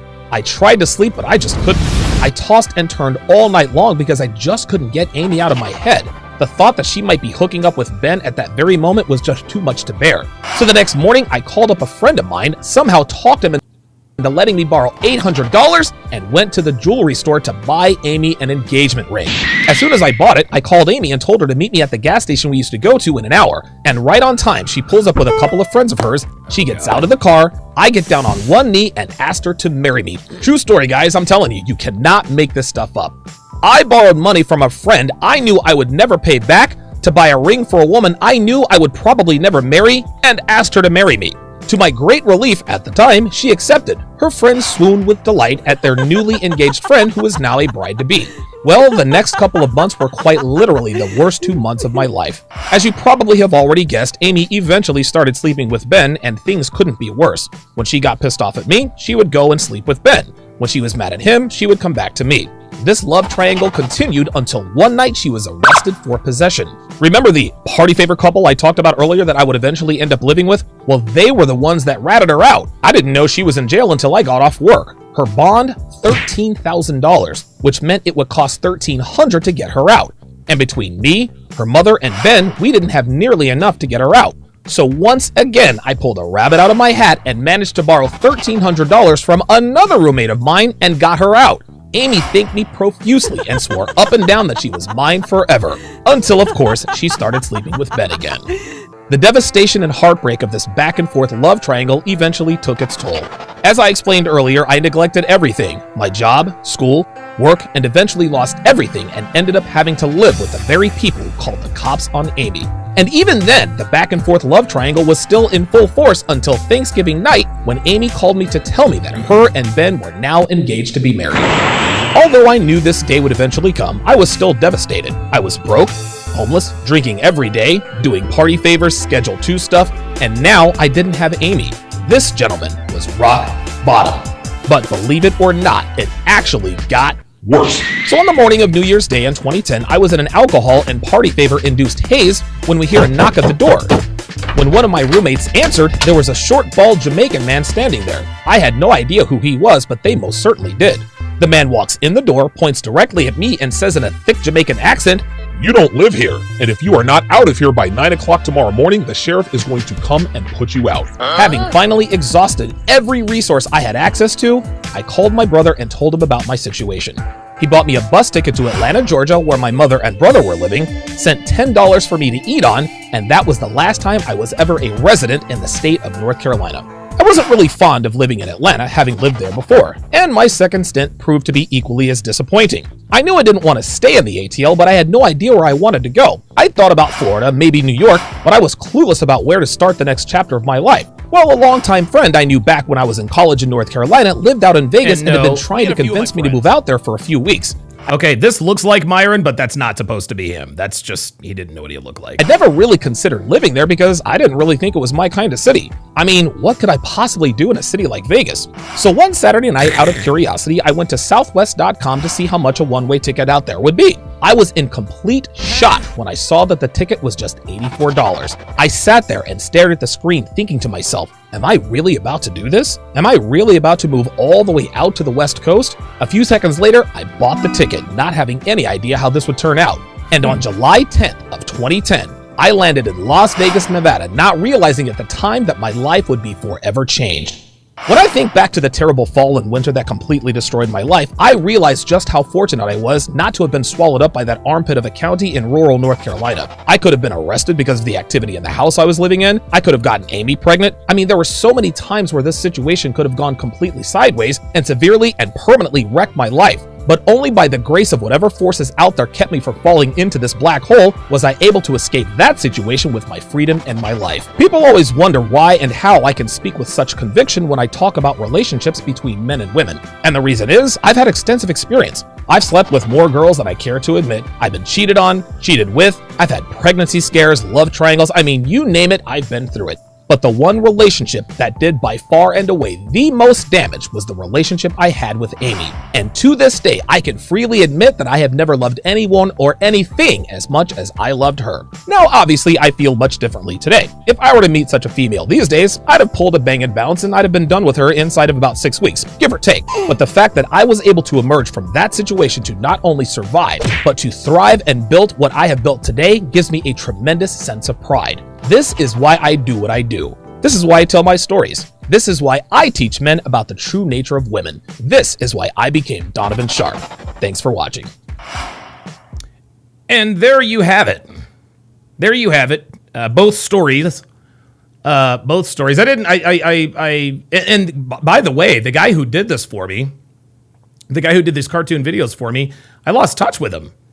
Like, he moved to Texas. I mean, like, he moved to Texas and I never heard from him again. So there's another cartoon video I would actually like you guys to see. I've got just a couple more quick videos just so that you guys can get a little more background information. The video that I'm about to show you guys explains my handcuff necklace. There it is. Molten Mage Gaming says, I recently watched the necklace story. That one hits hard. Well, it's about to hit hard now. Away we go.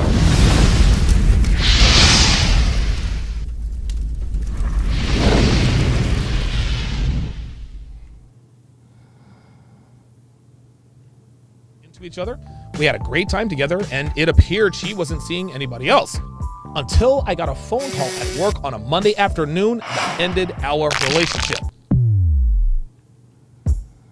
Back when I lived in Vegas, I was in a really, really serious relationship with a Latina girl for about a year or so. Her name was Christiana, and she was exquisite. Beautiful girl, 23 years old, long, thick black hair, gorgeous face, perfect body. Her butt was out of this world hot. She had nice perky boobs, the whole nine. Like the kind of girl who could date anybody she wanted, male or female. And the reason I knew this is because she got hit on by both genders when we were out.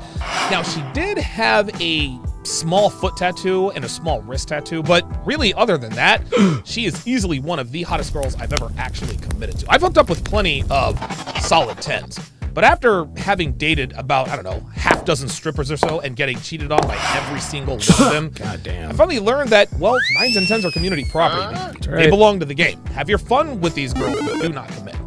Anyway, if not for Christiana's tattoos, she'd probably be somewhere between, I don't know, a hard 9 and maybe a soft 10. I mean, this girl was hot.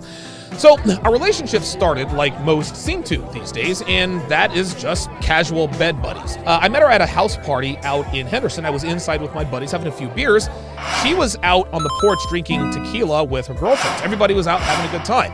Well, obviously, I knew I wanted her the minute I saw her. So I walked out onto the porch where she and her friends were, and I said to the group, go inside for a while. I'm going to hit on your friend here and see if she's interested in being one of my wives. They all laughed, including Christiana. Now, they all knew exactly who I was talking about because she was easily the hottest looking of the bunch. She was the best looking girl there. So they said, okay, and they all went inside. So when we were finally alone, I said to her, you know, I was kidding about the wives thing. I'd rather you be one of my girlfriends. And she responded with, well, I was thinking about making you one of my boyfriends too. I smiled back and said, I got bad news for you, sweet cheeks. I don't share. She said, good, because neither do I. And it was on from there. It didn't take long before we were in a full-on relationship. We got along great, and the sex was incredible, which was kind of surprise to me because sex with super hot girls is usually pretty average at best. She liked that I was always in control and made all the decisions so that she could do what girls do, which was relax, be hot, and take good care of me. I mean, this girl completely submitted to me. We really, really liked each other, and it was obvious to everyone around us. Now, we were friends with benefits for about 3 weeks before she told me one night, I'm not seeing anybody else. I hope that means something to you. Now, maybe she was, maybe she wasn't, but that didn't really matter to me because we were together literally every night. I mean, if she were sleeping with someone else, it would probably have to be at work because she worked crazy hours as a hairdresser.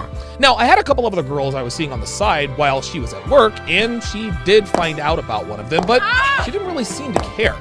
She just said, look, I want to see it. I want to hear about it. Just keep anybody you're seeing to yourself. So we had what I thought was a pretty solid relationship. We were into each other, we had a great time together, and it appeared she wasn't seeing anybody else. So we were a very happy couple for the next couple of months. Things never got stale, the sex was great, she kept herself in shape, she cooked my meals, she cleaned my dinky little apartment, and she was genuinely happy to do it. So our 1-year anniversary came and went, and things are still going great. Until I got a phone call at work on a Monday afternoon that ended our relationship. Before I talk about that crazy call, don't forget to like, subscribe, and share. And if you want tens of thousands of hours of exclusive content not found anywhere, guys, go to patreon.com/DonovanSharp. Video at patreon.com/DonovanSharp. Link in description. Okay, let's get back to my story here. So we're going to rewind about 9 months or so and get some background as to why this phone call ended things between us. Christiana was on the shot for birth control. She was on Depo. She wanted to stop using condoms at about the 3-month mark of our relationship, and of course, I told her I would do no such thing. So like most girls, she told me that she was on the pill, and like most men with my level of awareness, I told her I didn't care. I'm still wrapping up. She continued on with the female playbook and said, don't you trust me? I said, look, sweetie, I don't trust anybody.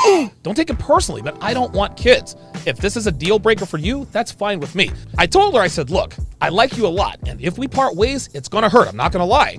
But this is something I will not compromise on, even if it means we have to break up. So she said, oh, no, I don't want kids either. So I said, okay, so what's the problem? Well, she says, well, I just want to feel closer to you and have better sex. You take way too long to, well, go. Sex feels a lot better without condoms, right? I said, well, of course it does, but it feels a lot better when you know you can't get the girl pregnant. So she says, okay, what if I do this? What if I let you watch me take the pill every day? Would you do it then? I laughed and said, hell no. And that was the end of that. Or so I thought. So the next day she calls me up and says, I'm coming to pick you up. I have a surprise for you. So I said, all right, cool. Now I was thinking she was going to take me to lunch or take me to the mall to buy me a new shirt or something, because she was always doing this kind of stuff for me. She never drove her car unless she was treating me to something. But she ended up taking me to a doctor's office. When we pulled into the parking lot, I said, what are we here for? I honestly had no idea what was happening. She said, I'm going on the shot and I want you to be here when it's administered. Now, I'm going to be honest, guys, this shocked me. I've been with a lot of girls in a lot of different situations, but I've never had a girl do this. I've had plenty of girls tell me that they were on the pill or the shot or had an IUD or whatever, but knowing women like I do, I never took them at their word and just threw caution to the wind. Yes, I will admit that there were quite a few one-night stands I had with girls I picked up at a casino or a bar or a club or the strip, and wasn't as responsible as I should have been, but as far as I know, I don't have any kids, at least none that I know of. And the reason for this is that I always wrapped up when I was hooking up with my girlfriends, friends with benefits, and so forth. But here this girl was offering to relieve any and all doubt I had as to the status of her birth control, and like I said, this had never happened before, at least not on this level. So I told her, this is not going to make a difference. I'm still not going to have unprotected sex with you. Now, something in my voice and face must have told her that I wasn't being completely honest. I didn't make a decision to abandon the use of condoms right then and there, but I wasn't necessarily ruling it out either. I mean, if this girl really was going to let me watch the needle go into her arm every few months to make sure she couldn't get pregnant, then maybe I could, at the very least, reconsider my position. So Christiana, who correctly read my body language and knew that I was at the very least thinking about her proposal, says, Okay, no problem, no pressure. But I would like for you to come in with me to these appointments every few months anyway, so that you can see for yourself in case you decide to change your mind. She continues, she said, You can ask all the questions you want, and I'll give the doctor permission to give you my medical information about my birth control. I'll give them your phone number, you'll have complete access. So the doctor gives her her depot shot. I see the needle go in, and I see the plunger go down. After that, I asked a bunch of questions. How long did the depot shot prevent pregnancy? How long does it take to take effect? And so on and so forth. And 2 weeks after she got the shot, I stopped using condoms. And like clockwork, every 3 months, we went to her doctor's office and Christiana got her shot. We never had any pregnancy scares. Everything was solid. Now, let's fast forward to the Friday before I got the phone call on Monday. Christiana had an appointment to get her depot shot, but I couldn't make it because I had to work. My car was in the shop, but I'd been to her last 3 or 4 appointments and figured, okay, I'll let her go alone and I'll make her show me the paperwork, the receipt, and all the rest of that. So she comes and she picks me up from work that afternoon, and I saw the same medical tape and gauze pad on her arm as they had at the doctor's office. Same size, same color, same everything. As soon as I saw that was enough to verify that she had indeed gotten her shot. Now, the reason I didn't ask her to produce any of the paperwork is because I was distracted on account of one of the girls I was sleeping with at work who started to act up. And for the record, guys, do not sleep with your coworkers. I have made this mistake many, many times, and in the end, it's just not worth it. Thankfully, I worked at a call center, so that thing blowing up didn't cost me my job. Anyway, the drama at work caused a lapse in concentration, and because of that, Christiana's tape and gauze pad was all I needed to see. I just wanted to get the hell out of the office and go home and enjoy my weekend. So on Monday afternoon, I get a call from Christiana's doctor's office. I said, hello? And the lady said, Hi, this is Lacey. I'm from Dr. Glom's office. I said, hi, Lacey. This isn't Christiana. This is her boyfriend, Donovan. I think you've got the wrong number. So Lacey says, Yes, I know this is you. I tried calling Miss Cruz, but I couldn't get a hold of her, so I left her a voicemail. But I always make sure to call her backup contact just to make sure. So, can I leave a message with you? I said, sure, what's up? She says, Have Miss Cruz reschedule her appointment as soon as possible. She missed her appointment on Friday. Guys, my hands got white hot. Christiana flat out lied to me, and she staged everything, which was next level deceit. She made it appear that she had gotten her depot shot when in fact she did not. And that past weekend, guys, she was insatiable. We fooled around at least a dozen times that weekend, and that might even be a conservative number. I mean, every few hours she's walking into the living room wearing nothing but high heels and a smile, and I would pound her senseless each and every time without a condom. Now, thankfully, it takes about 14 weeks for the depot shot to completely wear off, and that weekend was number 13, so I was in the clear. Christiana, however, was not. I called her up, aired her out, and dumped her. Never hooked up with her again, never called her again, blocked her number, never saw her again. That was that. Guys, that's the closest I came to getting trapped with a kid by a woman. Now, I'm sure I've been closer, and who knows, maybe I do have an illegitimate kid or two running around Vegas. I'll never know. But that was the last time I was careless about birth control on either end. But think about that for a minute, guys. If Dr. Glom's receptionist doesn't call me, my life would be very different. I'm probably still living in Vegas. I probably have a kid. I probably have baby mama drama. I mean, this would have changed the entire trajectory of my life. Maybe TSR Live comes into existence, but probably not, because now I've got a kid to take care of and support. Guys, there are many factors that played a role in getting to this point in my life with my podcast, books, courses, and so forth. Obviously, I'm driven and hyper-focused. I work extremely hard. I put in crazy hours. I don't cut corners. I know what I'm talking about because of my life experience, and I possess a rare combination of abilities, being able to both talk and write exceptionally well. But Lacey Scott may very well have saved my life when she called me. Guys, I've dodged many bullets in my life. If the pendulum swings the other way in any of these situations, my life would be very different. But Lacey could be one of the most important indirect reasons my life is awesome today. All right. And so that's the end of that story.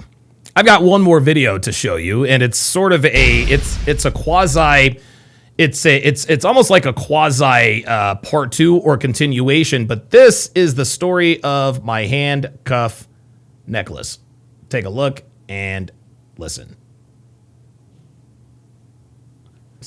Got together, and we decided to go to the movies one night. I will never forget this night as long as I live. January 31st, 2015.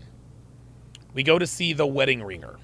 That was the movie. It was Josh Gad, Kaylee Cuoco, I think that's... Nate Higgers with the $5 Rumble rant says, thanks for that story, Don. Picking up the pieces after the degenerate depression stage is not easy. The mental part is the hardest. I hate the feeling of taking 3 steps forward and 6 steps back. Man, you are not kidding. Oops. Sorry about that. Her name, I think Kevin Hart was in it, and a couple of other stars. It was a decent movie. Before I left to go to the movies, I saw that a number that I hadn't recognized was calling my phone. And at first, when I get an unrecognized number, I don't answer. My phone rang again, didn't answer again. My phone rang for a third time. This time, I pick up the phone and I'm like, hello? It was Christiana. She says, hey, and I recognized her voice immediately. She says, hey, do you have time to talk? I said, no, I'm about to go to the movies. And I hung up on her. So we go to the movies, we hit the movies. We go see The Wedding Ringer. And we're outside, smoking a cigarette. Right outside the movie theater. And Christiana's mother calls me. Her mother called me. Now,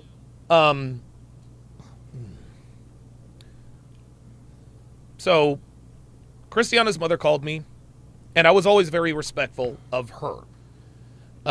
Always respectful. We had, it was as good a relationship, I suppose, as you could have with your girlfriend's mother, I suppose.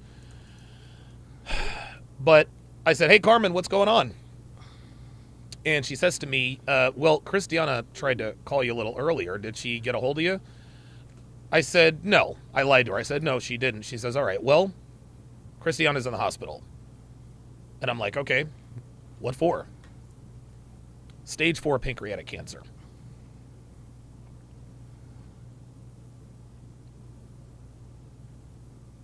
She had a few days, guys. A few days. And so at that moment, I jumped on a plane. It's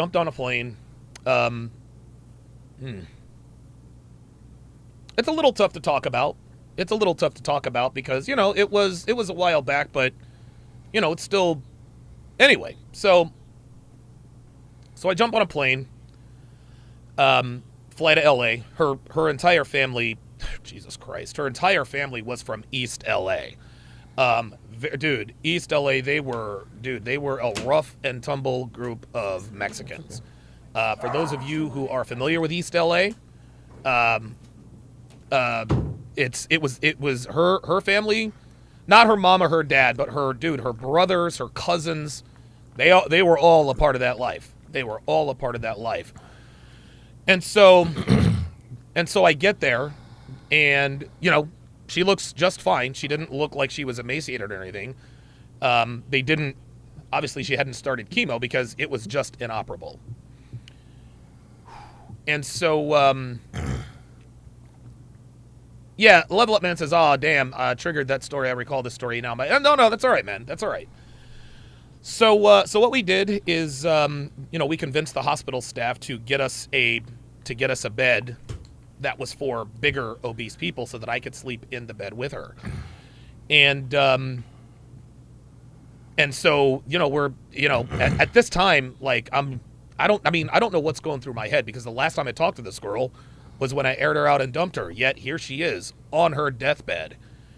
And so she says, you know what? She says, I have an idea. I said, okay. She says, let's get married. I didn't hesitate. I said, yeah, let's do it. Right? So a few hours later, we actually got married in the hospital chapel. It was very, very, I don't know if you guys have ever been to a hospital chapel. They're always very, very small. There's a pulpit up front. There's 3 or 4 pews on either side. You got the cross. Oh, wow. Look at that. And all that stuff. So we had a Catholic ceremony.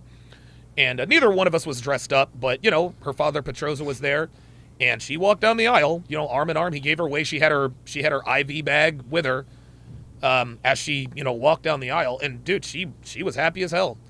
And so we had our ceremony, and we were officially / unofficially husband and wife. We signed the marriage certificate, but I don't remember ever turning it in. I actually remember seeing it, after everything happened. And so we get married. She's the happiest person in the world. She makes the hospital staff change everything to Christiana Vera Hopkins, like everything, like her bag, her IV bags, all of her, like she made them do this. I went to the gift store and bought her a cheap little ring, I guess. And so we're married. So we're laying in bed, talking about the good times. And I did not want to go to sleep because I didn't want to wake up and for her to be gone.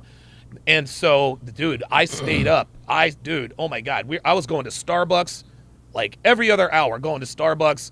And, during that time, I apologized to her for, all the pain that I'd caused. And, and she forgave me. She said she forgave me. But I was like, at that point, I really was sorry. Like, I was really, really sorry. I was like, look, I'm so sorry, man. Like, I'm sorry I cheated on you. I mean, that's just what I really was sorry at that point in time. I never was sorry. I never had any guilty feelings about it, but I did then. And I was the first person that, So anyway, we're drinking Starbucks, or I'm drinking. Well, I think she had a couple of drinks or whatever, and so finally, I said, you know what, let me lay my head down, for an hour or so. I don't know, it was like 2:00 in the afternoon, whatever the case may be. And I laid my head down. I was probably asleep for a couple hours, and I was waking up by her mother, and when I opened my eyes, Carmen and Petroza, her main doctor, her oncologist, and her bed nurse was there, and just the looks on their faces, I knew that she was gone. I knew that she was gone, and that was tough. To have, because, dude, Christiana, she treated me great. She did. She treated me great. She was nice. She was fit, feminine, friendly, faithful. I assume she was literally everything I wanted and needed her to be. Like, I don't think I fell in love with her, but I felt very strongly for her. And so,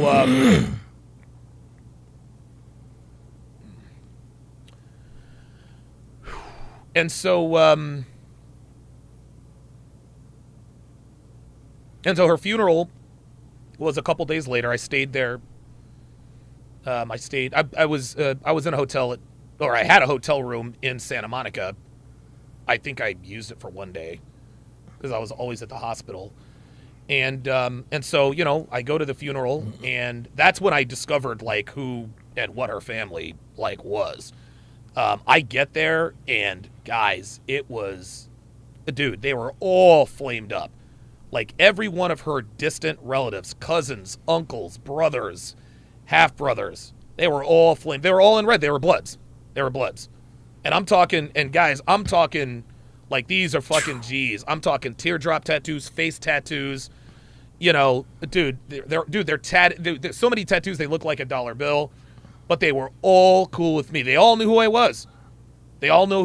And several of them was like, hey, man, they dapped me up. They're like, hey, thanks for what you did for our little cousin. Thanks for what you did for my little sister, man. She talked about you all the time. She never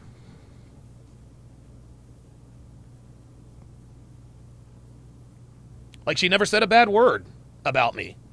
You know what I mean?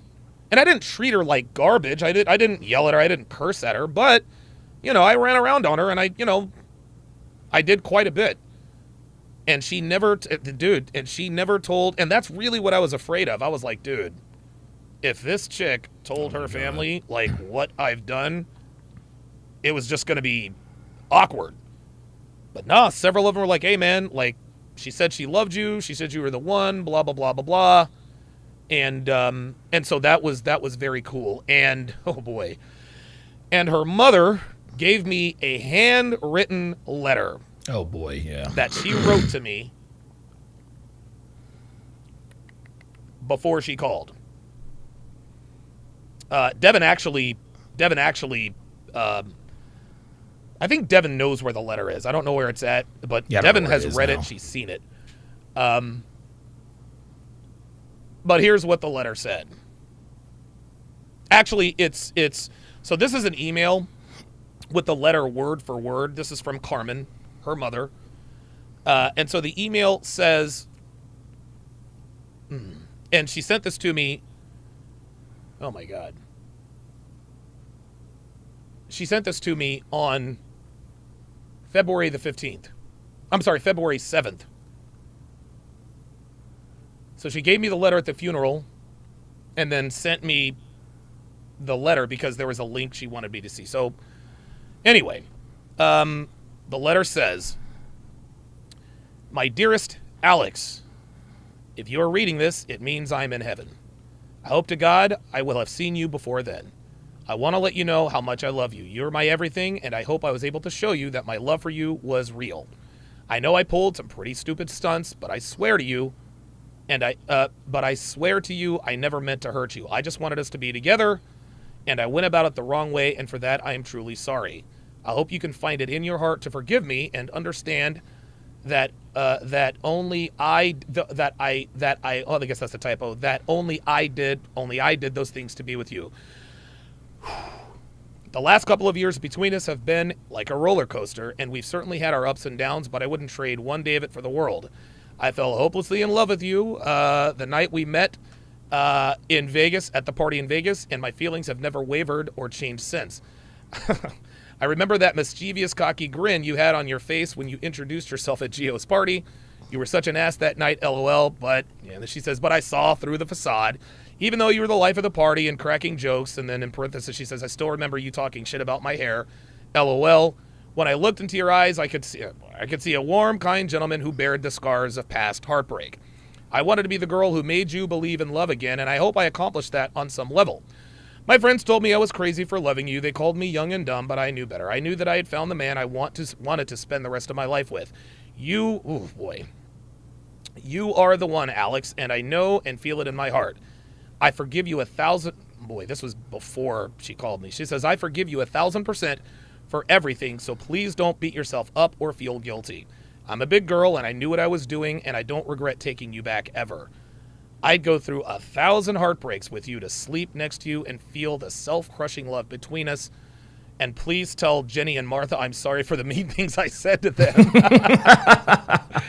And I know I have no right to say this because I was the reason for it, but if you can, you should get your vasectomy reversed. I don't care what you say or think. I know that you would make a wonderful father because I've seen how you are with children. Just think about it at least.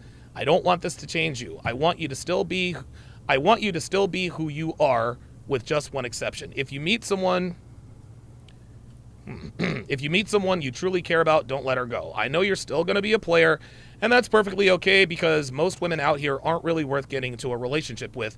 But if you do meet someone, give them the same privilege you gave me. Even though things between us didn't end the way I would have liked, I still love you with all my, she's supposed to put heart, and I pray that you live a long and healthy life. I don't regret the time we had together. Even though we had our ups and downs, we had a lot more ups than downs. Oh, man. There's a song I would like you to listen to that embodies the way I feel about you. I can't put a link on a piece of paper, LOL, but my mom has it, and she will send it to you when you ask her. I love you with every fiber of my being, Edwin Alexander Hopkins Jr., and I will love you even in death. I will wait for you in heaven where we can finally love each other for eternity. Until then, my love, Christiana.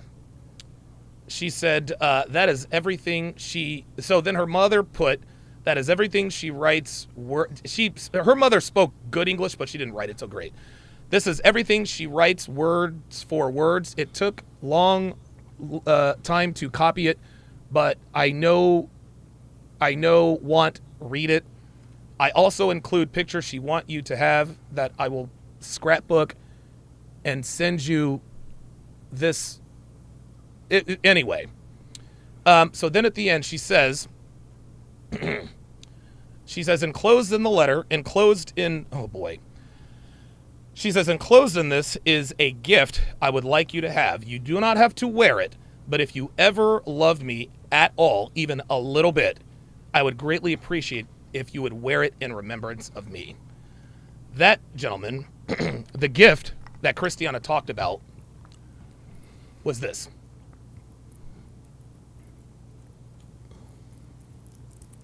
My handcuff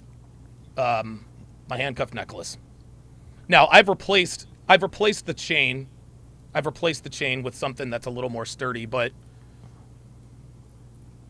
the handcuff necklace that I've been wearing all these years are from her. I went on a pretty wicked bender after that, if you can imagine. Like, dude, oh my God, I was drinking literally it was bad, man. It was bad. I was hurt. I was depressed. I felt guilty. Like there's this all sorts of things going on, man. It really, really was. I was getting into more fights. Then of course, November of that same year, that's when I broke the guy's face over pizza. Oh, yeah. You know, my attorney probably had naked pictures of the judge, and that's the reason I'm probably free today. Who knows? I don't know. Dude, to this day, I don't know how Paul got me out of that. I don't know how Paul got me out of that. I really don't. But that's what happened, guys. That's what happened. And you know, the funny thing is, man, is the weird thing about that story. The weird thing about that whole situation is that I think to myself, would I have loved her if she had never gotten sick or passed? And the answer was no. The answer is no. Like if she had never gotten, you know, pancreatic cancer, I mean, I would have never seen her again, you know? Yeah, and again, Christiana was fucking gorgeous. She was fucking beautiful. Oh my God, she was exquisite, man. She really was. She had a sweet disposition, you know. I mean, obviously she spoke fluent Spanish, and so when we used to go places, she used to. Oh God, MS772 said, "What was the song?" Jesus Christ, the song she wanted me to listen to was "1,000 Years" by Christina Perri. Translate and all that for me. I'd be like, "Tell him da da da da da," and she would just do it.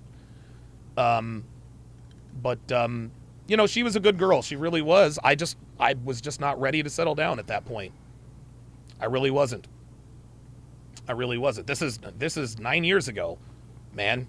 I wasn't ready. Like I had just acquired my black belt in women. I still wanted to go and enter into tournaments and all that. But I think the reason I wear it is because it's a reminder of me that, yeah, I am human, right? Like, I am human. Like, okay, I'm Captain Red Pill and this and that and the other, but guys, like, I'm not a robot. I'm not a machine, you know? Like, I have emotions. I was sad. I was hurt. I felt guilty. You know, a lot of guys in this community like to pretend that they're just these ironclad, unbreakable. No, man. No, of course not. Dude, Andrew Tate, Justin Waller, Myron Gaines, dude, they got hopes and fears just like all the rest of us. Man, they've got their painful origin stories just like the rest of us. Andrew Tate's not unbreakable, right? Justin Waller's not unbreakable. Myron, he's not unbreakable. None of those guys are. You know? None of those guys are. I remember when Myron on the Saucecast live show talked about how his grandmother died. You know, he went out on the balcony, he shed some tears, and that was that. Like, that's how this goes. But yeah, I try to share these stories with you guys just so that you guys can get sort of a glimpse into who I am as a person. I mean, to be honest with you, at this point, my life is literally an open book. You guys know just about everything about me. You guys know about my criminal record and this and that and the third. And I mean, all of my information I've been doxxed by everybody, you know. But even though somebody doxes you and tries to lie about you, they still don't know you, you know. And I'm not going to sit here and try and virtue signal and say, well, I'm a good guy because I did X, Y, and Z. Nah, that's not what it was, man. That's not what it was. The reason I married her is because it was the right thing to do. It was the right thing to do. The girl obviously loved me. And I mean, don't get me wrong, man. Like what she tried to do when she tried to baby trap me, that was some fucked up shit. That was some fucked up shit because had she succeeded, that whole situation would have been fucked up. Oh God, yeah. That I can't even like if she baby traps me and then dies, now I'm a sing. Oh my God. So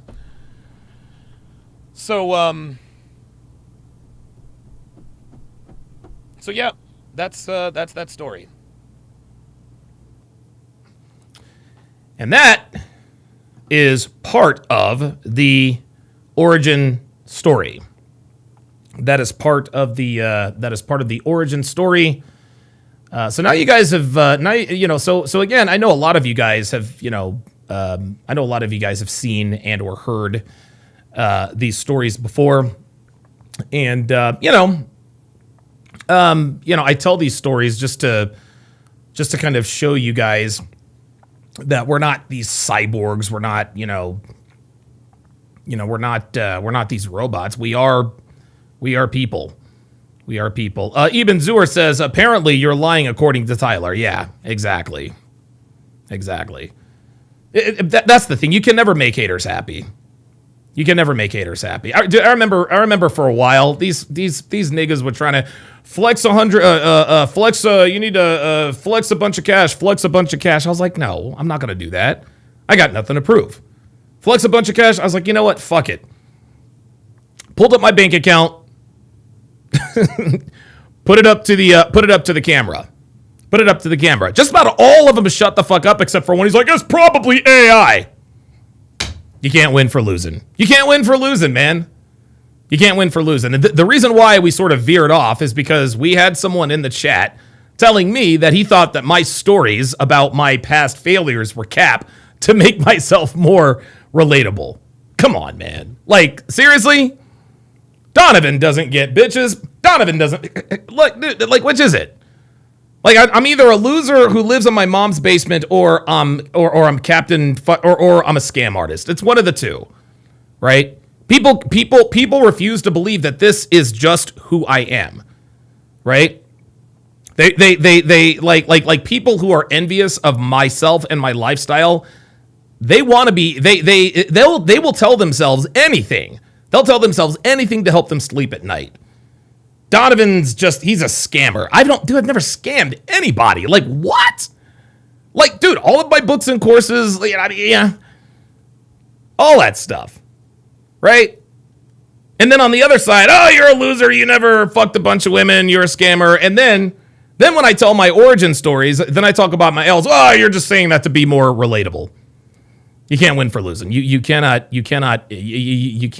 win. Phoenix Light Game says, in spite of all you went through, Donovan, I'm grateful that you were here with us today. I know you went through a lot of hardship and everything. I'm glad that you persevered. Absolutely. Level Up Man says, that's right. Yes, he says, we were discussing doing RP theater and threw out the wedding ringer. I do remember that. Ice Striking Kid says, that's heavy. Yep. Yeah, man. This is what happens. Gerald Bradley with the $2 super chat says, unfortunately, I was a baby trap victim. Yeah, man. God, I was so fucking heated. Sean Morris, member, for 50 months. Oh, there's Jalen Hurts. Says, these stories are classic TSR Live. Absolutely. Don't let me get into the cocaine chronicles. Do not let me get into the cocaine chronicles of Donovan Sharp. Eben Zur says he is admitting it's either you're the most authentic creator in the space and a very great storyteller. Either way, it's a W. Yeah. Kyle 2020 says idiots incriminating videos about Renee Good and Alex Pretty are AI too. Yeah, that's just the way it. That's just the way it is. And yeah, we all know haters gonna hate. We all know haters gonna hate. Somebody else had a pretty. Wait a minute. Why is this weird? Stephen G. Williamson says, there is a lot of strength you show Donovan for there is a lot of strength you show Donovan for sharing this. Very heartfelt. Yeah, man. Yep. Yeah, it was rough. It was rough. It absolutely was rough. Nate Egger says, do you listen to yourself often? Does it make you feel a certain way listening to yourself? Yeah, I listen to myself all the time. I'm always listening. I'm always re-listening to podcasts to maybe get rid of verbal tics, maybe to do things a certain way. Like I try to be better every time out. Aaron Benavrum says, I needed to hear your story, Donovan. I'm that guy who would have gone through all of those hard knocks and probably not made it out like you did. Thank you for sharing. I now know to guard my trust. Yeah, man. Yep. And listen, man. There are many reasons why I am where I am. Oh shit! Jill Biden's ex-husband is charged with murdering his wife. Damn, that's crazy. But some of it was luck, man. Like I was very, very, very, very lucky. Very, very lucky. Guys, breaking news. I will be on with Tommy Sotomayor and the gang tonight at 9 p.m. Eastern, 6 p.m. Pacific. Again, tonight, 9 p.m. Eastern, 6 p.m. Pacific. That is roughly a half an hour from now. And so I am going to, for now, I am going to, I'm going to go use the bathroom, maybe get something to eat, and I will see you guys here in about a half an hour. Thanks for watching, guys. We'll see you in a little bit.